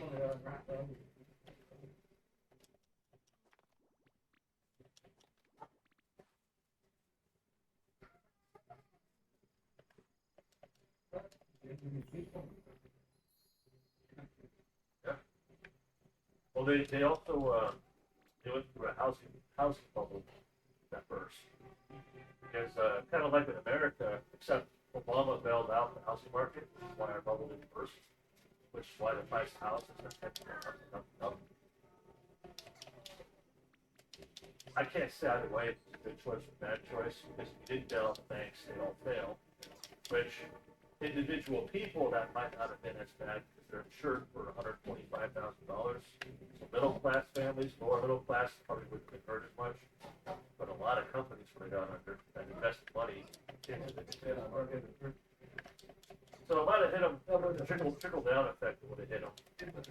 But the downside to bailing out these banks is the government basically covered the debt of all these houses. So instead of the banks having to meet the debt of all these houses and liquidate it cheap, they got to retain their value, but they just have more.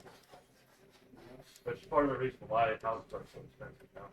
Houses in 2008, if they went through, prices of housing would drop. But the downside to that has been a lot of people's 401ks. Because 401ks, they invested in real estate. Real estate seems in a pretty stable market. Depending on how far the housing prices drop, you might see a lot of people Yeah. let them go. Yeah. Especially if you were people living. If you lay in the water, Well, I thought federally But that have actually been during Obama, that was part of the Obama thing, when it said you can't go more than your house is worth. Well, there's a lot of them that, Yeah, that might have been part of bailing out the banks.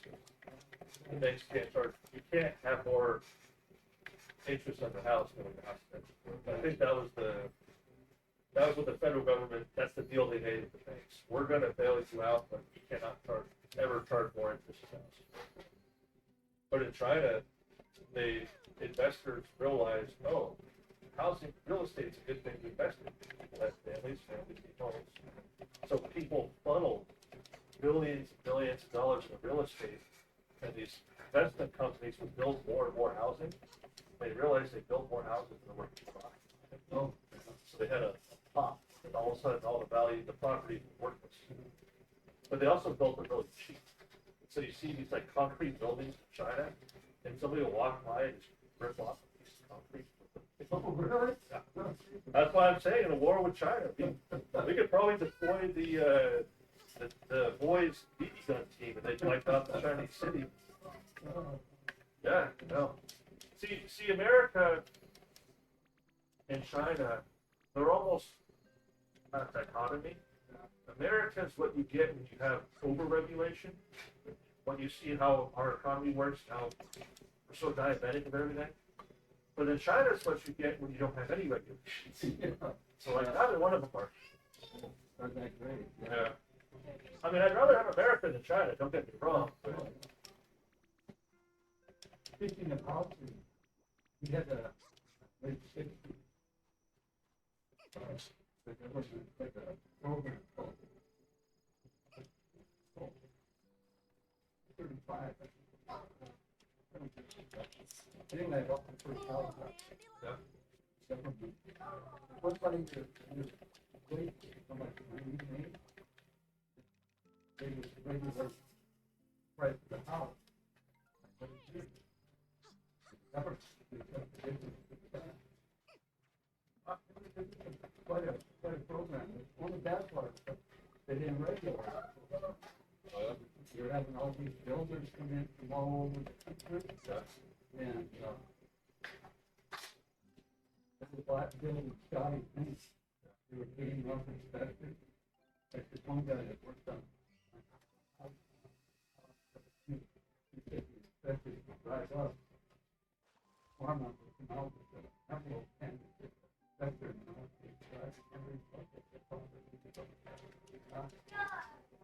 I mean, that house I bought.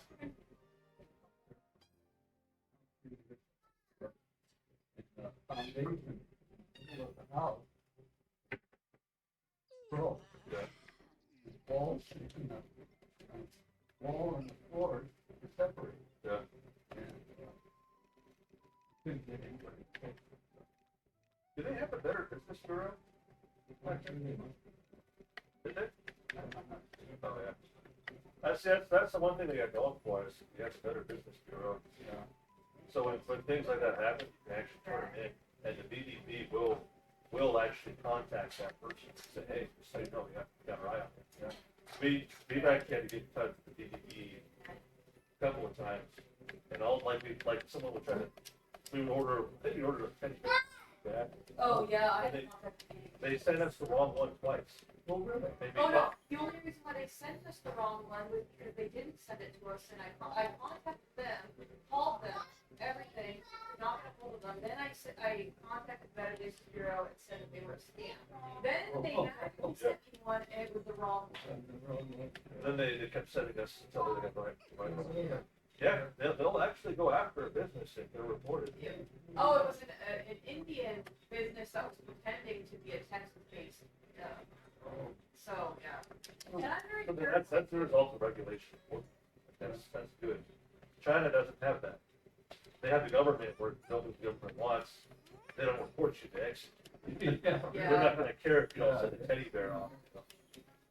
Yeah.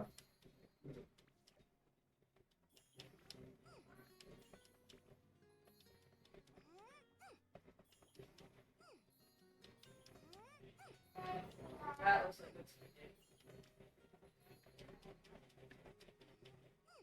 Now, one thing I could say about carrots, if they would do what they should do with them, with money, they put, Paying off the debt. they have to do that.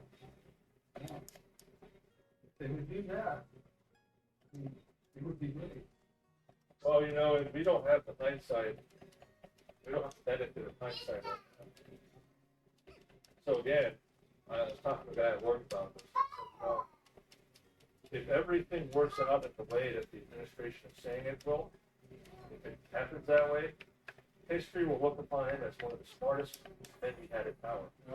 If it fails, history will look at him as the stupidest person ever put on this. You know, Whether or not something is good or bad, it just determines the result. If it's a good result, then it's a good plan. If it's a bad result, it doesn't matter what your intentions were. If it's a bad result, it's a bad plan. but all the thing I'm really theory about is, man has gone bankrupt, got umpteen million times. So I'm not there. I agree with you. If I didn't know about Todd. Todd. So bankruptcy, people hear bankruptcy. Well, it depends on what chapter you file, really. But people use bankruptcy as a business tactic. Look at Todd. Yeah, no, it's coming. But people use bankruptcy to make money. And just because a company files for bankruptcy, that doesn't mean the company's lost. Yeah. He could be, he has a ton of companies that use the law. Yeah. So, I don't know what chapter he filed under for every single bankruptcy the business he had. But he could have just been twisting the law to make those businesses.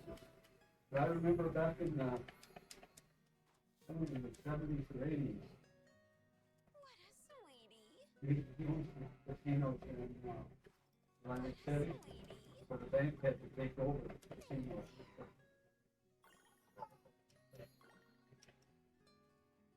Well, if we were a casino, I guess in some ways we sort of are. Yeah. Where Congress funds. Well, I want to be great. He's our president. I want I want to Oh, yeah. But it's not good for our country. That's not Well, how what blows my mind is there's some people I don't think that way. Yeah, that's There's what. some people that want him to fail because they hate him. I mean, I mean, it's the same with Biden. Like if Kamala got elected, I didn't like Kamala, but if Kamala fixed the country, Yeah, I would have been fine with that. then I would say, well, you know, I thought she was stupid, but maybe I'm stupid because her plans work. yeah, You know? Like I said, whether or not something is good or bad, it depends on the results. yeah. It could be the smartest plan in the world, the most ingenious plan in the world. If it fails, it's a bad plan. Yeah, I mean, It could be the simplest, most straightforward, dumb, a 4-year-old can come up with a plan, but if it works, it's a good plan. it's a one. Yeah, there are people that are like, I hope it all fails. Like, Oh, no, you don't. Like, it's I like, still live here. yeah, it's like being in an airplane that's You crashing. don't want it to fail, Yeah. Yeah. you want everything to go wonderful. It's like you're in an airplane. It doesn't matter if the pilot's an asshole or not. You want him to land the plane, not crash the You plane. want them to do that, yeah. Yeah, I don't understand that. Yeah, I don't anybody want, our government to fail, I think. It's the really, like, I don't know, they're just out of their mind type people. That or it's Well, really. that's what I get really mad, even when Biden was in office. I didn't agree with things Biden did, but it makes me really mad when I see people go on national TV and talk about how weak the president is. Oh, yeah. Because whether or not that's true, whether or not Biden is weak or not, you're broadcasting that to the rest of the world. Yeah, let them do Oh, look how weak we are. We're so divided and feeble. it. Shut up. Yeah. We don't need to be. China doesn't need to be hearing this shit. Yeah. No, And you know, it's people that claim they're patriotic and they love their country. Oh, we're so feeble and weak. Yeah. I mean, we've had bad presidents. oh, We've had, what, 47 presidents now? Yeah. yeah, We've probably had as many bad presidents. oh, yeah. Our country is so strong that we can have bad presidents and still recover. Yeah. Hoover, that probably, you know, Hoover's presidency during the Great Depression probably helped the end of the nation, how bad it was. All right, come on, let's go lay down. Yeah. During, when the person was going on, they'll almost all these ideas, you kept trying, getting failed at once, and you try something. At least he was doing something or not. And, you know, I bet you if we could go back to when Roosevelt's office, So weird. heard people, oh, this guy's an idiot. He wants to build a dam. Yeah. What, people can't even feed their kids, and he wants to build roads. What a moron. Yeah. But you know, yeah. You need to put people to work. My favorite political speech of all time is actually Teddy Roosevelt, and it's called Man in the Arena. Basically, it's people will make fun of the man in the arena, trying to change things, trying to fix things. But the people sitting in the audience, cheering and laughing at him, no one's going to remember their names. They're going to die off in obscurity as cynics. And he basically, Teddy Roosevelt said, cynics are the lowest form of person on the cross. They give nothing to society. They denigrate people that try to fix things. He said it's the man in the arena that people will remember. Whether you succeed or you fail, just the simple fact that you got in the arena and you fought, people will remember. Yeah, you know, Rock Roosevelt ideas, they wouldn't work out. Yeah. They always try something. But we also wouldn't know they don't. Well, no reason why we know they don't work. So we try it. Yeah, Yeah. You finally come across these things that work and started changing things. I mean, Civil War built a lot. My favorite analogy is in the military, when you shoot a gun, you can't see the bullet. So what the military will do is they'll put tracer rounds.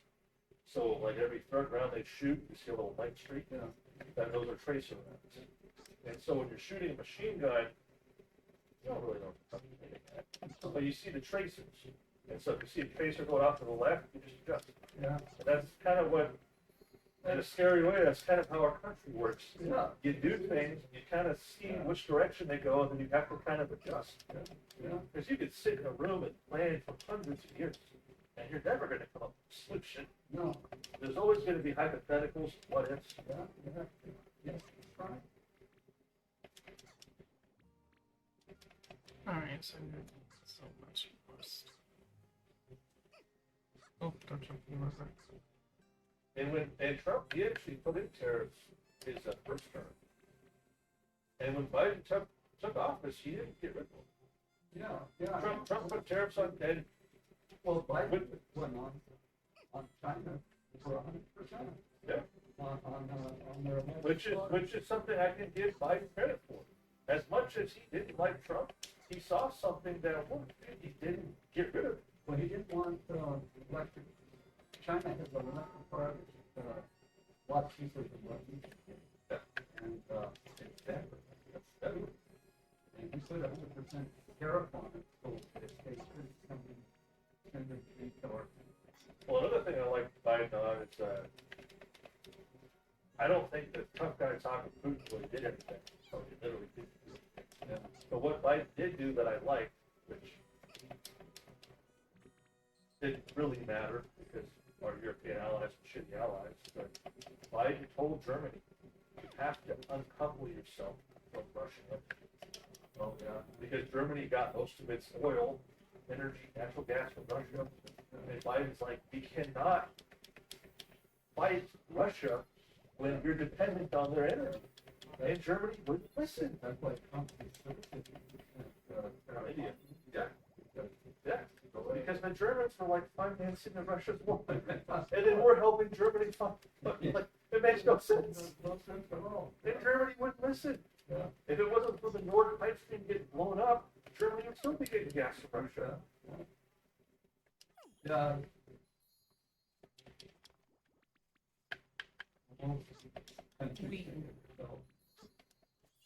Well, that's all right. You know, I'm not going to say Germany's evil. Yeah. They're bad allies, but they're looking out for themselves. That's like European leaders say, "Hey, Trump." Well, Trump's looking out for America. He's not going to be like we're not in it to help Europeans. We're in it for Americans. Yeah. Yeah. You want leaders that will think about us first before others. Yeah. I mean, and we as a country, when I was younger, I agreed with this concept. It was a concept I think the Democrats adopted, where if we establish strong national ties that will give us influence over other countries, it connected us to other countries, but it didn't necessarily give us more influence, not in the way that we thought it would. I mean, look at Germany. We have very strong ties to Germany. They still got their gas from Russia. So what's the point? Yeah. Well, now we have to fight every war Germany's involved in. Now we have to support them because they're scared of Russia, but look, they're buying oil from them. Yeah. They're not listening to us. Yeah. We have all the responsibilities of being their ally, but we can't tell them what to do. That was the thought process behind bringing China into American markets. Was if we wrap up China, because they knew this was going to happen. They knew that we were going to get tied to China and we would be dependent on them. But the thought process that originated from the kind of Silicon Valley rich people was, if the Chinese people can see the American way of life, it'll change their government.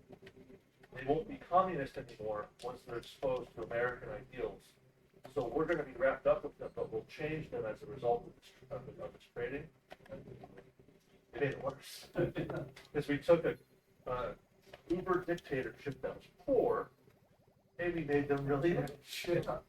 So we made them more of a dictatorship. We're not the Western after World War when we did the same thing. Yeah. Yeah. Well, in Japan, it did work a little. Maybe that's why, because Well, they did change. they booted out their emperors, and they do have a somewhat democracy. They're Asians, so they're slitting their throats economically whenever they can, but their system did change because of American ideals. So maybe that was the thought process. Well, it worked with our enemy.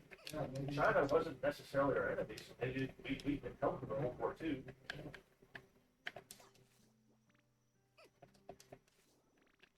I don't know why anybody wants to. They don't know anything else. Yeah, in China, they restrict their access on the internet. So an average Chinese citizen, all they know about America is what the government lets them know about America. Probably think that we're a bunch of fat pigs who sit over there and just laugh and watch other people work.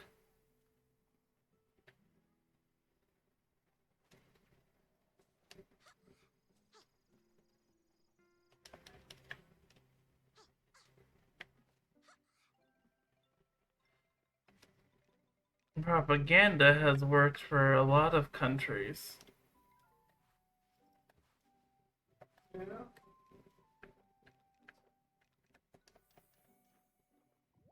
Well, it's difficult.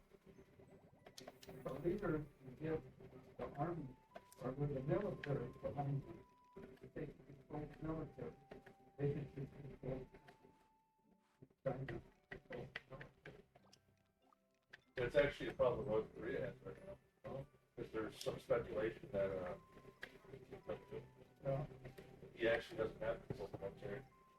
He's the son of the dictator, so naturally they have to support him. But there's been some speculation that the military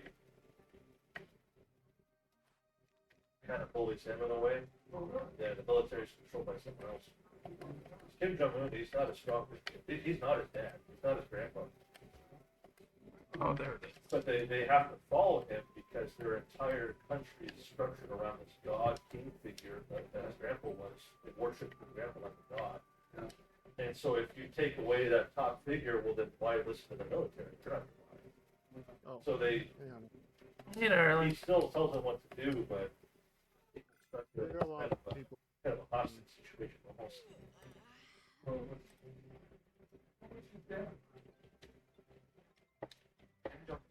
how are you feeling? His grandpa was the one that founded it. Okay, Because Kim just Jong-un and Kim a Jong-il lot of things. Just tired. forgot who the grandpa was. But the grandpa was the one that started North Korea. And he was the one that was like, well, he's a divine figure. Let's see if I can. I've been surprisingly tired today. I'm gonna get more rest. I will in a bit, but then I'm gonna come back and stream. But first, I wanted to take my dog around because she's. Whenever you pull me back up with you, we're gonna have to take her with us. I kind of figured Well, that. Yeah, that's because America, we don't fight but she wars loves to everyone. defeat our enemy. We want to control. Like if we wanted to wipe out North Korea, Iraq, Afghanistan, if we wanted to wipe out Iraq and Afghanistan, that war would have been 2 days. But we want to beat them in a way that when we leave with a pro-American government. We leave with control of their Nap in a bit. I took a nap That's today, what we did but in the Middle I'm East. still Same tired for thing. some reason. Korea. It was just all this movement, all these death. The reactive, You tried like subjugating. It's messing up. no, the reactive images, they've updated their whole site. Mark James slaughtered the men, marry off the women, and then Yeah, now the Roman. yeah. Congratulations. Yeah. That's why they did so well. Yeah, there's no longer group reactive imaging. How they conquer the world? Well, They had a there very is straightforward one. It's method of just dealing with annoying enemies. where it says custom source. Instead, we Custom source for it. drop bombs on random places to get people killed. We The personal ones you can still use, and leave and take all the young men. All the young men that hate you can America copy with the us. link. You leave the women behind. But now you don't have It's the the active version of what war always was. group We without. fight wars and then we end up paying more to the enemy than we ever get. Yeah, I know, but Let me switch mine real quick. It seems to be on that for some reason. I mean, yours is cute. Oh, I was say it was cute. It's not cute. Mm-hmm. fight for America. I feel like people are gonna call me that until I die. Well, Vietnam, Because they will. what we did in Vietnam was a thing called seek and destroy. Mm-hmm. Our entire military strategy was just kill the Vietcong soldiers. We didn't want to take the cities. We didn't want to try to capture the government. For some reason, we thought if we killed enough of their soldiers, they would surrender. So that's why they would do it. We would take we would take one of their defensive positions, and then we would withdraw because they would go, oh, it's open, we need to reinforce. And we would let them do it because we wanted them to gather in one spot again so we could kill more. And we thought if we killed enough of their soldiers, because in America, if we lose a lot of American soldiers, we put pressure on our government has to do something about it. Vietnam, they're like, all right, we'll get the kids and get them guns and go out there because they don't care how many soldiers we lose. Well, That's the problem with Palestine is they would put bombs on yeah. and send them into the. Well, I remember hearing people talk. They come across a village and a kid would walk up and hug a soldier and throw a grenade on his back. Yeah. And then people were shocked when American soldiers started gunning down villages. I mean, yeah, it's not good, but what do you expect? You just watched your buddy hug a kid and the kid killed him. Like, what are you doing?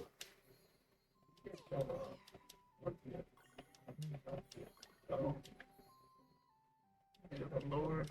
What makes me feel pride as an American though is you talk to somebody from the Pacific Islands, the amount of pride they have in our country it's incredible. Every single person I've worked with that comes from Guam, Pacific Islands, they talk about how much they love America. My brother is They wrote over. stories from their parents, their grandparents, and the Japanese did to them. They said, to this day, I think you've heard him. they have to live with those stories.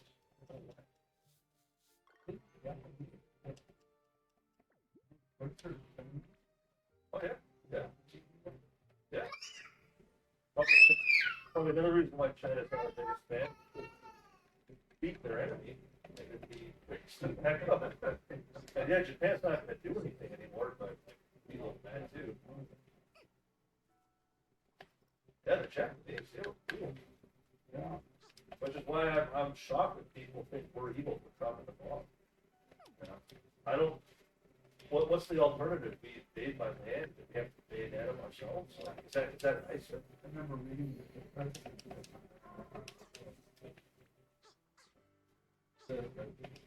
Figures that if they But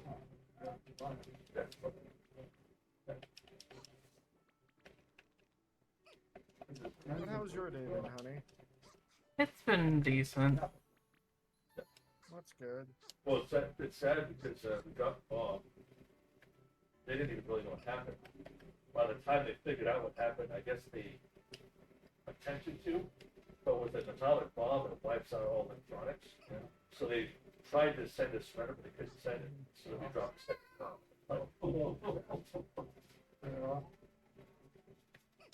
We're the only country ever. Yeah. But I agree though, like our only other these are people that live by a Bushido Golden Code. I mean in the Pacific Islands, they literally killed themselves as opposed to surrendering. You know, it's like they fought to the death.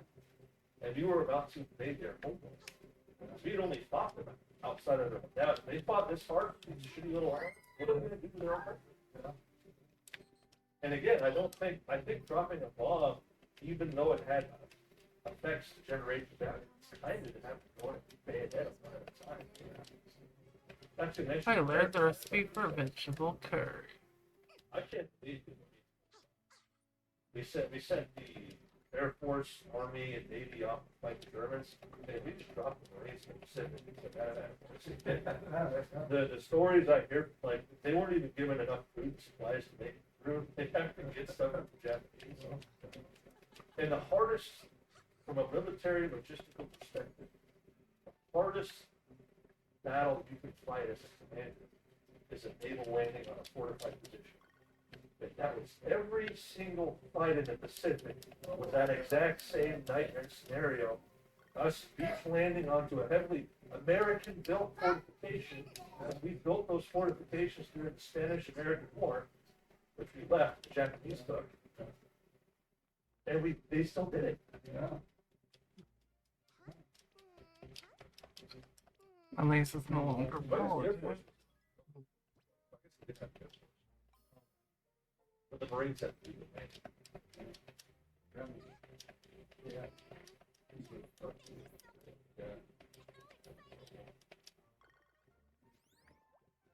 God, could you imagine the second Marine instead of the second? That war was a little faster. I guess during Korean War, I think it was Korea. Is that the one we fought China in? Korea? The Chinese troops in there? Other Vietnam. Yeah, we killed Chinese troops. They were with the, I think it was North Koreans. That's part of the reason why they gave us problems, because they were held by China. But there's a guy in the Korean War, he was a Marine, and he's talking, he's like, yeah, Chinese were spreading all this propaganda about how Americans were afraid to fight hand to hand in hand combat. It's like I saw the Marines started and then charging the Chinese. And the command actually had to pass down a regulation like no more charging. No more fighting. There's too many Marines. They'd have full ammo. They'd have them pinned down and they would just start charging up the hill. And the commanders were like, stop, you don't have to do this. Because they heard the Chinese government was saying Americans were cowards and wouldn't fight hand to hand.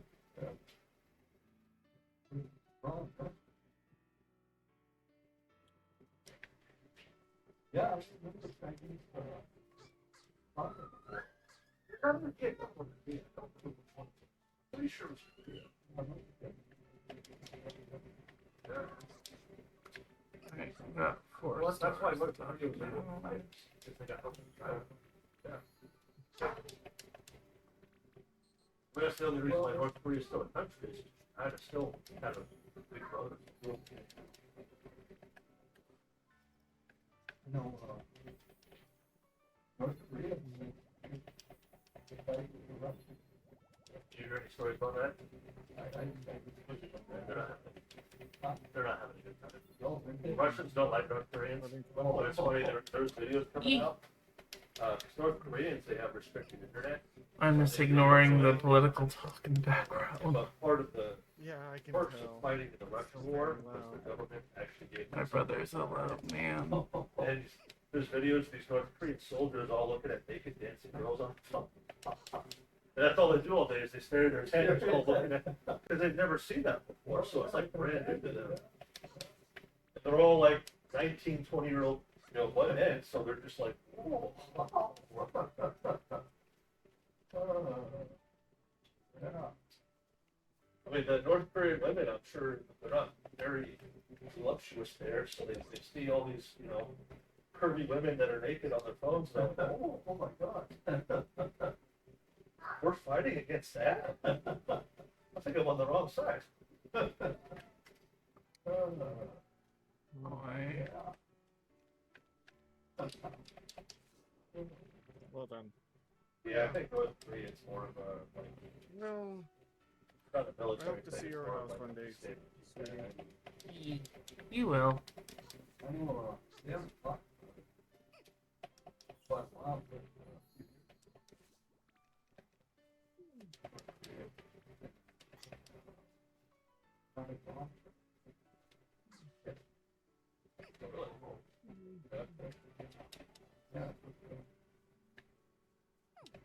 Also, we're talking about war with China.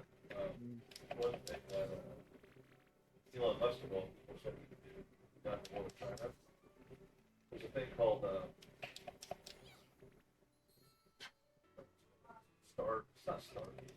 Starlink, where you can basically, he can airdrop it. They use it in like disaster zones, so there's no internet. The Starlink, it's like a additional most that well, you can connect to the internet. And so Elon Musk said if China ever declared war on the U.S., he would airdrop hundreds of Starlinks in China, and Chinese people would have access to American internet. And that would destroy the whole communist propaganda machine. So, I guess there's that too.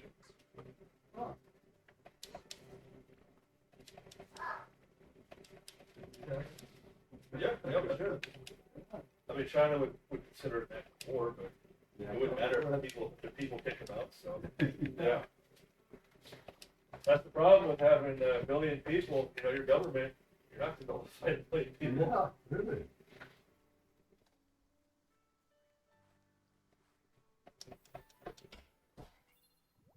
Boy, pig.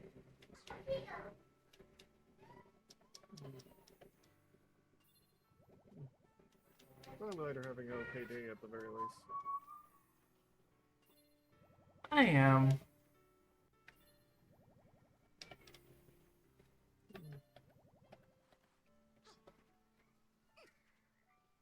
Well, gonna have a late dinner. Oops.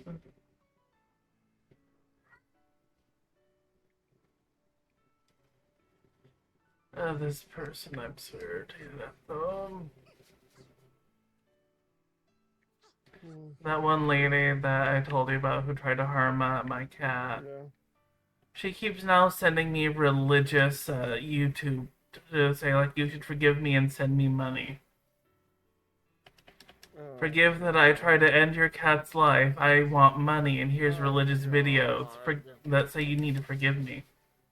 See, that's the same rhetoric I get from my mom, where she says, you need to forgive and forget, like we're literally telling me how I should forgive them, which you can't demand someone forgive you. You have to ask, you have to actually show that you are forgivable. Is it part of that Warhammer game?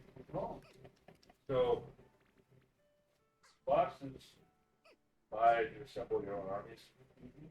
So, for my army, I buy and assemble them. The problem is when I play with other people, everybody wants to play as humans. But I like having a story in my head, so it feels weird with humans doing humans. But yeah, that's So stupid. I build armies of other factions too. So for the other factions, what people will do is they'll actually build I something. hate when people don't demand forgiveness. They'll sell it to the shop. The shop will resell it. Forgiveness isn't. It's the wrong party, the wronged party that gets to decide if you are forgiven or not. Sometimes you're just put together, sometimes you're painted.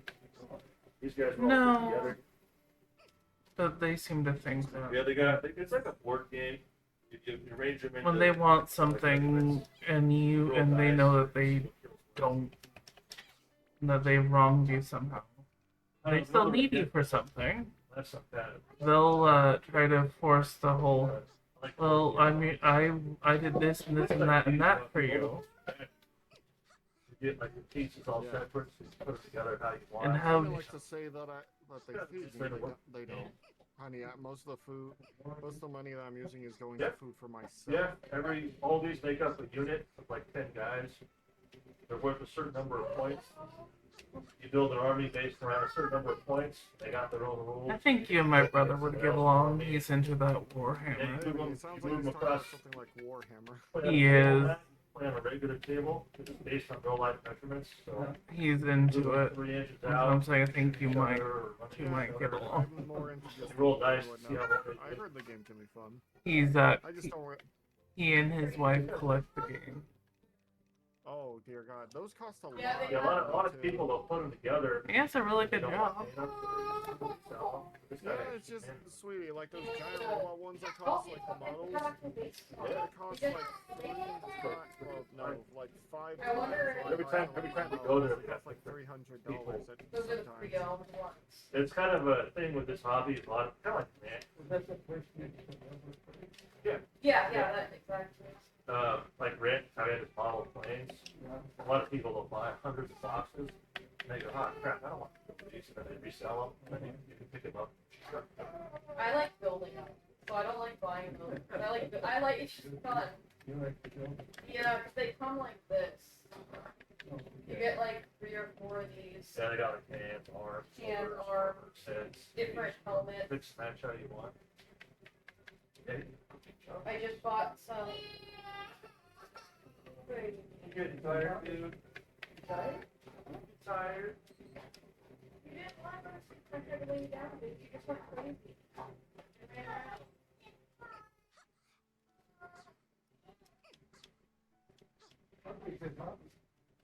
Yeah. Like I said, I don't even really enjoy playing video games. But with that, kind of like you need to work on your artistic skills. And board games itself is pretty fun.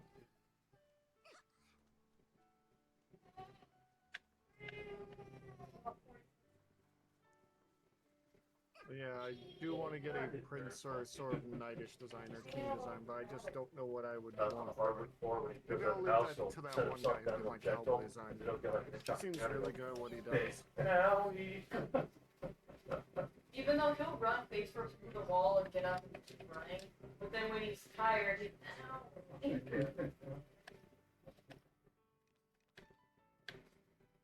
gets sensitive. Well, sometimes he gets so excited to sleep.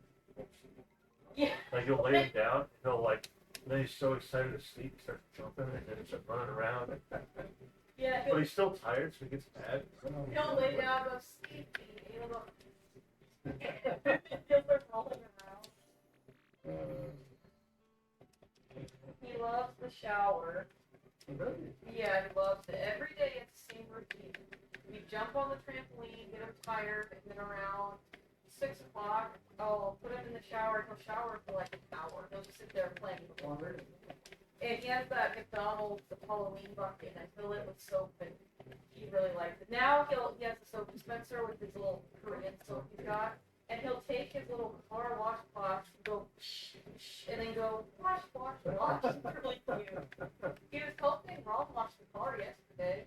Yeah, I gave him a little rag and I soaked it for him, and I kind of showed up a couple times. And thought, yeah, Yeah, dude. He was going, yeah, you want something? Oh.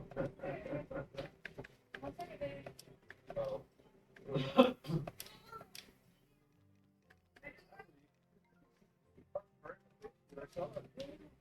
Yeah, or he'll bump into me and he'll throw himself on the ground as if I pushed him.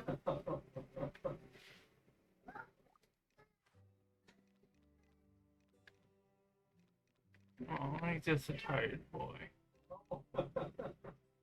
Yeah, he'll give a wash, wash.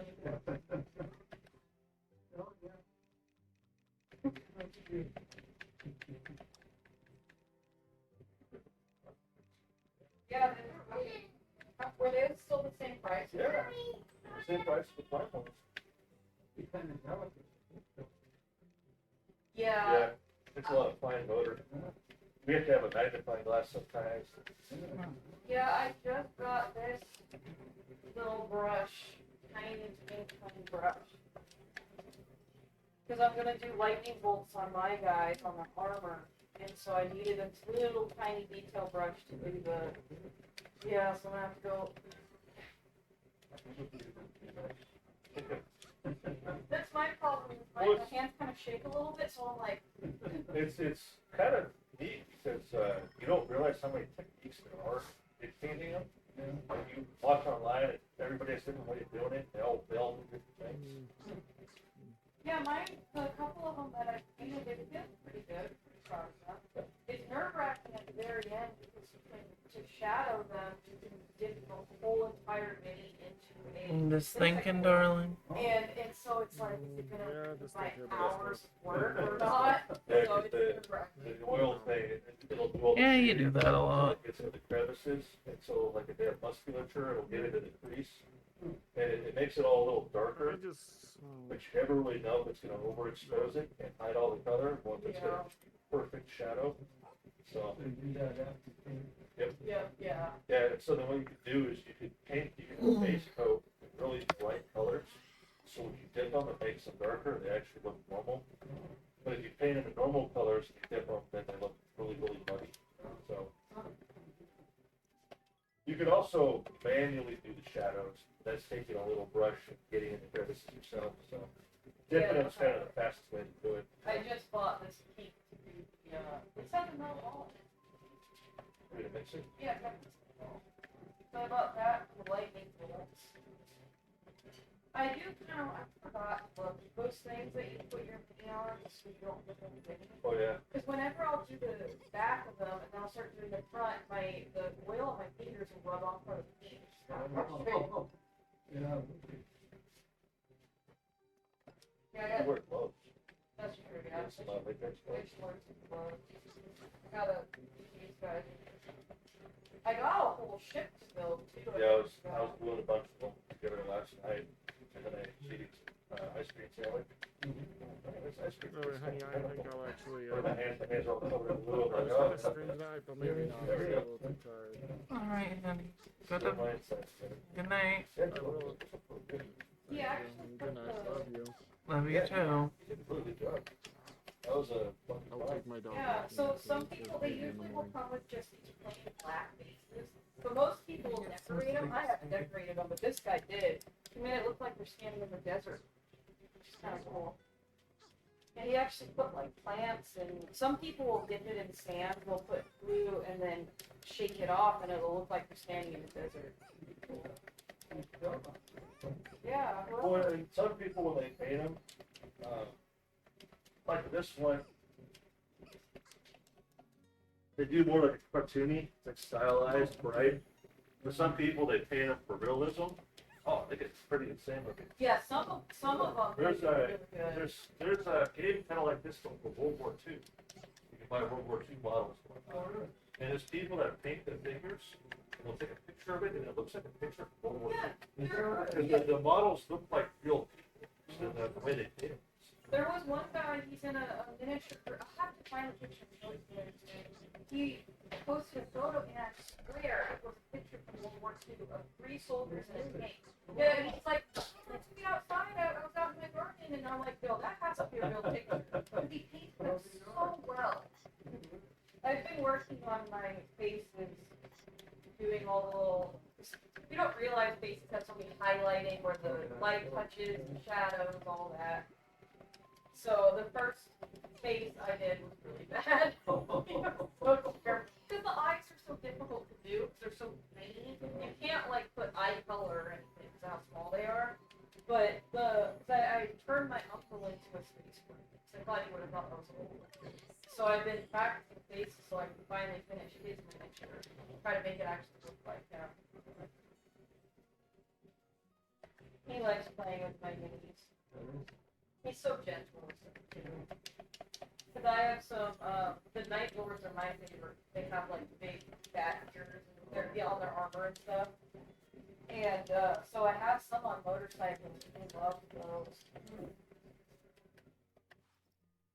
So when we go to the game store, I always have to tell them, look, don't touch, because other people have their minis there so they don't have to keep plugging them.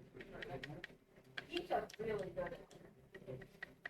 Yeah, the first couple times I kind of figured they'd run out the toddlers. He does so good. Because they have these guys, these are orcs. And the orcs, they have like big vehicles that are just like zip tied together, kind of. And he loves those.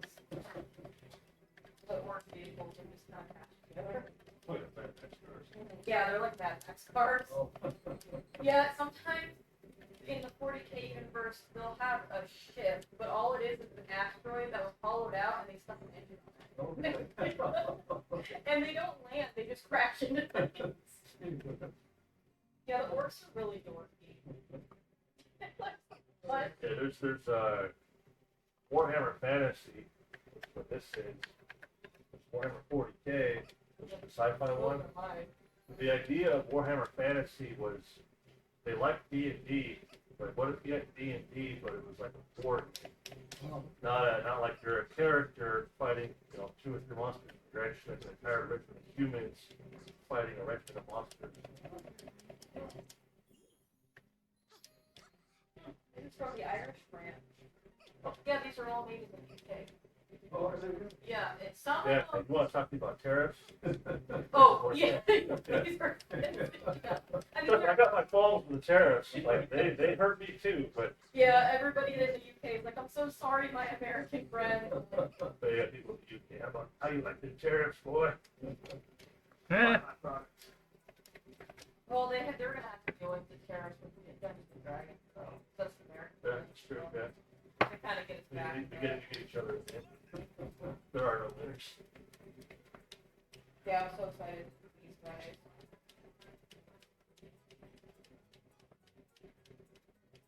Let's see if we had any more sponges, remember? Grab sponges. Because we have it's called a wet palette. And instead of like a regular artist palette, it's got a sponge and you put a piece of like parchment paper over the top and it'll keep your paints wet. So if it takes hours to do certain things, it'll keep it wet so you don't run out of paint or anything. You could honestly probably just take a paper towel, Yeah, some people do double that. layer it, wet it, and put part of the paper on top of the towel. Yeah. Yeah. I've heard that people use paper towels too.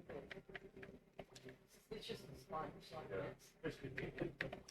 Yeah, I got a big old. I did a couple months ago. They're called knights, and they're like big, giant. What are they? Robot vehicles, I guess. That they'll have people. Have you ever seen Pacific Rim? That movie where they have the guys in the big suits that are fighting the aliens. Oh well, anyway, they're like big, giant suits, and they'll shoot with their arms and stuff like that. I made one. It was that big. It's too big for the kid. And I'm so afraid to paint it because I don't want to ruin it. Yeah, I sprayed it with the black primer, but I'm like, oh, I don't want to do it one color and then paint it. I might just do it all red.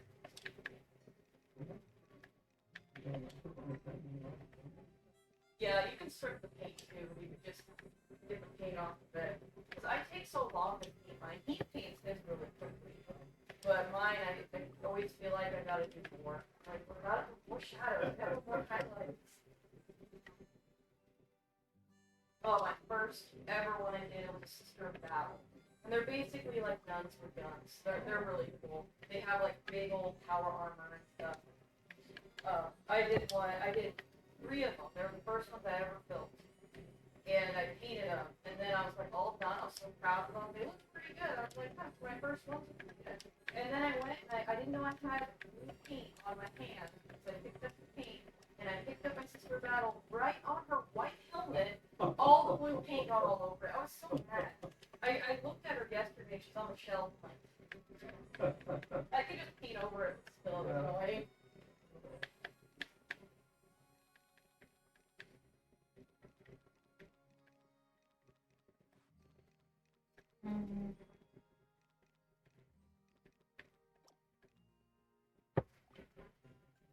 Yeah, yeah. She does like she teaches kids sign language and stuff. Yeah, he learns more, so he'll ask for more. And I think that's dad, mama. It's teaching me too. I don't know sign language, so all I know how to say is bacon. That's it. Yeah, they have like songs where it's all in sign language, so they can learn it. feel like that's a useful thing to know. Yeah, actually, Everett, It's a good idea. I think they had American Sign Language. Yeah, because So the only thing about sign language is it's different. Sign language. Well, yeah. I don't know. I was thinking all the deaf people can speak the same language, but ASL is different. It's American. ASL is different than like Chinese sign language. I think we can all agree on at least one language. Yeah. The problem is speaking different things. So we structured like Latin language is structured their sentences and thoughts in different ways than Chinese do. But you can tell because when Chinese people try to speak English, the way their sentences are structured, they're structured that way because that's how they talk in Chinese. yeah, in Russian, you can drop any But when word they- that when they- means part sentence. When they start swearing and they use those weird combination of English swear words, that's that's what they say in their language. Oh, shit. Yeah, in Russian, they'll Yeah. go, shit, fuck, bitch. That's because they're, in Russian they would say that in Russian. That was their Yeah, swear. they say suka bled, which is fun. It's suka bled. Yeah, yeah. Yeah, everybody knows how to swear. They do a literal like direct translation. Yeah, instead of restructuring it. That's what I would do when I was learning Russian. When I was talking to my Russian friend, I would put the words as if I was speaking English, and so they'd be like, no, it's a different way. And I'm like, ugh. There's that theory that the language you grow up speaking influences the way you think. And so linguists, they say when you learn different languages, you're not just learning new languages, you're actually learning a new way to think thoughts. Because your language is how you organize your thoughts. So when your language is structured differently, your thoughts are organized in a different way. Yeah, it also changes your face pattern. Different muscles. Yeah. Yeah. Yeah, and English speakers, we aspirate, so like, put a tissue up to your mouth, you say words, it'll move. But in Russian, they don't. So that's why they have a department in English sometimes. English is so odd, it's like a weird language. I never get mad at people for not being fluent in it, if that's a second language. As long as they're trying, I don't care. It's a hard language. I actually think that's what Tolkien got the idea of black speak from. No, but like, because they said when you in Lord of the Rings, if you speak the black tongue, it makes you ugly. Oh, yeah. And it's just a language. Oh, Yeah, it's just like when the orcs would talk. You know, the force of evil, they talk in black speak. It makes you like your face a little body. Okay. It was supposed to be because, like, Because Tolkien was a linguist. He actually created literal languages from what elves and dwarves, and he based them on real language. It's an actual alphabet to speak, like he created languages. it's really cool. I He also wrote the dictionary, the Oxford Dictionary. yeah, one of those. It's not the Oxford Dictionary. Yeah.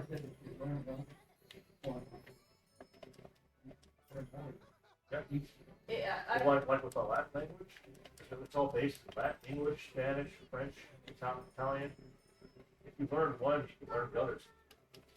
Yeah, learning Russian made learning Polish, but it was also kind of confusing because they have certain words that they're the same word, they mean wildly different things. So that was really confusing. I can still introduce myself in Japanese, and that's about it. Oh, and Japanese has, I took Japanese in high school, and there's three, so there's the kanji, which is what Chinese do. Then there's katakana, which is foreign words, like American words, it's just in their alphabet. And then there's hiragana, that's Japanese words in their alphabet. So there's 3 different alphabets. That's like Arabic. Yeah, Arabic. If you learn Arabic, no Middle Eastern country speaks the language you learn. Oh, really? Because the Arabic that we teach in America, it is the generally, like a group of people came together that all do different dialects of Arabic. You know, this is the closest thing we have to a language. Combine all this together. But every country in the Middle East, if they speak Arabic, even within regions of a country, they can't talk to each other. That's probably why they kill each other. Because they're all speaking Arabic but it's so different. It's almost different.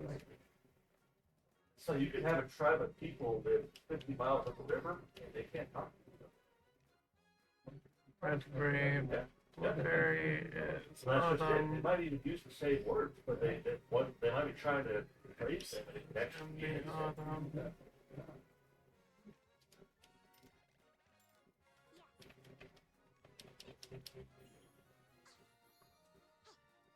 I think that's why so many Middle Eastern countries speak English. Because it's just like, there is no Arabic language. That's a universal Arabic language, so English is easy to speak.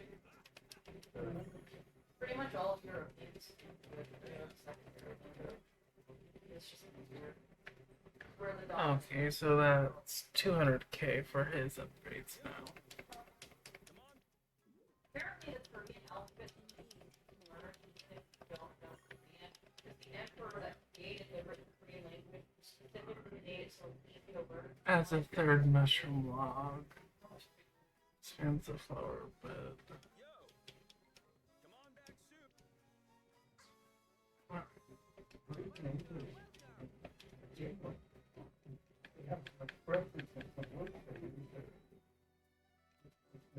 Yeah, they're weird. I used to argue with my British friends about it. They'd be like, they're crisps. No, they're chips. It's a chip off of a potato or chip.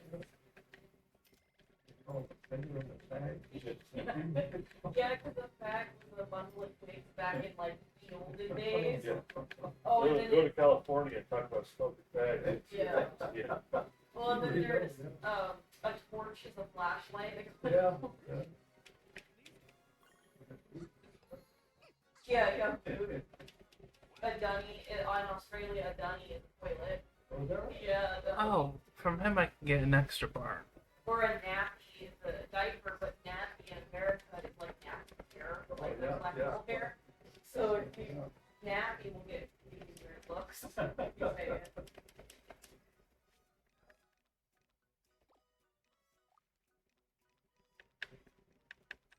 Yeah, and I think English is the only one that's not gendered, because Russian is gendered. You would speak differently if you're speaking to a man, especially speaking to a man who's older than you, or a coworker, or whatever. But in English, you speak the same depending. Well, it's kind of interesting.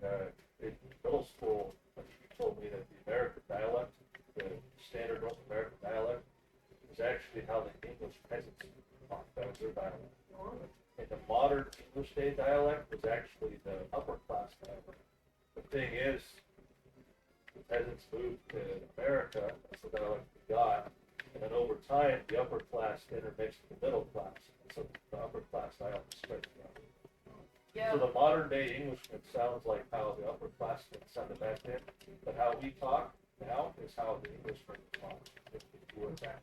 Yeah, our accents are like a mix between, in Washington, specifically, it's a mix between the Irish accent and like the Norse accent. So we were like a Norwegian, Holland. That's why they say Washington people are very friendly. It's just, I guess. I don't think so either, but French, we're used to it. We grew up here. Yeah, especially because we're not like, you don't go out on the beach and party and drink. Yeah. But we're not like Southerners. Like, come into my house, even though I don't know you. Yeah, I know. I've always heard that, New York. Well, that building in New York, he's standing on the corner looking at a map, trying to figure out where to go. Well, stuff,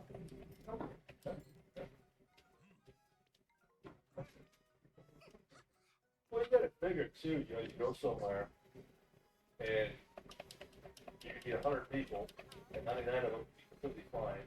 You get that one asshole, and then when you go back and talk to your family about it, you're gonna talk about one asshole. Yeah. That's probably what got spread around. And I'm sure most of the people in New York are fine, but you find that one guy that's messed up in the head and you're gonna have a story. Oh, yeah.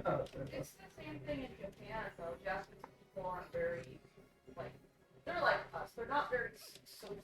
Like, they're not going to talk to you on the subway. They're trying to get to their job and back home. So a lot of Americans are like, Japanese people are so unfriendly, when they're not. They're just trying to live their lives. They're just not super talkative. Or like my Russian friends. Why do Americans smile at each other all the time? I always said it would be Wild West. Because when you're running your wagon across the country, you come I across don't know why I'm naming it the moron. Man. We're not gonna people question in the that. back of the wagon coming over the yard. You smile and wave and say, hey, I'm not gonna shoot you. And if he doesn't smile and wave back, you pull out your gun, you gun him down. I mean, yeah, because what are you gonna do? The sheriff's 100 miles away. He's not gonna help you. It's the same as why you. I think that's why in the South we're so friendly, because you establish your intent before you interact. Because you don't want to wait until you're trading business to find out if they're friendly or not. If they're not friendly, you avoid them because you don't trust them, and if they're friendly, then you can talk. That's why Americans always smile, wave. Well, it's why we shake hands with our right hand, because we're trying to show that we're not going to pull a sword. That was like your sword hand. Because most people were right. Back in nights, Yeah, medieval times, they would shake with the right hand. that's why we all did Because the if you're right. gripping with the right hand, you're not gonna pull your sword out with the left. Same concept, I guess. Yeah. It's not a literal thing, it's more symbolic, like, I know, I used to write water Yeah, you do the wave. Jeep do that too. When you pass a Jeep, you go like that. Or you stick your hand out, do that. I got a figure too, where I would still say most of American history wasn't really today's America for the 1900s. Most of American history were frontier country. And you want to make sure your neighbors are friendly before you build a house. Maybe that's why people call it superficial, but you want to establish your intent before you plant the roots down.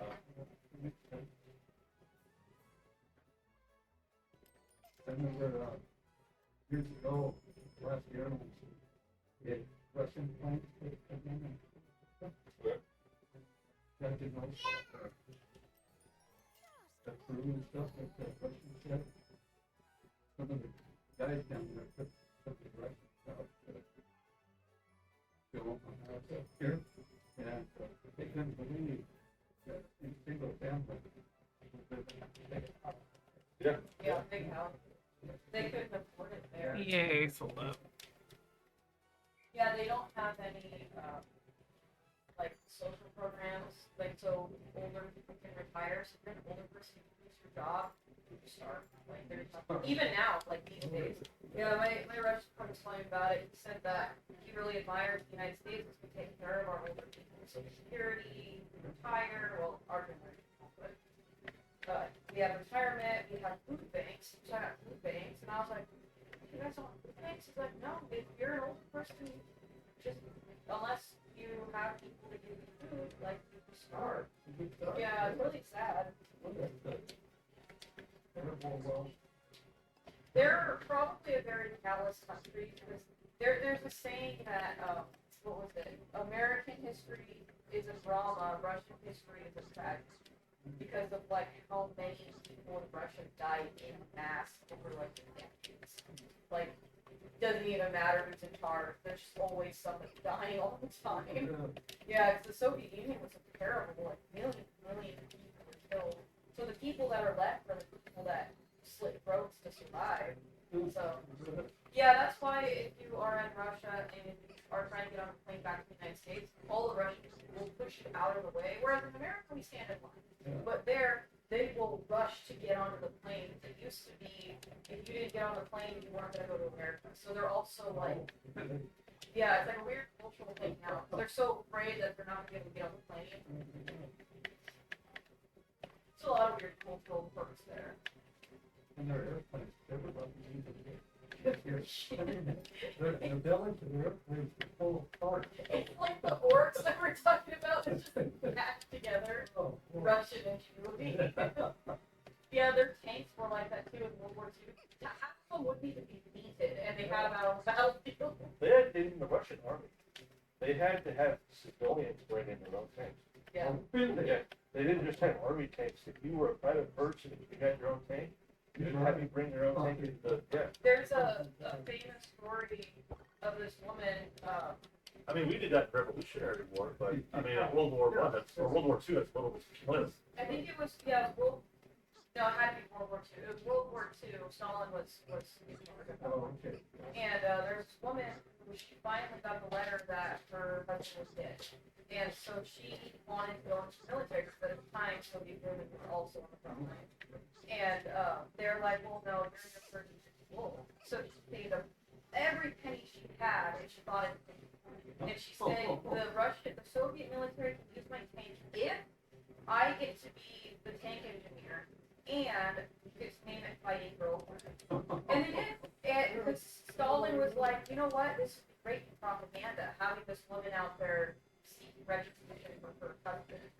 And they did, and she was an amazing tank engineer too. She was great. Yeah, and the guys, she was a woman, the guys loved her so much that they actually stayed while under enemy fire to make sure she didn't get tank. Yeah, her story's really cool. She was actually, no, there was another woman who was a Soviet woman, and they called her Lady Death. She was a sniper, and she was actually best friend with Eleanor Roosevelt. Yeah, when the Iron Curtain fell, and Eleanor Roosevelt actually went to the Soviet Union, which is pretty, like, crazy thing at the time. The first lady going over to where no Westerner or whatever. Yeah, there's a lot of really cool stories like that. Yeah, the other one, her last name was, I can't remember her first name. But her last name was October Messiah. She changed her last name to be about the October Revolution when the communists took over. Yeah, it's quite a thing. He kept it by everything. It was recorded. Oh no! Oh, my God. Yeah, China's kind of like that too, where it looks like they have all this cool stuff, but it's just kind of like slapped together. Like that's why they say China is a different type. They look like this big revolutionary country, but it's really not. Well, you got to figure the Chinese. Oops. I fainted. They historically released a book that every single U.S. Officer has to read, The Art of War. Sun Tzu's Art of War. In the book, The Art of War, they state, when you are at your strongest, as a country, you must appear at your weakest so your enemies will attack you and you wipe them out. When you're at your weakest, you have to appear at your strongest so your enemies are too afraid to fight you. So every time if China was weak, if China was strong, they would want to look weak because they'd want to provoke the Americans into attacking them, and then they could wipe us out. Looking strong. So they must be weak. Yeah. If they read their own book. That book came out. I mean, I'm not friend. I'm just bored and need to be upgraded. Peaceful do that. Peaceful like get all up and try to act big. This is why I don't get people that go on the news. They're like, oh my God. Every single American officer in our military has to read that book. Our military has to know this is possible. But we will, like, we still have the strongest military on the planet. Yeah. Well, even then, it's not even a matter of the size of our military, which is still the best. It's the quality. Not even the quality. Even if we didn't have the #1 military, we have the #1 supply route. We have military bases in every single country on the planet. We can project power. I think they said anywhere on the planet you can declare war on, in 12 hours we got American troops there. China has none of that. China can project power in their own country. Yeah. They can't come to North America. They get obliterated. There was actually 5 years ago, there's a demographic that came out. Why did the entire world declared war on the United States? The entire European, the Chinese, and the Indians all declared war on the U.S. Would we lose? They said the best case scenario, this might be the most likely scenario, but the best case scenario against the U.S. is they contain us to our country. That is the only thing the entire planet against us can ever do. Is put our military in our, they would never be able to invade us, they would never be able to conquer us, but they could ensure we couldn't project our power outside. That is the best case scenario. The entire planet. Well, yeah, just. And now we're trying to build this golden dome, so it's going to be even more ridiculous. Or the Iron Dome. Yeah, it's supposed to be a country Canada really wants in it, but Trump's like, if you want part of it, you gotta pay us for it. We're basically trying to make our entire country airstrike proof. Yeah, for We already kind of have that. It's called the Iron Dome, I think. But we're trying to build a Golden Dome, where it's an upgraded version of that. So if any country launches a nuke in any part of our coastline or Middle America, it can be intercepted and destroyed like that. which is pretty nice. I'm Yeah, glad we don't have they're really pushing it because World War III, they'll basically make it so that they're not diplomat. Because the biggest threat to the reason why we negotiate with Russia and China is because we don't want to. Once the Golden Dome is up, we would not fear nuclear war anymore. Canada's like, hey, can we be part of that? Trump's like, no, you gotta pay us for it. We're not gonna set it up in your country. Oh, yeah. Makes sense. Billions of dollars. Yeah, it's all really expensive. Not to mention Canada's is very friendly with China. Very. And so we put the Golden Dome in Canada. You think China's gonna get you? China's gonna go over Yeah. I think Reagan.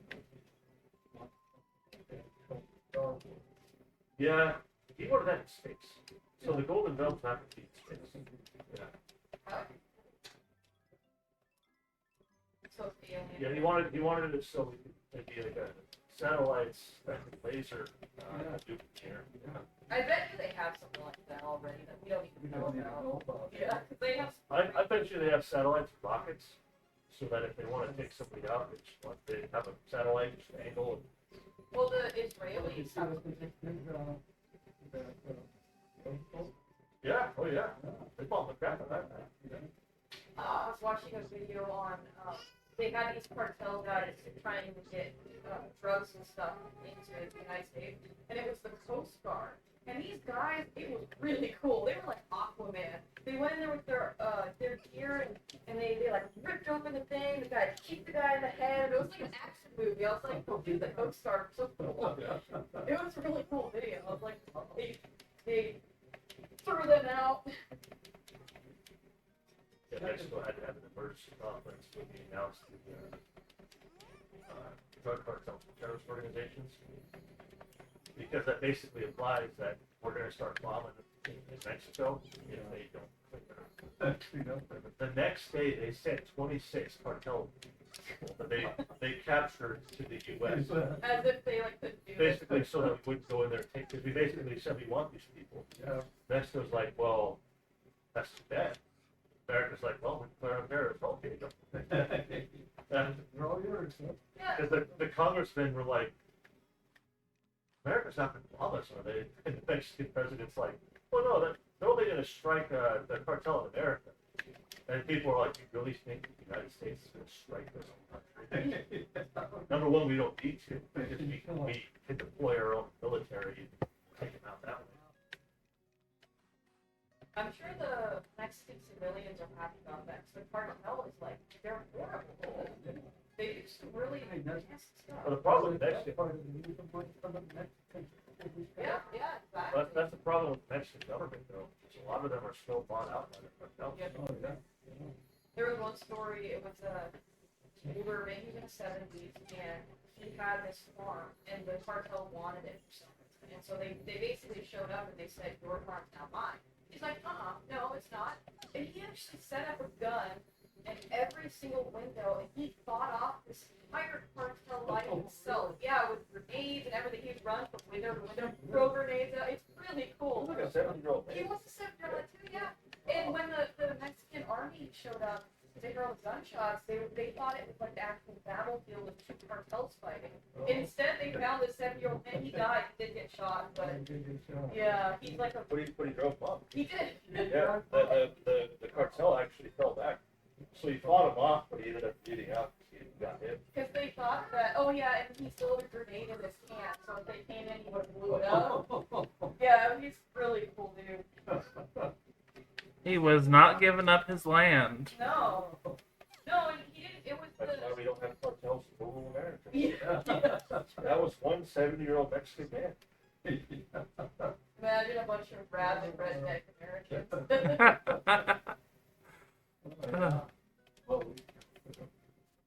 No, we were. Well, the thing with the cartel, I forget was, because there's a YouTube channel that does stories about crazy people throughout history, and he did one on that Mexican man.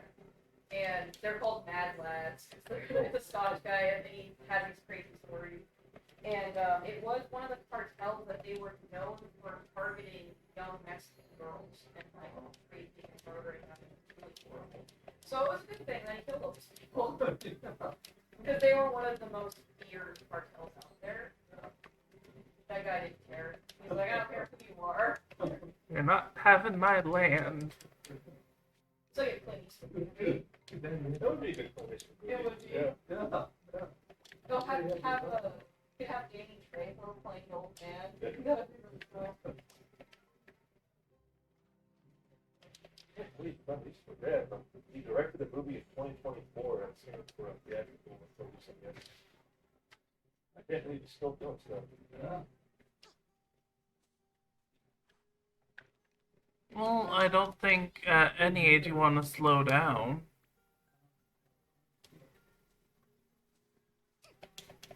You see Clint Eastwood's sons? Yeah. Oh man. They look just like One of his sons was like spitting image of him. I'm surprised the sons don't act. One of them did. One of them was in Gran Torino. Have you seen Gran Torino? Yeah, you remember the kid that went on a date with the white boy that went on the date with the Asian girl, and that's when Clint Eastwood finds her. She's surrounded by those black guys and invites them on. Yeah, he played the white kid. Yeah, it was Clint Eastwood's son. Scott used to live in town. Town doesn't live in this guy. I think it's Scott. Scott looks bad. That's the actor.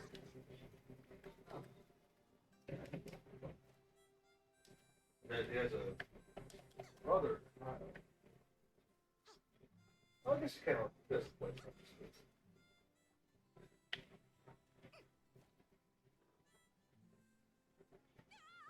Yeah.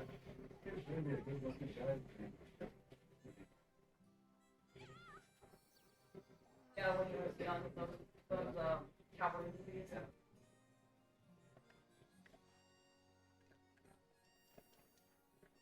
Harrison Ford was really handsome when he was young, too.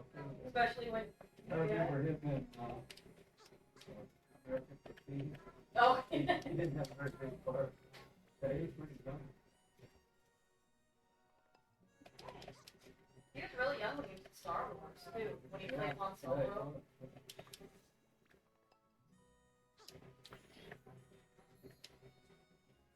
Did you see the lady who played Princess Leia? Oh, yeah, Carrie Fisher. She when they released the Star Wars Episode 1, she went on live TV and made a whole skit or comedy skit about it. 'Cause she was so mad that Princess Amidala, the one who was supposed to be the one who was her character's mom, or maybe she got to wear underwear and got to have multiple outfits. Yeah, Princess Leia had to wear that chainmail bikini. I guess she hated it. Oh, Yeah. Well, he wouldn't let her wear a bra either. oh, really? Yeah. Because there's no underwear in space. They wanted her boobs to show with robes on. Oh, really? And this is like in the 80s. Star Wars. You know, I never seen that stuff. Really? Never heard of Wow. Well, the new ones suck. But the old ones are really good. that. Oh, Grandpa, you took Trey and I to the theaters to see the first one. no, I've never seen it. You're thinking of something Yeah, I don't else. think we saw the first one. So we saw the Emperor, or the Phantom Menace in theaters. What's really cool, they do a lot of practical effects. That's cool. And actually, I think it was during the Phantom Menace when they have when Anakin has the. Was it Jeff and Jamie who took us to that then? The pod race scene for the crowd. And to make it look like. Yeah. Yeah, they like colored the tips with Q-tips and they put like little wrappings around them, like robes, and they just zoomed out and they just had the Q-tips moving up and down. That's how they did the entire crowd. Yeah. No, it was Grant who took us, Trey. It was Grant and Julie. Yeah, because I've never seen it. Have you seen Lord of the Rings? Those were really good. All three of them are really good. And Grant those, hated Lord of the Rings. He's like, it's so gay. It's just a bunch of men walking and talking about it. It's good. I'm like, okay, great. Yeah, it's one of those typical hero stories. You know, there's the evil, big evil, and humanity is trying to, and the elves and stuff are trying to fight to survive, not get swallowed up by the people. It's just two dudes on a hike talking about feelings. Yeah, my dad said that too. It's just a bunch of walk. Yeah, most of everything on there was practical effects too.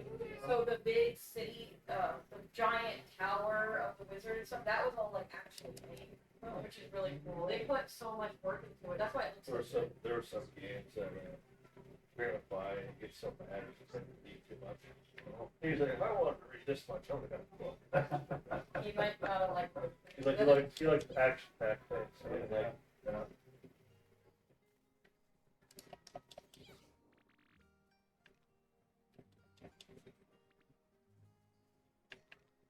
Yeah, one of my favorite games I've been playing a lot is mostly. It's like reading a really good book, but you get to interact with the book and you get to make different choices. Oh, those Telltale series? It's kind of like that. It's an Owlcat game. So you get to play a rogue trader, so you're in space, and then you get to be really evil. Like, I chose to be evil just because I wanted to have it. Oh god, I hated myself so much. It was so horrible. You do some really comically evil stuff. Like, there's one choice of if you have people playing alive or something like that. Oh, I couldn't bring myself to do that. I was like, oh really? Yeah. Good. We gotta find the last one. He's quite a storyteller. There was 4 How many, you know, 18? Yeah, 7 more? Yes, that's 4. Yeah. Yeah, I think he's coming out with another one this year. Well, how that's possible. We're doing so many books.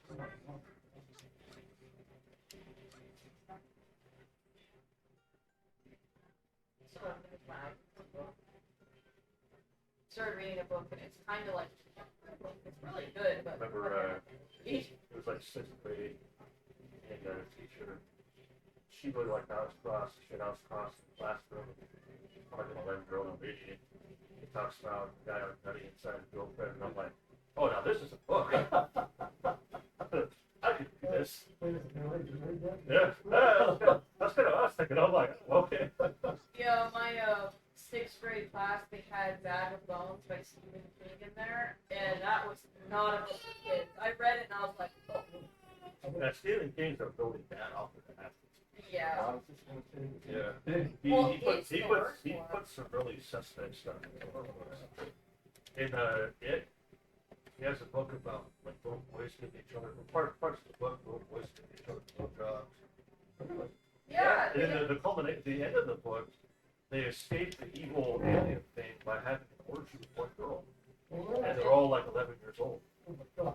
And I remember when Stephen King, when they were going after the gay and transgender books in school, Stephen King was like, well, you know, I'm against any kind of censorship. I'm like, your book shouldn't have. Yeah, your book shouldn't have.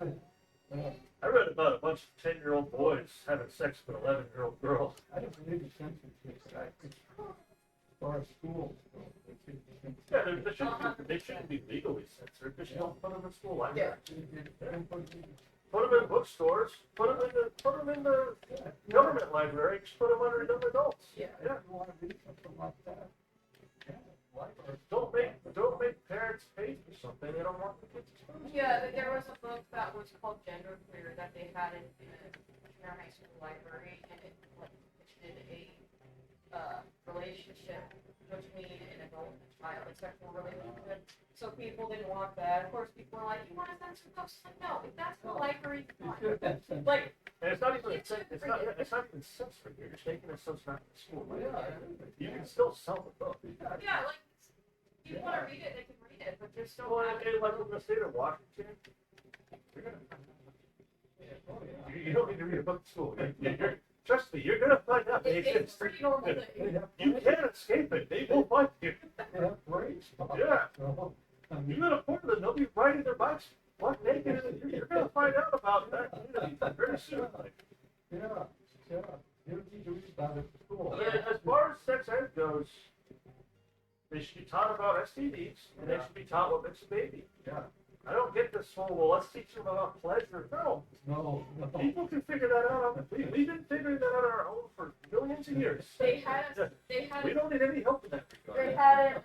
It was in Kansas. It was like a summer camp, but it was a sex ed summer camp for all ages, and it was teaching them about masturbation and how to turn a carrot into a dildo. That was for kindergartners. Oh my god, I saw the pamphlet and I was like, A parent? a carrot? Check their kids? Yeah. They should be shot. Oh god, it's It's like so. Jacob got from one of the programs he did. They were talking about puberty. One of the sections in the book talked about having a sexual attraction to drugs, and how it's perfectly natural to. I explore. did? And they were talking about like, well, you know, maybe you should instead of going after your kids about it, you know, just let them explore it. They'll get through it on their own. And, I'm like. I remember one of my pamphlets I got from This is what got even weirder for them. I remember one of the pamphlets I got from Children's one time described sex positions. Oh my god. That's so wild for I don't know. I was, what, how old was I at Children's Grandpa? 8 years old? Oh my god. And I knew about doggy style and reverse cowgirl from a pamphlet they gave me. See, kids should just be able to be kids. You know, adults are gonna figure it out. Like, they don't need a pamphlet. They don't. They don't teach them right away. But they want to teach you about sex. No, schools should teach you the bare minimum you need to function as a kid. Reading, writing, math. I think schools should teach about periods, how a baby's made, STDs, and that's it. I remember sex ed in 5th grade showed us how it all worked. They had a whole video presentation that almost, that I think, would be a porn video. Yeah, and it's six. Place. Except, I don't remember. I was in Miss Eastman's class, and I don't remember what. I think that was 8th grade.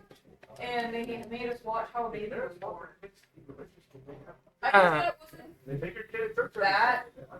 I'm not really pleased since it wasn't really that gross for me. But what was really nasty was when they showed the inner workings of like when the semen comes out, like and all that. Mhm. Well, that was gross. The baby didn't bother me. The other stuff was pretty gross. They should, because the money's. This is what. The sex ed was showing you basically how a baby was made from start to finish. Certain dollar amount of federal funding. Yeah, they have one that people were trying to get banned, That's why schools. and it was showing how an embryo develops from, you know, sperm meets the egg, the cells divide, and then it, you know, has different stages, which are really, really, really cool. I really like that stuff. Like when I was pregnant with Jack, I It shouldn't just like. loved looking up, oh, he has his fingerprints now, or he's dreaming now, or That'll also. he got the hiccups when I need something spicy, something like that. But they wanted to show kids, you know, the different stages of an embryo, and people were mad about it, wanted to get it banned. I was like, what? We should know. We should know how they started. Meanwhile, you and I ain't kidding. We knew it literally something that no kid should see, really. Yeah, about human development. I mean, if I'm 8 years old and know all about doggy style and reverse cowgirl before even puberty. Yeah, that's horrible. Yeah. Is that right? I feel like in Texas they're trying to put it in plan. I don't really agree with that. If you want to make the case for you're in high school and you want a religion class, don't. You can have a Christian class, you can have Islam, or whatever. Don't make it hard for because it's almost hard to teach history without in some way, shape, or form what religion is. Because the religion, especially European history, religion is Right, you don't want to watch your holidays the anymore? original colonists were Protestants. They were you can't separate the history from the religion. You don't have to force religion. I mean, the entire politics of the Middle Ages was Yeah. And the Renaissance. The Renaissance was all Christian. I mean, the rights we know of today that we understand as rights come from religion. Yeah. It was seen as a God-given right. The hospitals. Without God, the only reason why you have rights is because you're willing to kill for them. Like, your rights are either God-given or they're given through the threat of force. Yeah. I'd rather have my rights be God-given. Yeah. Yeah, I think Texas, they were trying to put it as part of A lot of the wars. Yeah, they actually forced it. They have a. Wars today or The middle. we're still entire fighting, Middle East. we're fighting the same wars we fought thousands of years ago. Yeah, I always say the Middle East. The Middle East has been war torn since Alexander the Great. But in Europe, look at the Northern Irish when they were Oh, they still fight. yeah, that was Protestants against the Catholics. That's religion. Well, in France, since France is a Catholic country, they're actually having problems with like Muslims setting fire to churches. Well, they So burned down Notre Dame. they burnt down Notre Dame, Oh, yeah. and so the Yeah. Catholics are going after the Muslims. They're burning down mosques. It's a whole thing.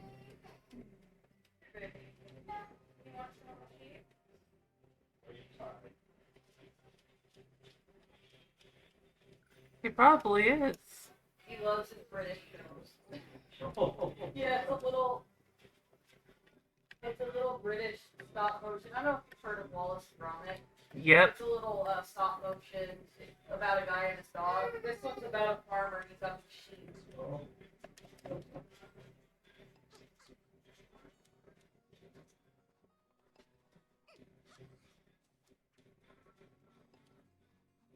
You gotta be careful with kid shows. There are some weird ones out there.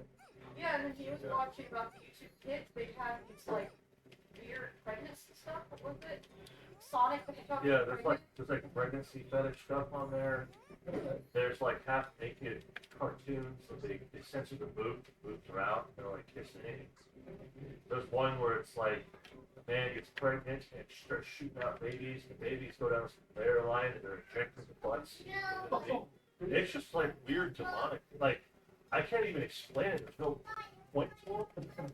It's just disturbing images one after the other. Wasn't that stuff Reagan was watching? It's because they actually come from India.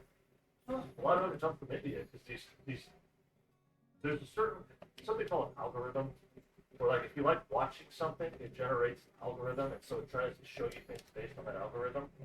And so when you're a creator and you make a video, if the video you make follows an algorithm that other people watch, it'll recommend your videos to them, and you make money from them watching the videos. And so the people in India, they realize the algorithm is just a certain number of keywords. And so they make these random videos that have nothing to do with anything. But they make sure that the words they use match the algorithm, so it gets shown automatically. So you watch something that it's like that. It's like a man gets pregnant, baby comes out, they gets blood injections, goes out the bear line. It makes no sense, but it follows the algorithm, so it still gets recommended to you. And so, of course, kids, when they watch it, on a kid's YouTube, they don't have the option to interact with it. It just automatically plays. And so kids are just watching these things one after another. They had one where there's this little British cartoon called Peppa Pig. It's like a little pig in a family. It's kind of like a movie. But they had one that was popping up for children when they watched Peppa Pig. So it was Peppa Pig murdering her family and putting her dad's head on a plate. Bloody head. Yeah. Yeah, and that was being like this guy was recording it, and he's like, this popped up on my 4-year-old YouTube. On YouTube, they use a program to moderate. They don't have, because you can't have human moderate millions of videos. So they rely on computer algorithms to do it. And people realize that they make these videos, they get watched a lot. And so they make money off of it. And they end up getting the kids. The kids end up getting exposed to it. Yeah, that's why I don't let them. Like Skibbity Toilet. We have a lot of kids with weird sense of. Well, Mindy's granddaughter, she gets exposed. She's not right in the head. That can't be. Yeah, we're gonna have a whole generation of people that are just like psychopaths. There was some You weird can't stuff. see stuff like that with your 5. Bro, Yeah. It's why when he watches his songs and stuff, he watches it on Amazon where it doesn't autoplay, or he watches it on Netflix. Well, he watches things that we watch. Yeah. So we know what he watches. Yeah. He doesn't get to just auto scroll. No, it's usually stuff that I've either seen when I was a kid, or it's stuff that I know it's saved, like Shaun the Sheep. It doesn't even have talking in it. It's just a sheep. I can't imagine it. Because what parents do in my generation, they don't want to deal with their kids. So they slap them in front of a TV and move on. They go to YouTube Kids. Since it says kids, they're, oh, this must be safe. They put it on the tablet, they lock the screen. The kid's crying, they give the kid the tablet, they walk away, and let the kid watch. They don't even play with their kids. It's sad. So I bet you if the parents actually saw it, they wouldn't let the kids watch it. They're not even paying attention to it.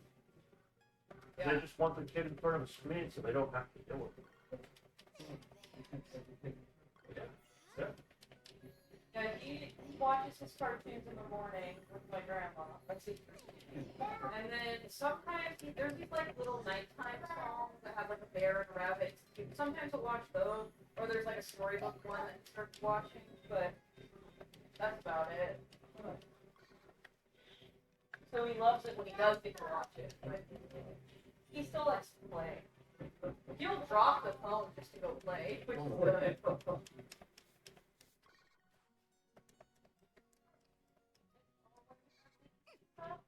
This episode, they're making pizza, and all the sheep. Yeah.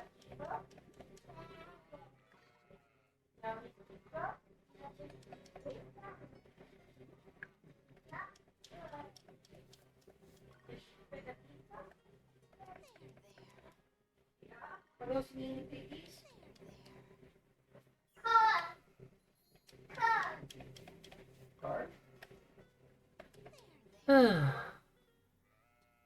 Hey Trey. Or he goes, wait, goes he go for that's naughty. He'll go naughty. Naughty. Yeah. Naughty. Hey Trey. Oh. I had my doctor's appointment. What was it, Grandpa? Wednesday? And apparently, lupus can do something, interact with your brain and nervous system.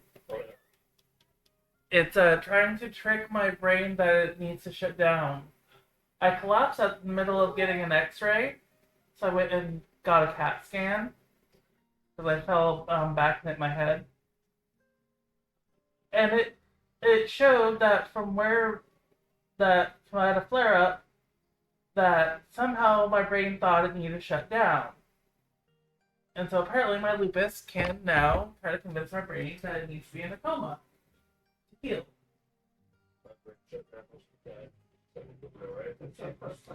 Yeah, so now apparently that's what my lupus is trying to do. It's trying to force me to like shut down. Weird. Yeah.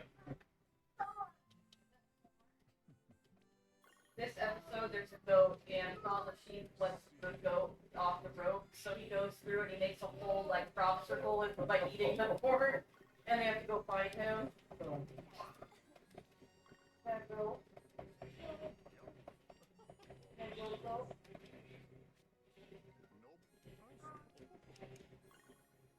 I only need one more left, right? Yeah, he tries to wash the dishes now. He'll carry the stool all the way through the house and set it down and try to go wash the dishes. Or he'll, I was folding up the clothes and putting them in the basket, and he came over and started picking up the dirty clothes and putting it in the clean basket. But I couldn't get mad at him for helping. So I grabbed another basket. I was like, okay, put it in this basket. So he's really trying to help out. I remember Trey and I used to alternate on who would do the dishes after dinner. When I was a kid, I used to love doing the dishes. Now as an adult, I hate it.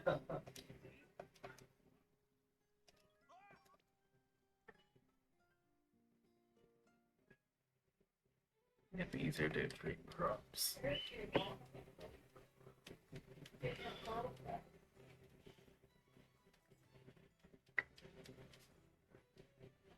would be nice to get things to 5 stars.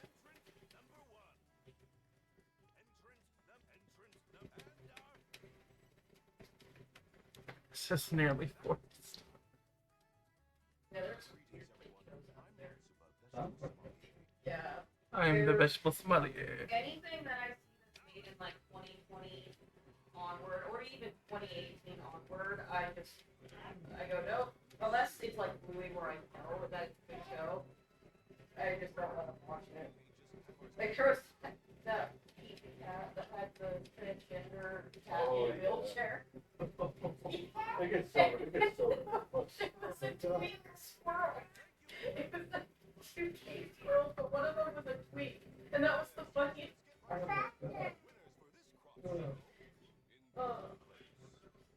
Yeah, the wheelchair. Everything's wheelchair these days. Like in World of Warcraft, they had a dragon in a wheelchair. And I was showing my grandma that, and she started laughing. She's like, no, wings! It's got wings!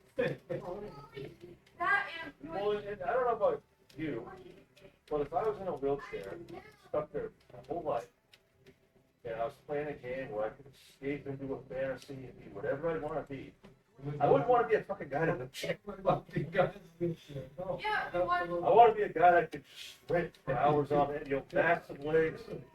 There was this documentary we watched on a guy who had some disorder where his muscles will eventually get weaker until he dies.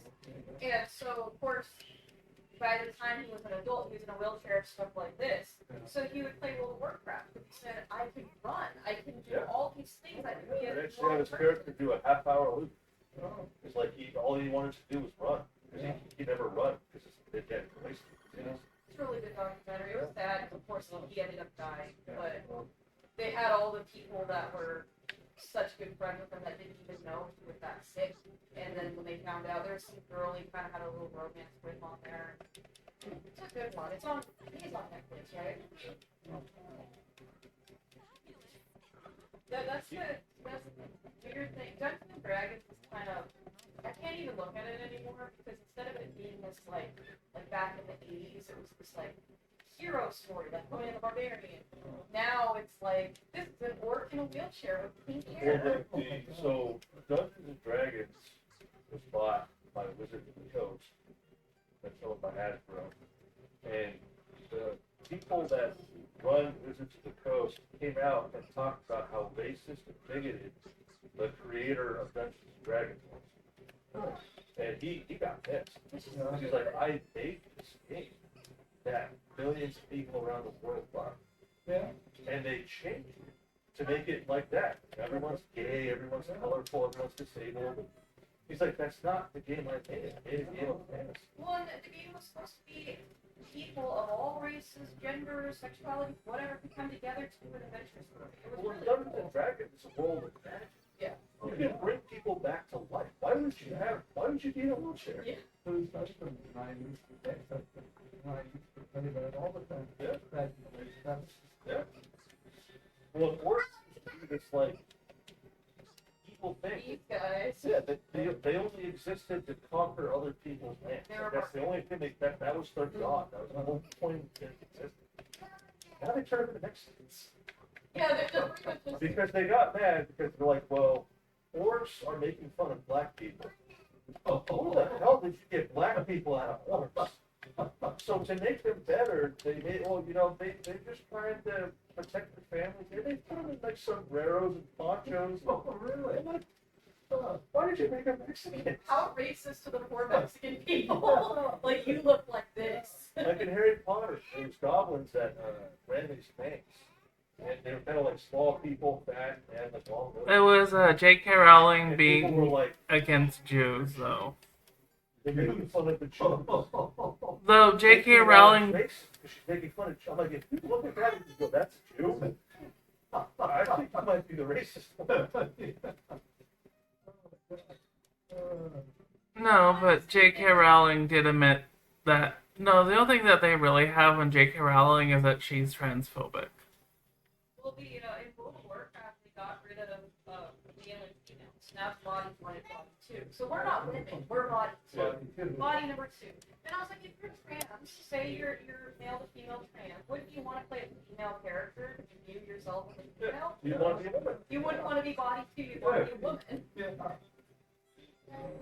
Like the new game I'm playing, this one, they got rid of like gender and change it to pronouns.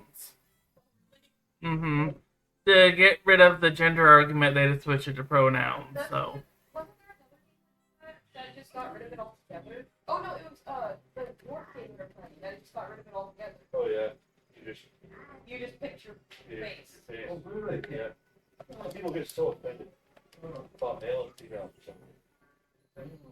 That's why we play Japanese games, because that's not it. Yeah. In Japanese games, Japanese don't play with that. no, they don't. There's men and Actually, I think it was in Iraq.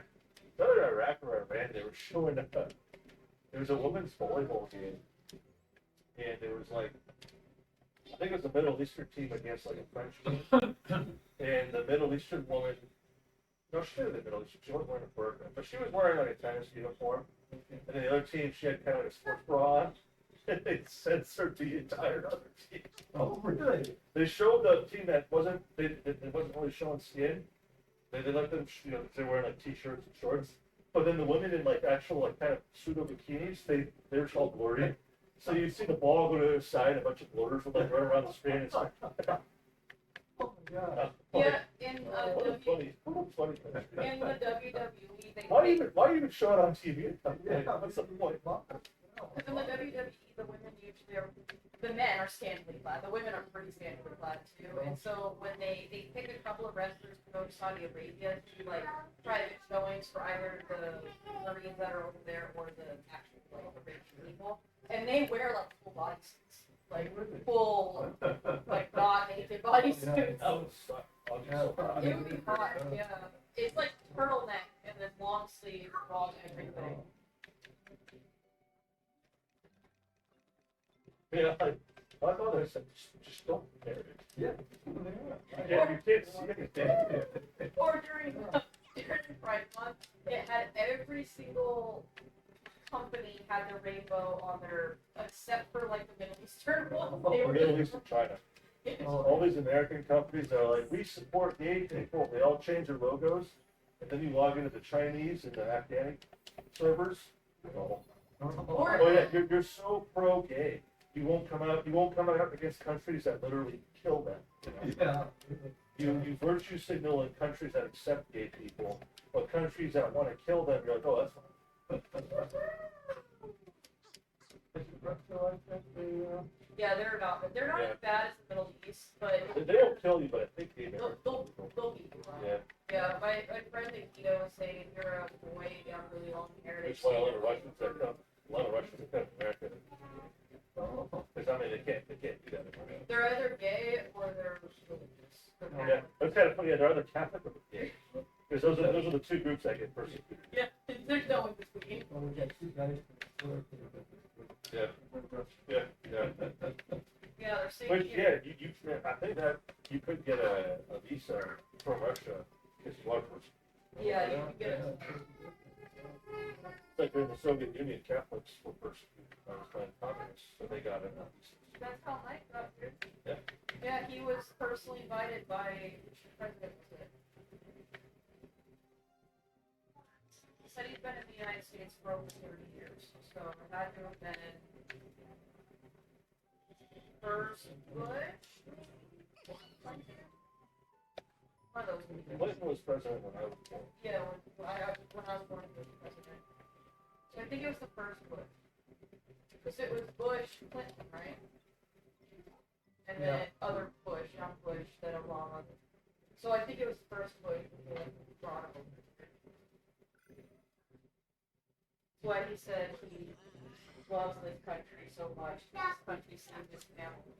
And he said welfare helped him so much they got him on his feet. And I was like, well, the problem is sometimes there's people that will just not try to. Yeah, I think there should be a turtle in on welfare. I think you've been on welfare for 40 years.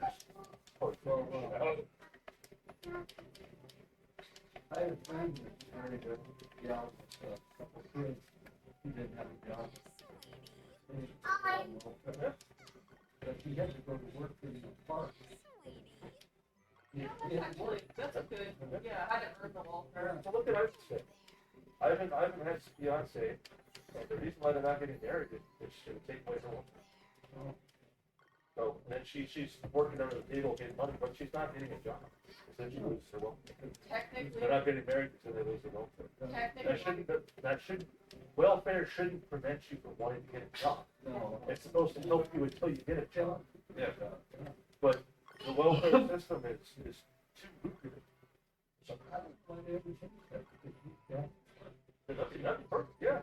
Like you pay back the community that supported you. Yeah. They always stay on it. Yeah. Here in Washington, we're gonna, they're trying to make it so you pay, for the Washington, go on strikes. that's ridiculous. Well, we went on a strike in Alaska, and after a certain period of time, we were able to put them in. Yeah. It looked like we were going to get a job. This, when you go on strike, you start collecting unemployment right away. That's gonna completely fuck every corporation. Oh, yeah. Because now, there's no downside to going on strike. Yeah. Unions are gonna spread all over the state, Yeah. and it's gonna completely run out corporations. Yeah. Because the corporations have, or the unions have nothing to lose. The state's gonna pay for the workers to strike for them, Yeah. and it's gonna, Yeah, that's kind of good. also, I guess in the state of Washington, it's actually illegal for teachers to go on strike. It's a law we don't enforce. Because teachers go on strike in the state of Washington all the time. Oh, yeah. Technically, in the state of Washington, it's illegal. They can be thrown in jail, but they're not. Usually every year that, schools, season started, Well, they'll go on strike. well, that's the thing. Yeah. So they're gonna go on strike and they're gonna get paid for it. Which blows my mind because they work for the government, which is Yeah. our money. We're going to be paying teachers striking so they can get more money from the government than the government paying for them to strike. How much sense does that make? They're paying teachers to hold themselves hostage. Yeah. It's like paying a robber to rob you. And if teachers wanted more money, you should vote to tax the administration. Yeah, the administration. I think you quit your job. Yeah. Yeah, You know, it's this year, they're pushing it this year. Yeah. I don't know if it's in effect yet. They're pushing it through the state senate, yeah. When I quit my first job, I couldn't get unemployment because I quit and I wasn't fired. We're in a budget deficit of the state. They're screaming about Trump's tariffs taking our economy, and they want to pay for people to go on strike and not work. That doesn't make any sense at all. I mean, imagine stepping in a small piece of dog shit and go, oh my God, you take a shotgun and you blow your leg up. And then you blame the dog for shitting on your food. So that's what the state of Washington's doing.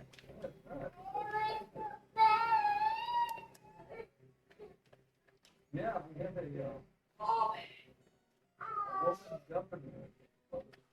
I don't remember her name, but she made a law that, you quit your job, when you got fired. You quit your job. Yeah, I think. And somebody went to change the job. yeah, like you get fired, you get it. They used to. Yeah, you can get it. That's why people try to get fired on purpose. That's true, yeah. Yeah. Yeah. So I think if you quit, you can't get it. Yeah, you But if you get fired, yeah. Also, for Social Security now, if you get fired from X amount of jobs, X amount of times, you qualify for Social Security. Time unemployment was paying a lot more money during COVID. Yeah. So they would try everything they could to get more back. They would. We had some girl which was like, Sure. I need more unemployment Do you know anyway, that so I'm get fired. If you get fired from 10 or more jobs consecutively in the state of Washington, you can apply for security and get it. Because you are unhireable. You have to get fired from 10 jobs consecutively. And you can now, then in Washington State, apply for security and get it. Because you can't be hired. Rewarding bad behavior. Yeah. Yeah. And it's not And then we're like, why is our economy going down? like, yo, it's just it's crazy. I don't know how they keep track of that. They have like a little tally board. Yeah, 1, 2.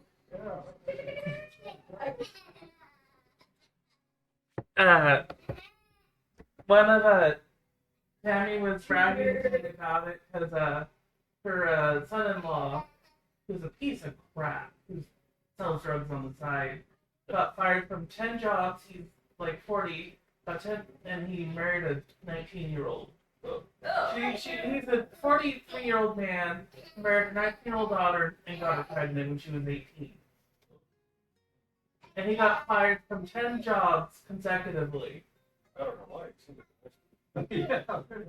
And Social Security sent him a letter saying that they want that he qualifies to apply because he is considered unhireable. I do know in the state of Washington, if you have a place, you put it down your last place you work, and contact your boss. If your boss says anything that might not get you hired, you can actually sue your previous company.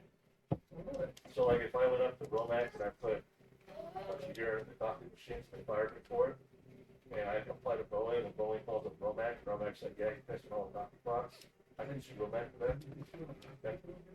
Because it's actual proof, it's, not blasphemy, our defamation laws have 2 clauses. You either willingly lie, or you do it to purposely damage someone's wealth, reputation. And so if Boeing doesn't hire me as a result of something Romax said, yeah. That's why Romac, like when I was lead, people asked me what we got a reference, and my supervisor said, if you ever get a call from somebody, you have to be directed to that one at the jar. And the only thing Romac's allowed to say is if he did or didn't work there, and then the start date and the end date. That's the only thing we can tell them. Anything else, we open ourselves up to litigation. You can't even say he's a good worker. You can't say anything. Yeah,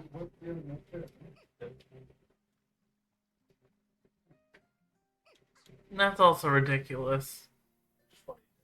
Like, vacancy, they ask for 3 personal references. Like, it's illegal for you to ask them about me anyway. So, yeah. I don't know why they asked for it, but why even bother?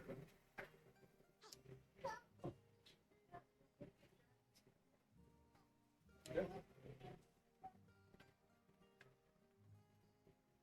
Story actually going into another thing. Yeah, my dad said he wants to hire The door. yeah, Wants to put in a screen. a new screen door. Wants to hire an engineer to put in a screen. He wanted to hire a handyman for the roof of that. Yeah. When we redid the roof, he took off the whole week. Didn't even tell me he was taking the week off. He just took the week off. Okay, I went out to the roof. Okay, you want help? Yeah, sure. You walk out there within 2 minutes. Oh, this is too much work. I didn't realize how much work. Man, we need to hire some people to do this. Like, They got done in a day. yeah, I said, dude, I went up there. I ripped it all apart. I did most of the work on top. I had to press the bottom and stuff. Oh, it's just gonna be work. Like it's, yeah, we didn't even get started. It's just been so much bigger than I thought it would be. Well, he started freaking out, kind of like when he gets anxious, he starts walking around and like cleaning things. I don't like rally. Like, dude, it's just gonna be. It's not. You got it. Yeah. It looks really nice. Yeah, it's great. Okay, so it's fine. Program was kind of that way with start a project and it starts getting bigger than we thought it was. I don't care, just pass it again. I don't care how much. No, we'll do it right. We'll get it done. Yeah, shows.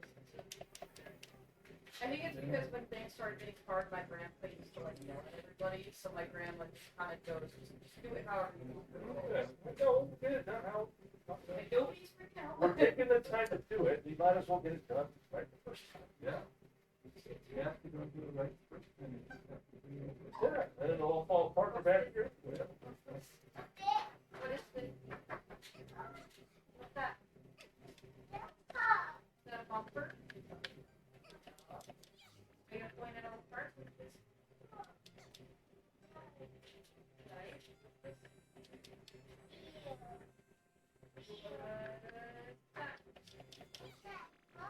The fender. You know all your parts.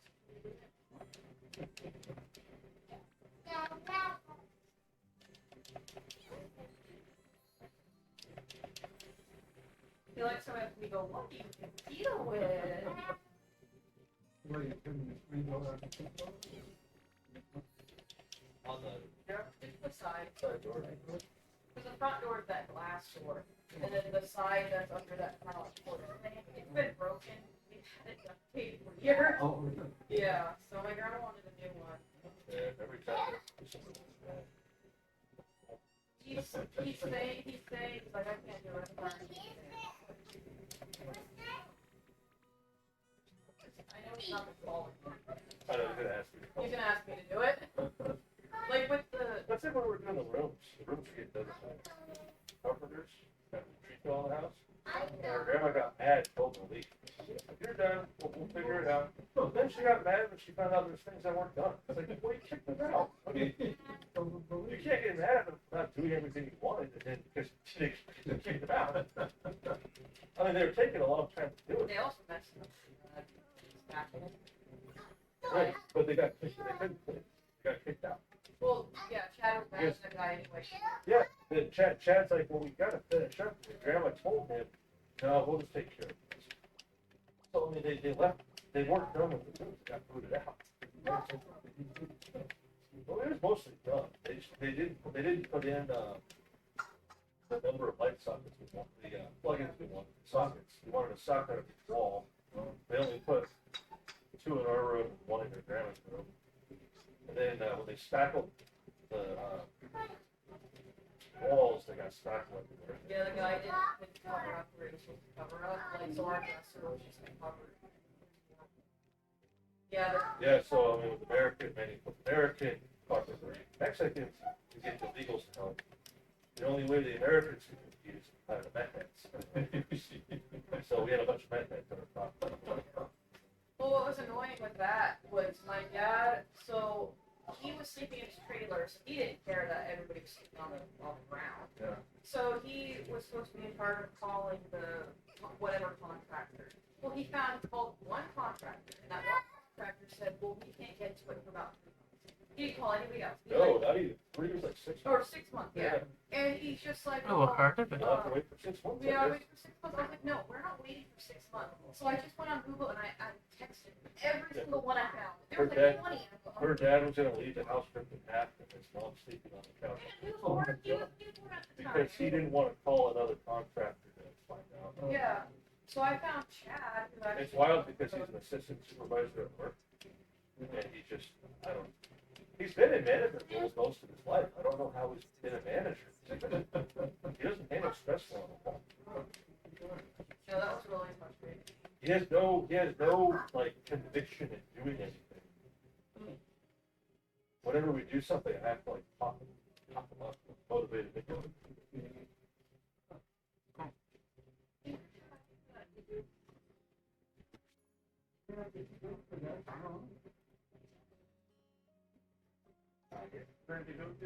Oh, that's a Tree of Tranquility.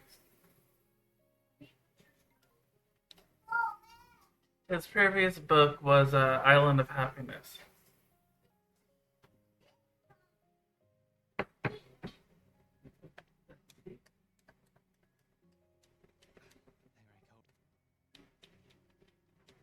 Whenever they want to do something like that, they never talk to us about it beforehand. No, they just show up on day. It's like the day of, it's like, oh, we're doing the roof now. Yeah. But, or her dad will never ask us. Her dad's like, yeah, I want to work on the roof today.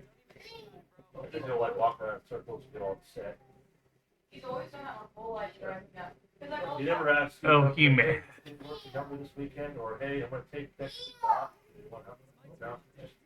Oh yeah, I took the week off. Which I tell him when he asks, it's totally fine. As long as we have a heads We never say no. It's just we always wait till the day of and then say they want to. Or the most annoying thing. Oh, you know, we gotta chip in some money and then there's a tree behind the trailer out. Because him and my grandma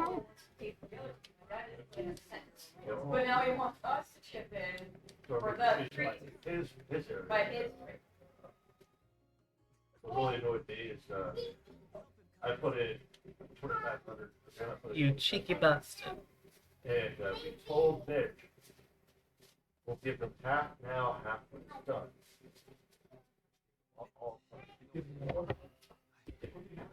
Yeah. Well, this job, he wasn't even a contractor. There's a dude that worked for a contractor that had his boss's tools. He was just going to buzz it down and have it work. And it ended up working out. Oh, it's like free with other people.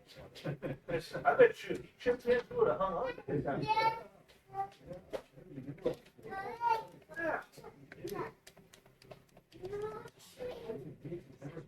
He does, yeah. It just kind of worked out.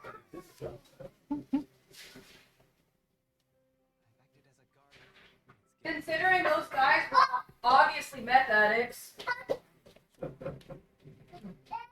That's what it was doing. Those were working methods. You can be a drug and work there. That's what it is.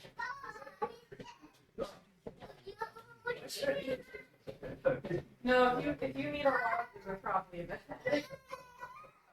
My grandpa used to put meth in his coffee. My mom said. Oh, really? He was like, At least he was using the drugs. It helped him do his job by having his highest height, but it's made him better at Did I just accidentally trigger that I'm gonna end up with Jules?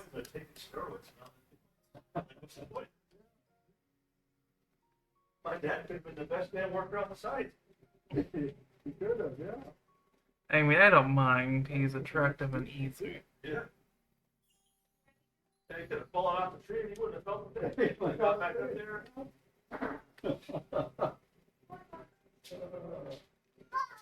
Don't forget this stuff.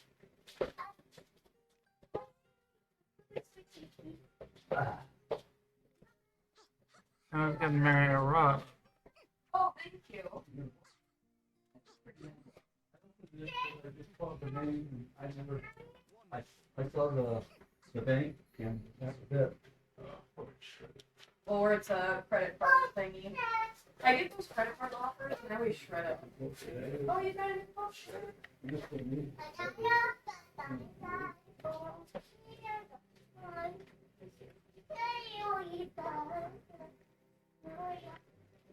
Can we be inclusive of all views? I don't know why they're saying something. My grandma. Oh, it's so religious. Oh. Yeah. My grandma got a whole packet from a senator about abortion. I'm like, I think my grandma's way past that point. She's in her 70s. Not Christian and support. I don't think so. I don't think you can be Christian and support. Well, $5 off of.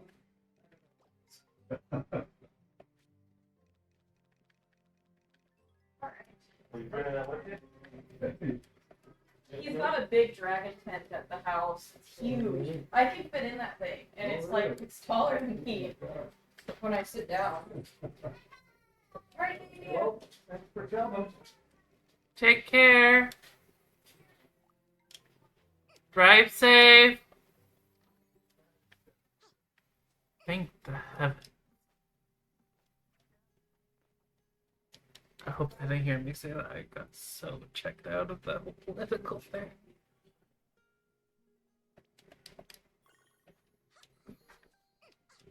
You just had to bring up politics with Trey. Huh? Were you the one who brought up politics with Trey? Did he blame that up on his own? Oh god, I about want to bash my head against the wall. If you wanna put this stuff away, I'll start eating. Yeah, he's right on that. Good lord. And then just got loud and loud and loud and loud.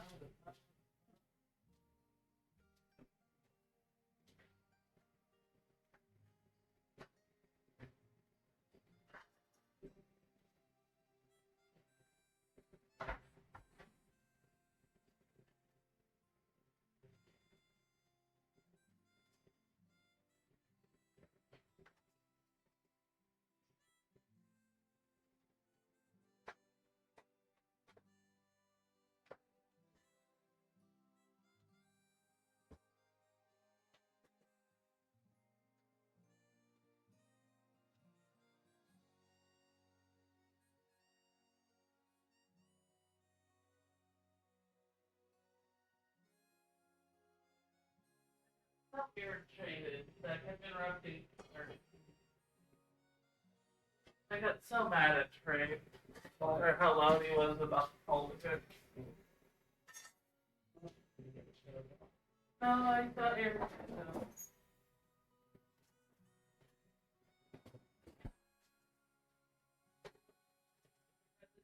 Starts a fight.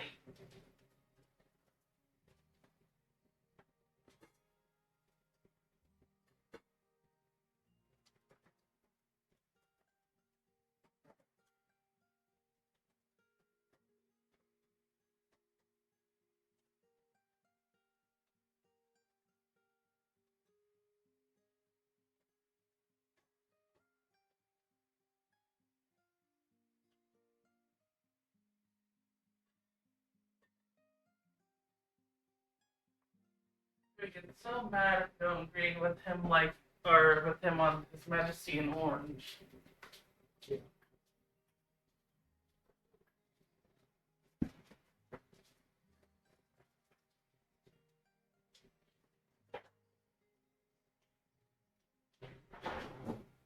So I still remember that booklet at Children's Hospital when I was 8.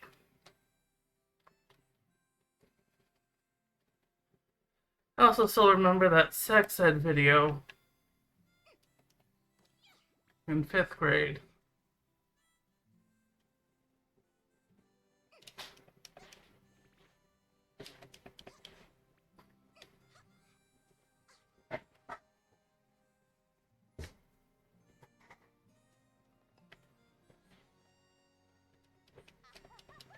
Well, this changes something.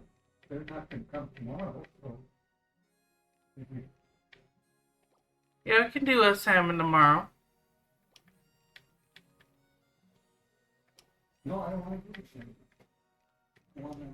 I don't wanna cook tomorrow. Well, so you could have dinner after the game.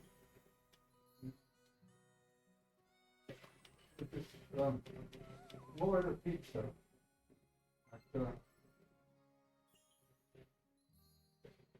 Yeah, we'll just go ahead and order that pizza. Okay? Okay. At least you know he won't show up to 2 days in a row. Yeah.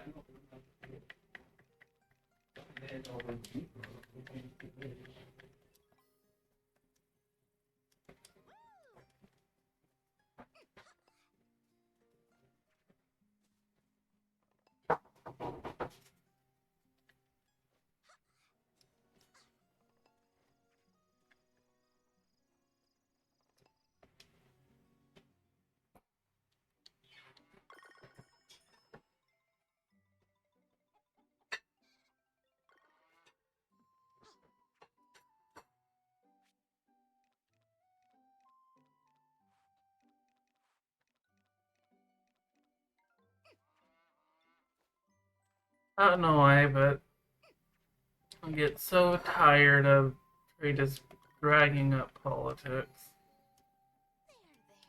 I think he enjoys. I think he enjoys arguing. That's what I think is more like. Because he can't respect that we have a different opinion.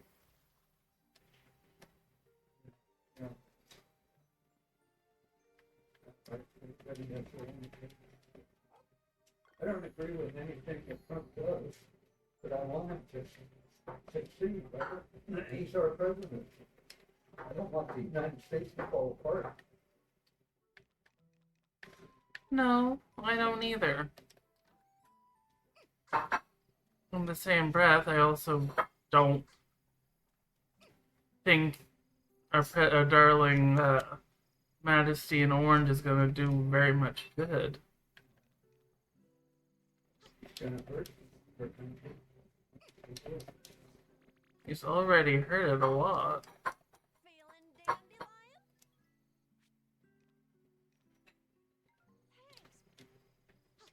dandelion?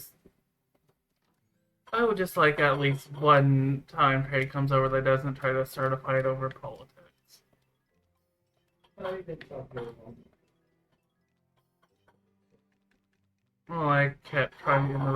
whenever he kept going on about it.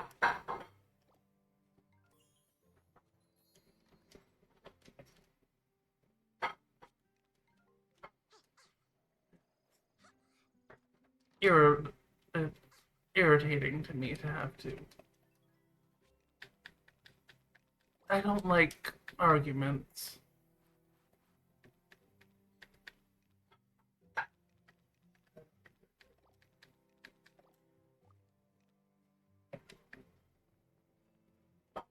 And that's all it feels like is one big fight whenever he comes over and this. Sorry, I shouldn't be about like that towards my own brother, but I can't handle some of the things he says and does.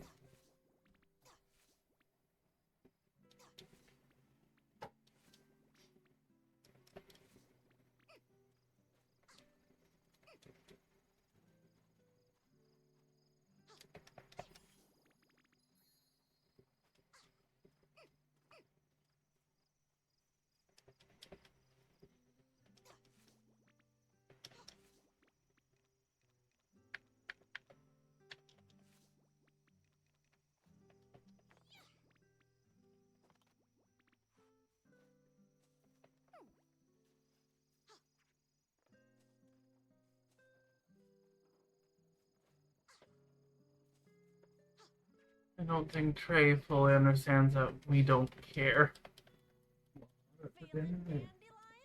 Yeah.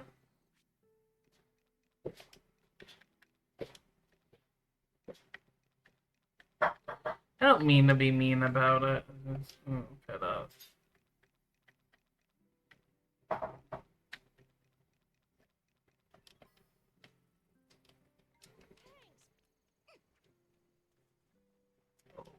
I wouldn't mind it so much as if he didn't start yelling over it.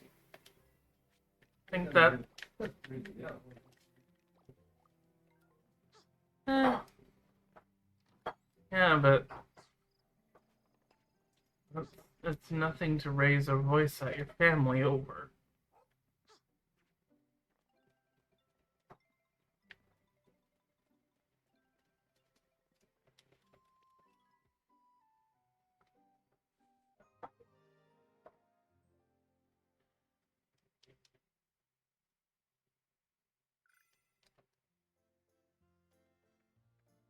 I think I'm more disappointed than upset that that's something he has to just. What Trump's doing? Doesn't agree with anything. That's out. Great.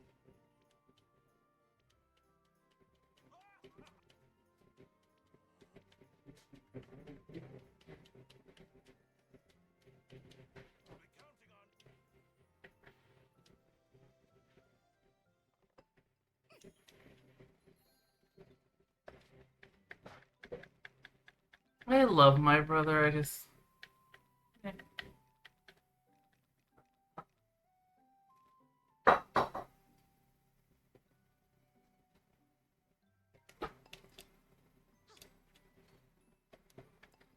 We're never gonna see eye to eye on politics, and that's fine.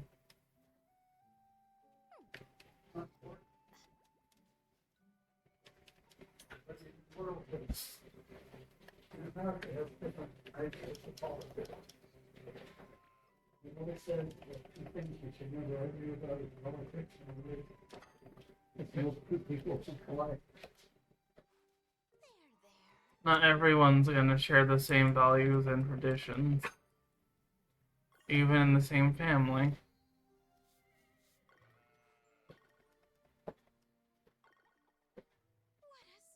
I thought it was kind of cute that Jack was terrified of me for having a haircut.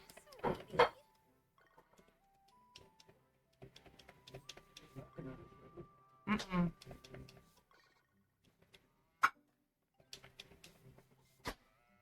Didn't recognize me with short hair, and it was very funny to watch him freak out.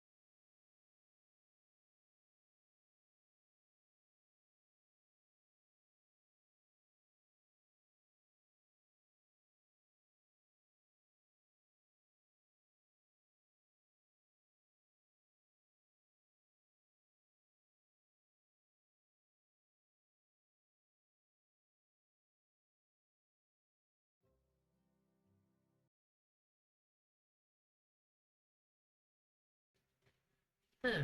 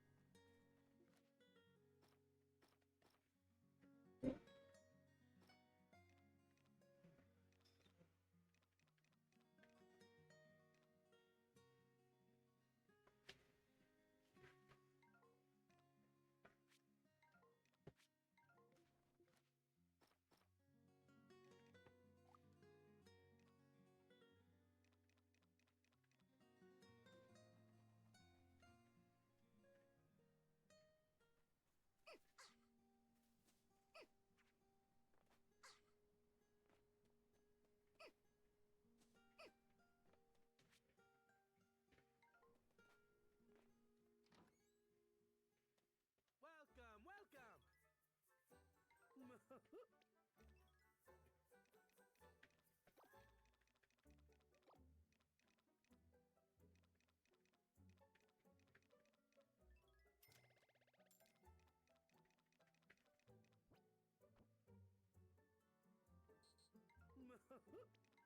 Please.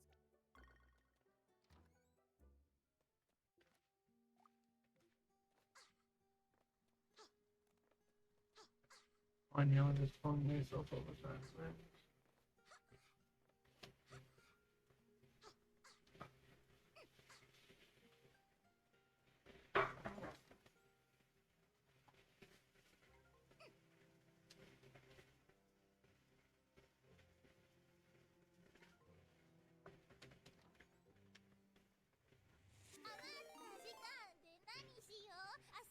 Oh my god, Dave.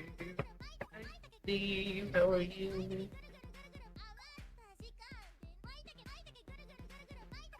Oh.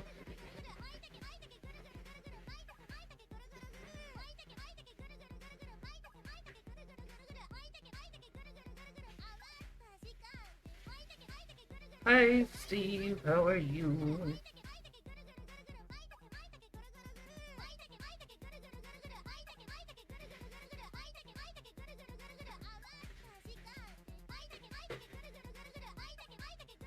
Oh, this is like... Why is it being mean to me?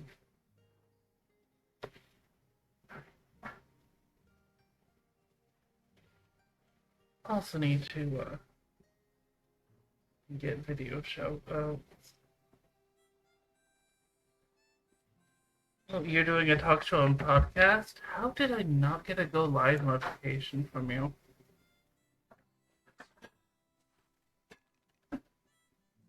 One would have thought I would have gotten one. The silence banter. Get it?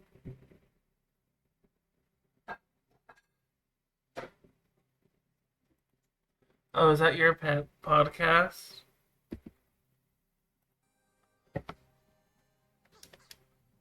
Oh yeah, that is your podcast. Dead in the water today, I swear. I was like, I could have sworn that was like.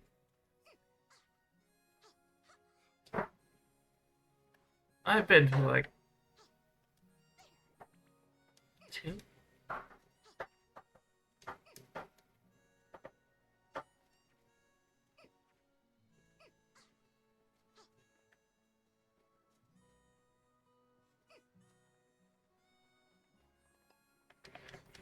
But yeah, I think I've only been to 2 of your podcasts. The Blue Windmill has finished its process. You have served me well.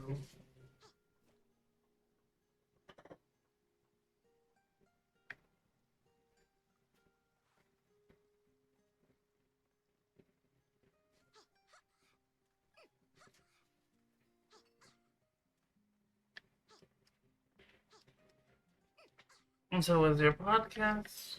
Did you have fun with it?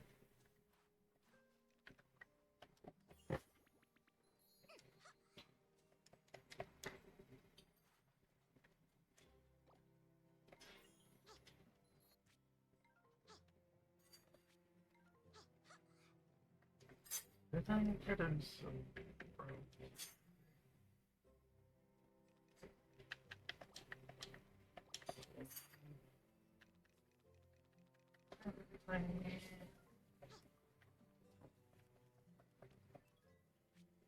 I can't believe I accidentally accepted someone.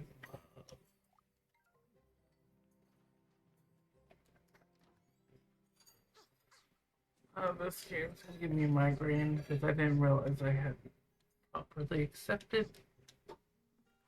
Oh, I love you. I'm like, oh god, that means I was in a relationship with that person.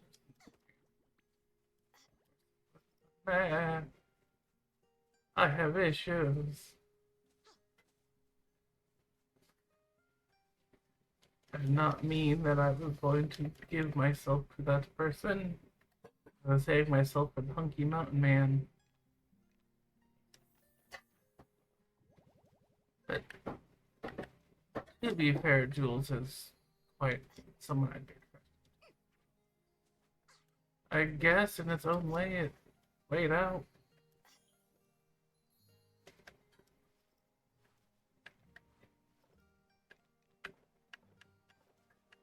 Okay, where? Also, we're doing common sport.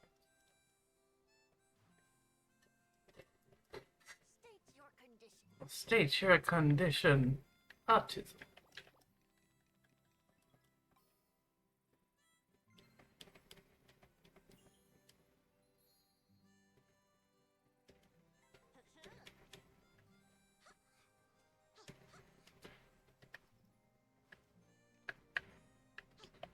That's now my running gag with that character.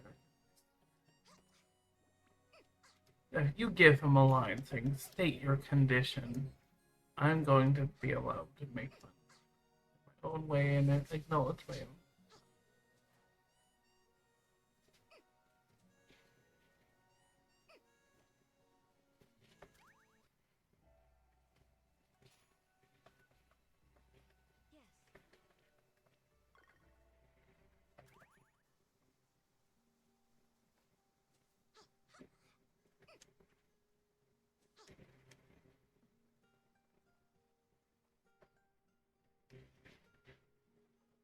Alright, good night, Steve. Keep daving it up. I don't know. I said that.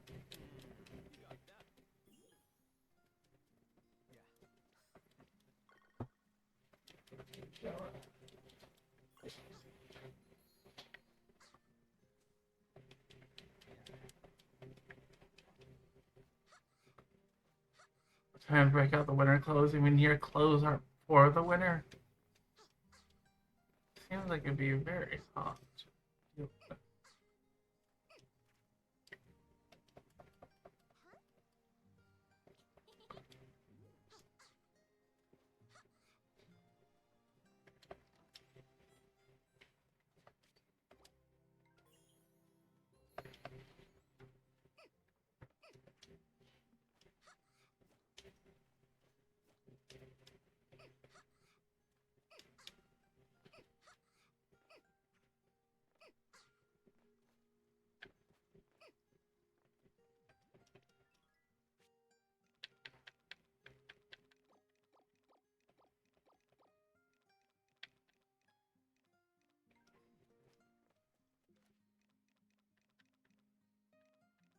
Gemstone.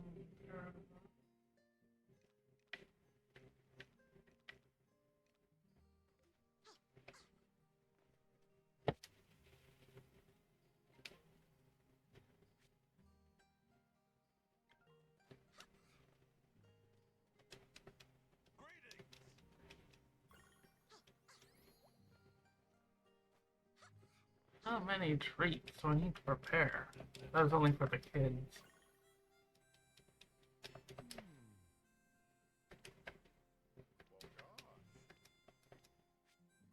Yeah.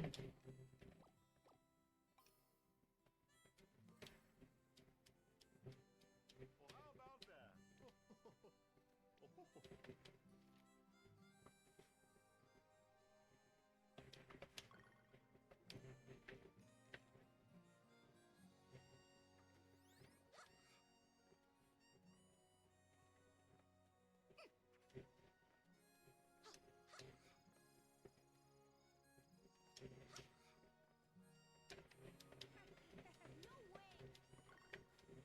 My pumpkin festival pranks are not pranks. They're a way of religion. I now activate cute kitten around while in attack mode. You doing okay? Yes.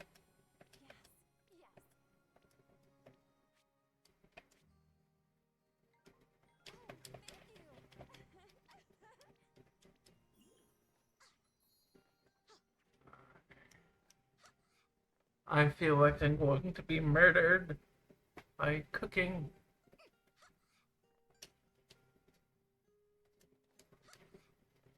Bazaar is getting kind of lovely. Stock. I have 5 treats, so that should technically be good.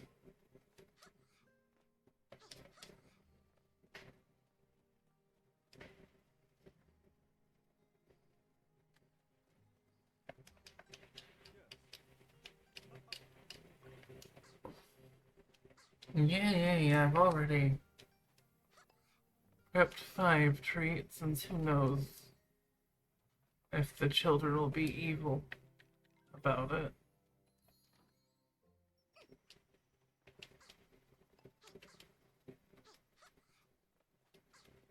Children actually can be very evil. I'm not even kidding about them being evil about it. It's just a state of life for them. Check stock.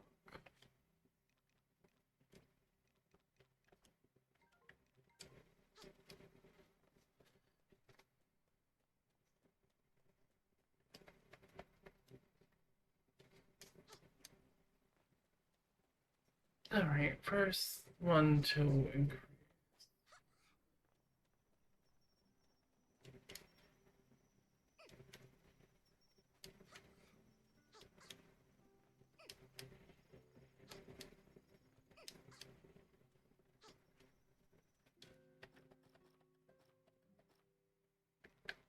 Nature spirits.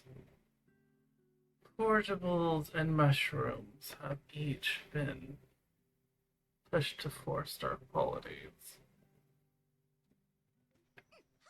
I will really need to work on fishing soon.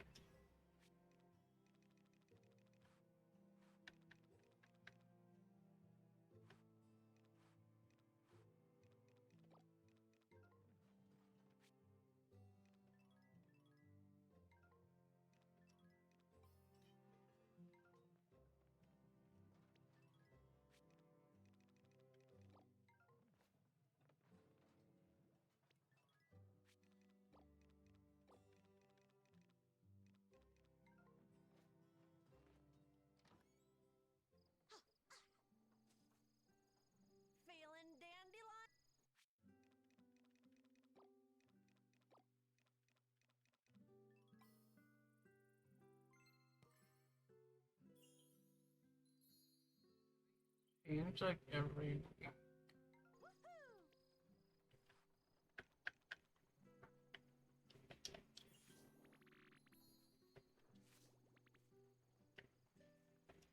Feeling dandelion.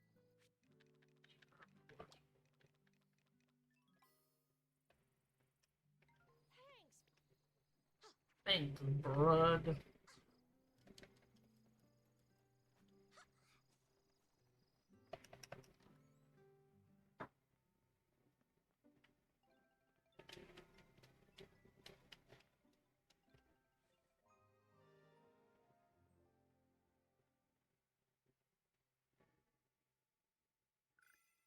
Alright. I have been going for how many hours? 7.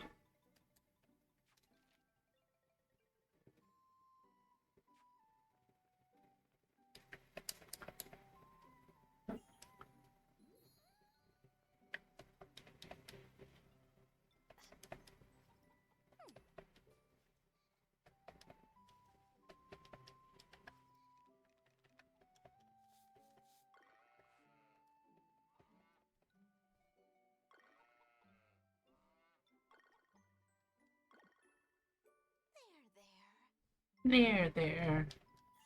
Your ancestors only thought you were a white orange tech. What a sweetie. What a sweetie. Don't you worry, Cherubs.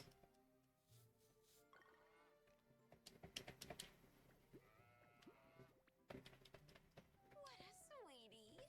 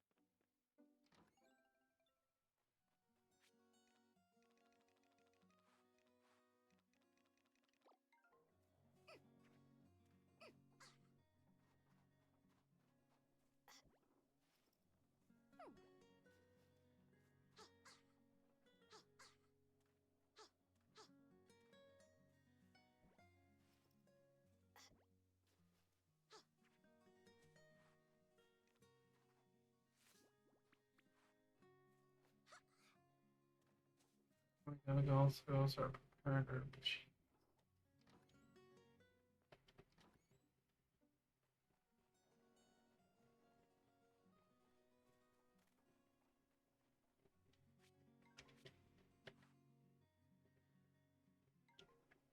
Oh, they're coming up here. Lovely. The evil spawn of Spartacus the Seventh.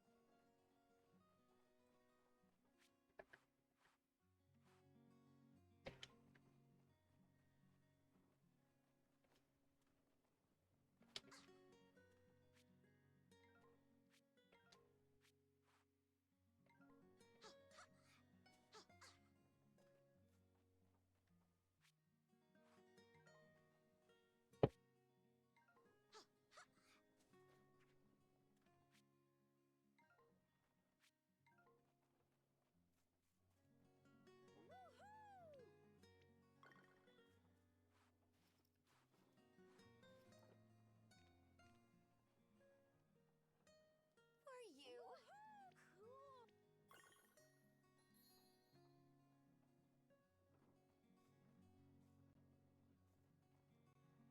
What's going on? Yeah.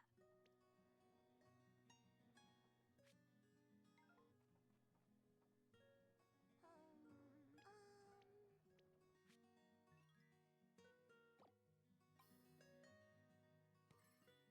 Too cool.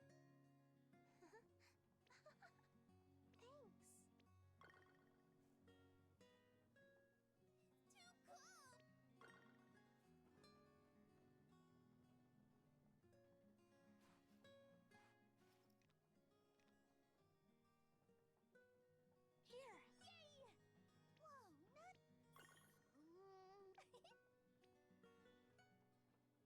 Whoa, not.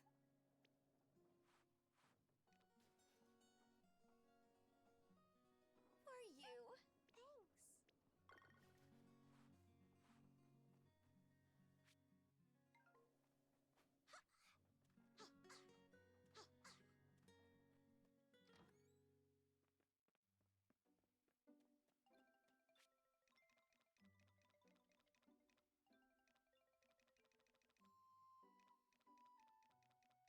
As all this make a simple yeah.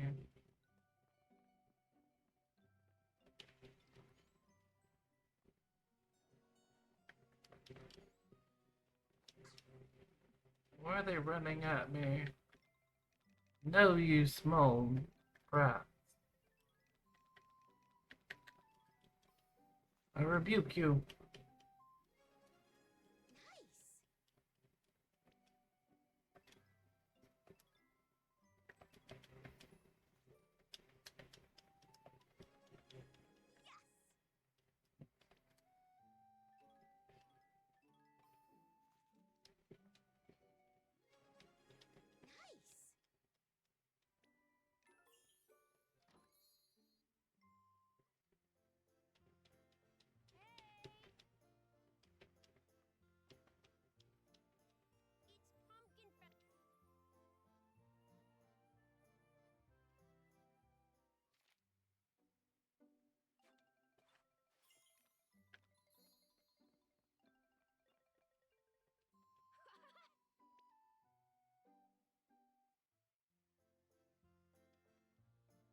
Whoa, that looks. You're the best. Oh man. Alright, run off, child.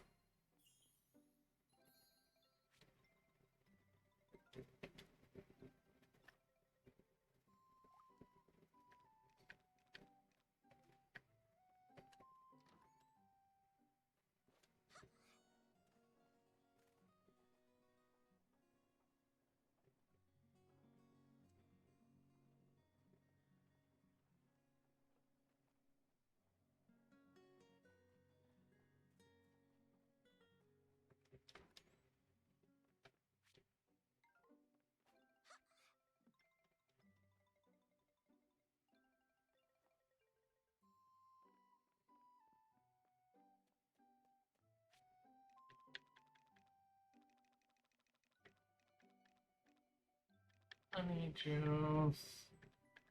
Maybe I'll make a nice warm herbal soup for luncheon. Yes, this game.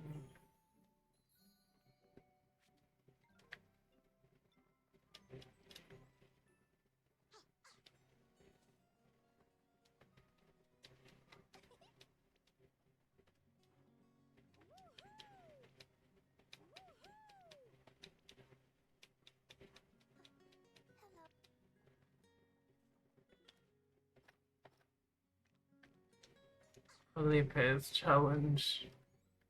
Be a whore. Work it, girl.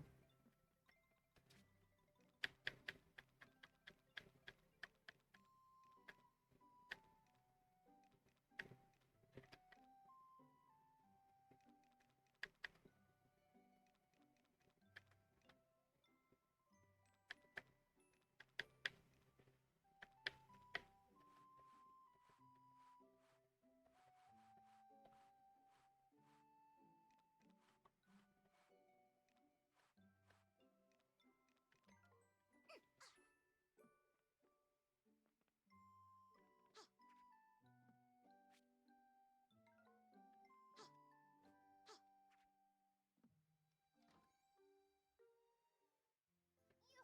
Excuse. You didn't forget it's a pumpkin. Of course. Such darling young children also deserve some pumpkins.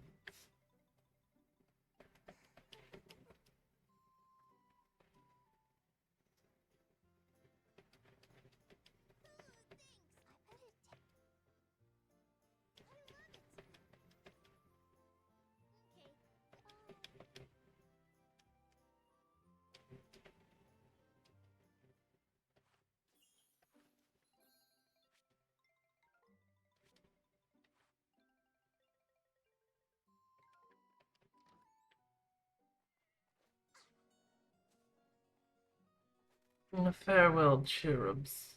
Never let you darken my doorstep again. Just kidding. Darken my doorstep and I will enter you into a world of meows.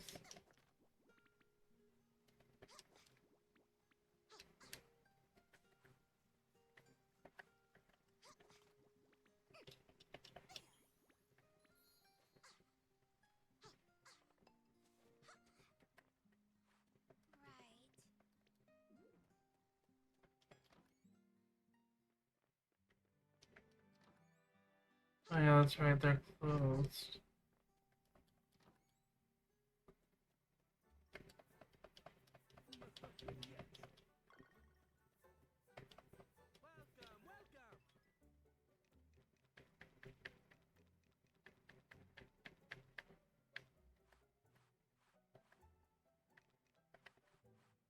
Welcome, welcome.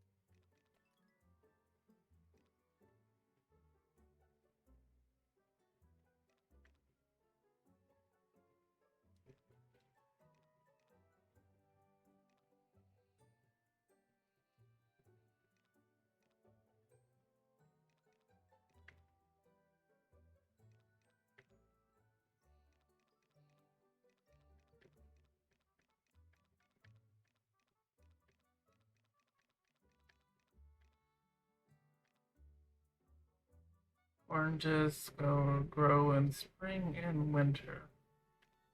These are only summer. Blueberries only produce in autumn.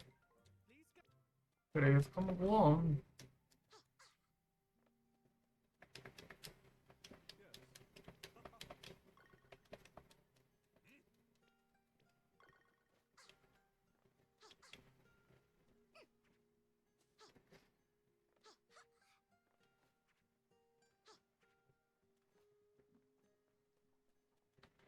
Where do I buy fishing bait from?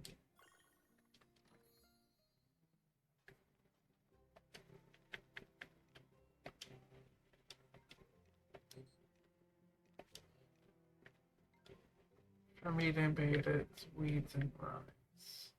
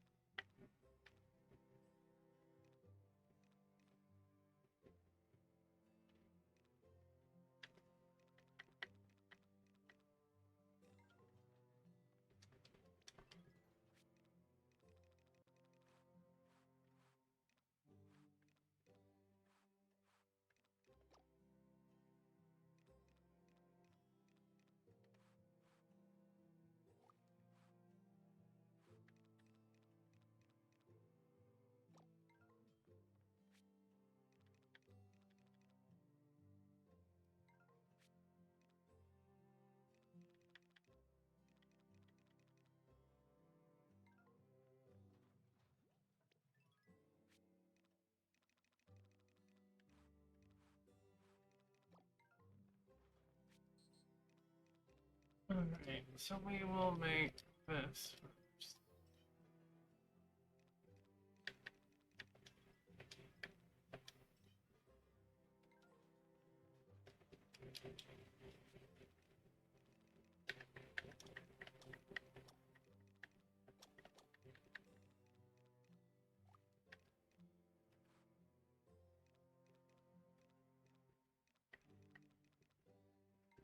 Rendering, blah blah blah.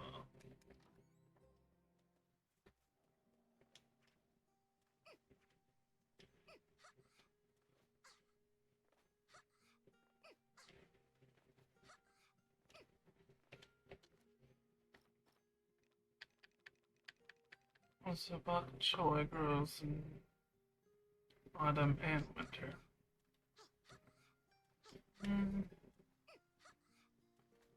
Well, I technically could plant it now. I'm not wanting to.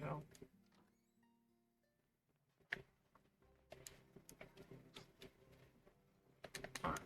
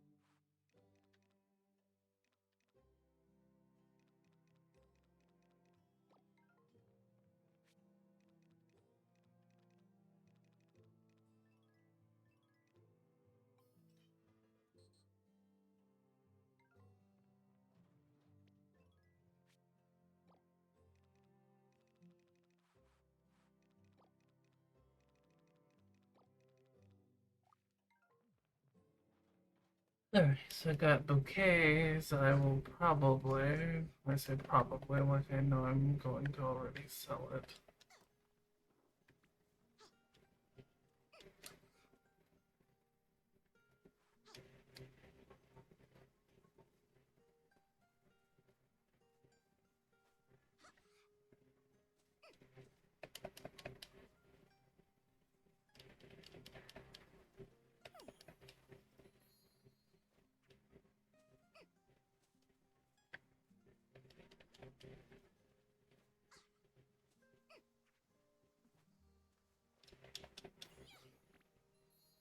Copper. Iron. Topaz. There's no honey.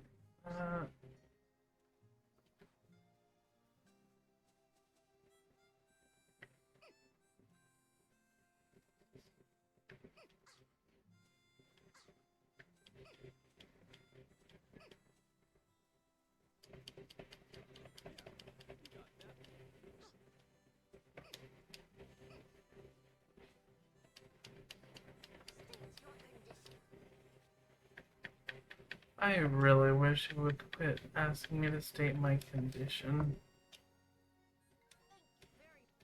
Thank you for wasting my time. My condition has already been processed. You will now hear the song of my people. Reach in 6 minor.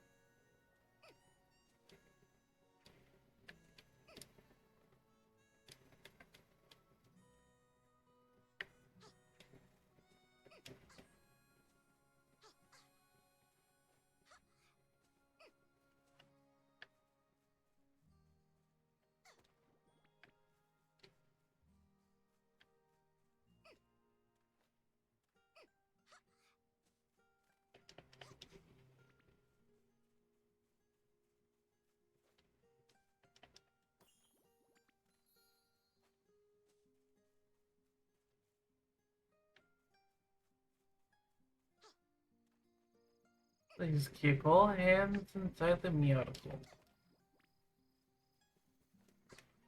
You are not responsible for any loss of limbs or life. Especially because I bite.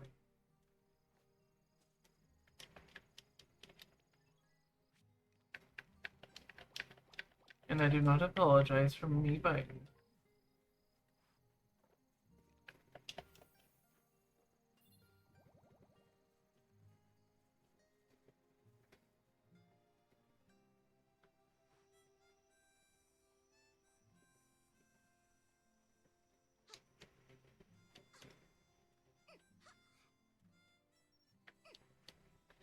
My husband can shove his pinky toe up his butt.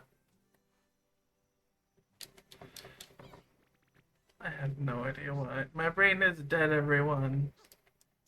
But we have the new model debut tomorrow. Which I'm going to the grocery store tomorrow before it, so.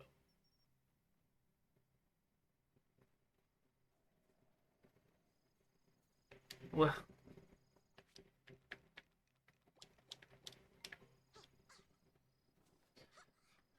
Alright. Judging by what I will in stock.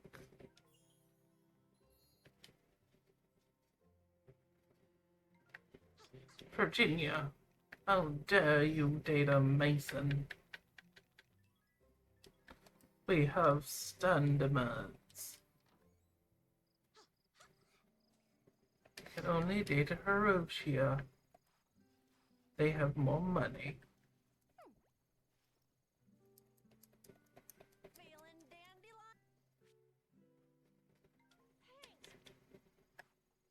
Thanks, bruh. Do you have a brood sister? And does she have a mister?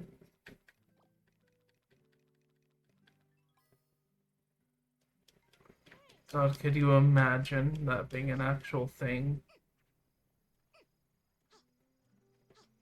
This is, oh, she's the brood sister, oh, the fifth, oh.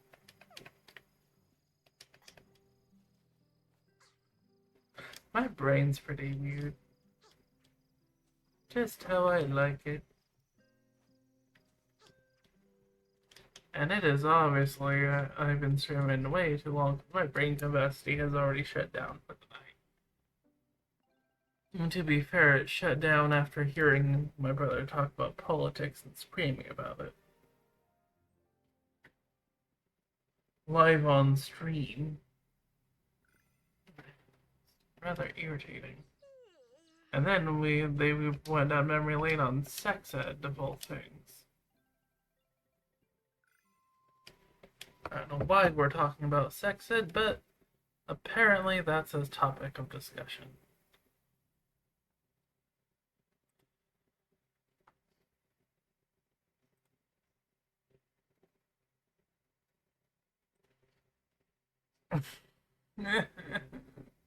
I invite him.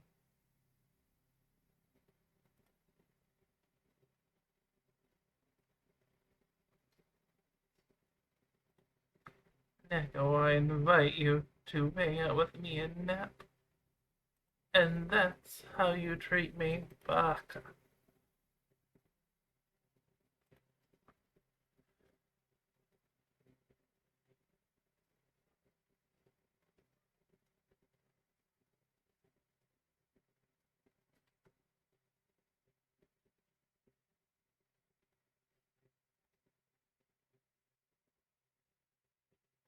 Now I'm gonna be salty. Just kidding, I'm not gonna be salty.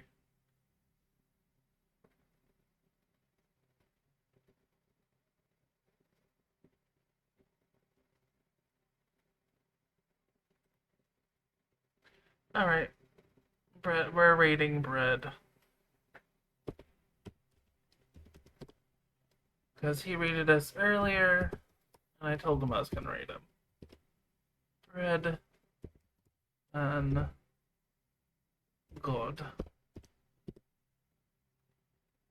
And if you are following, we have. And now I'm gonna type in a race message. Kitty Cat Raid. Along with our lovely new raid emotes. So I'm gonna copy. Alright, I'm gonna create the raid command, and I'm probably going to post this, aren't I? So raid. Why was I gonna throw a Neko map?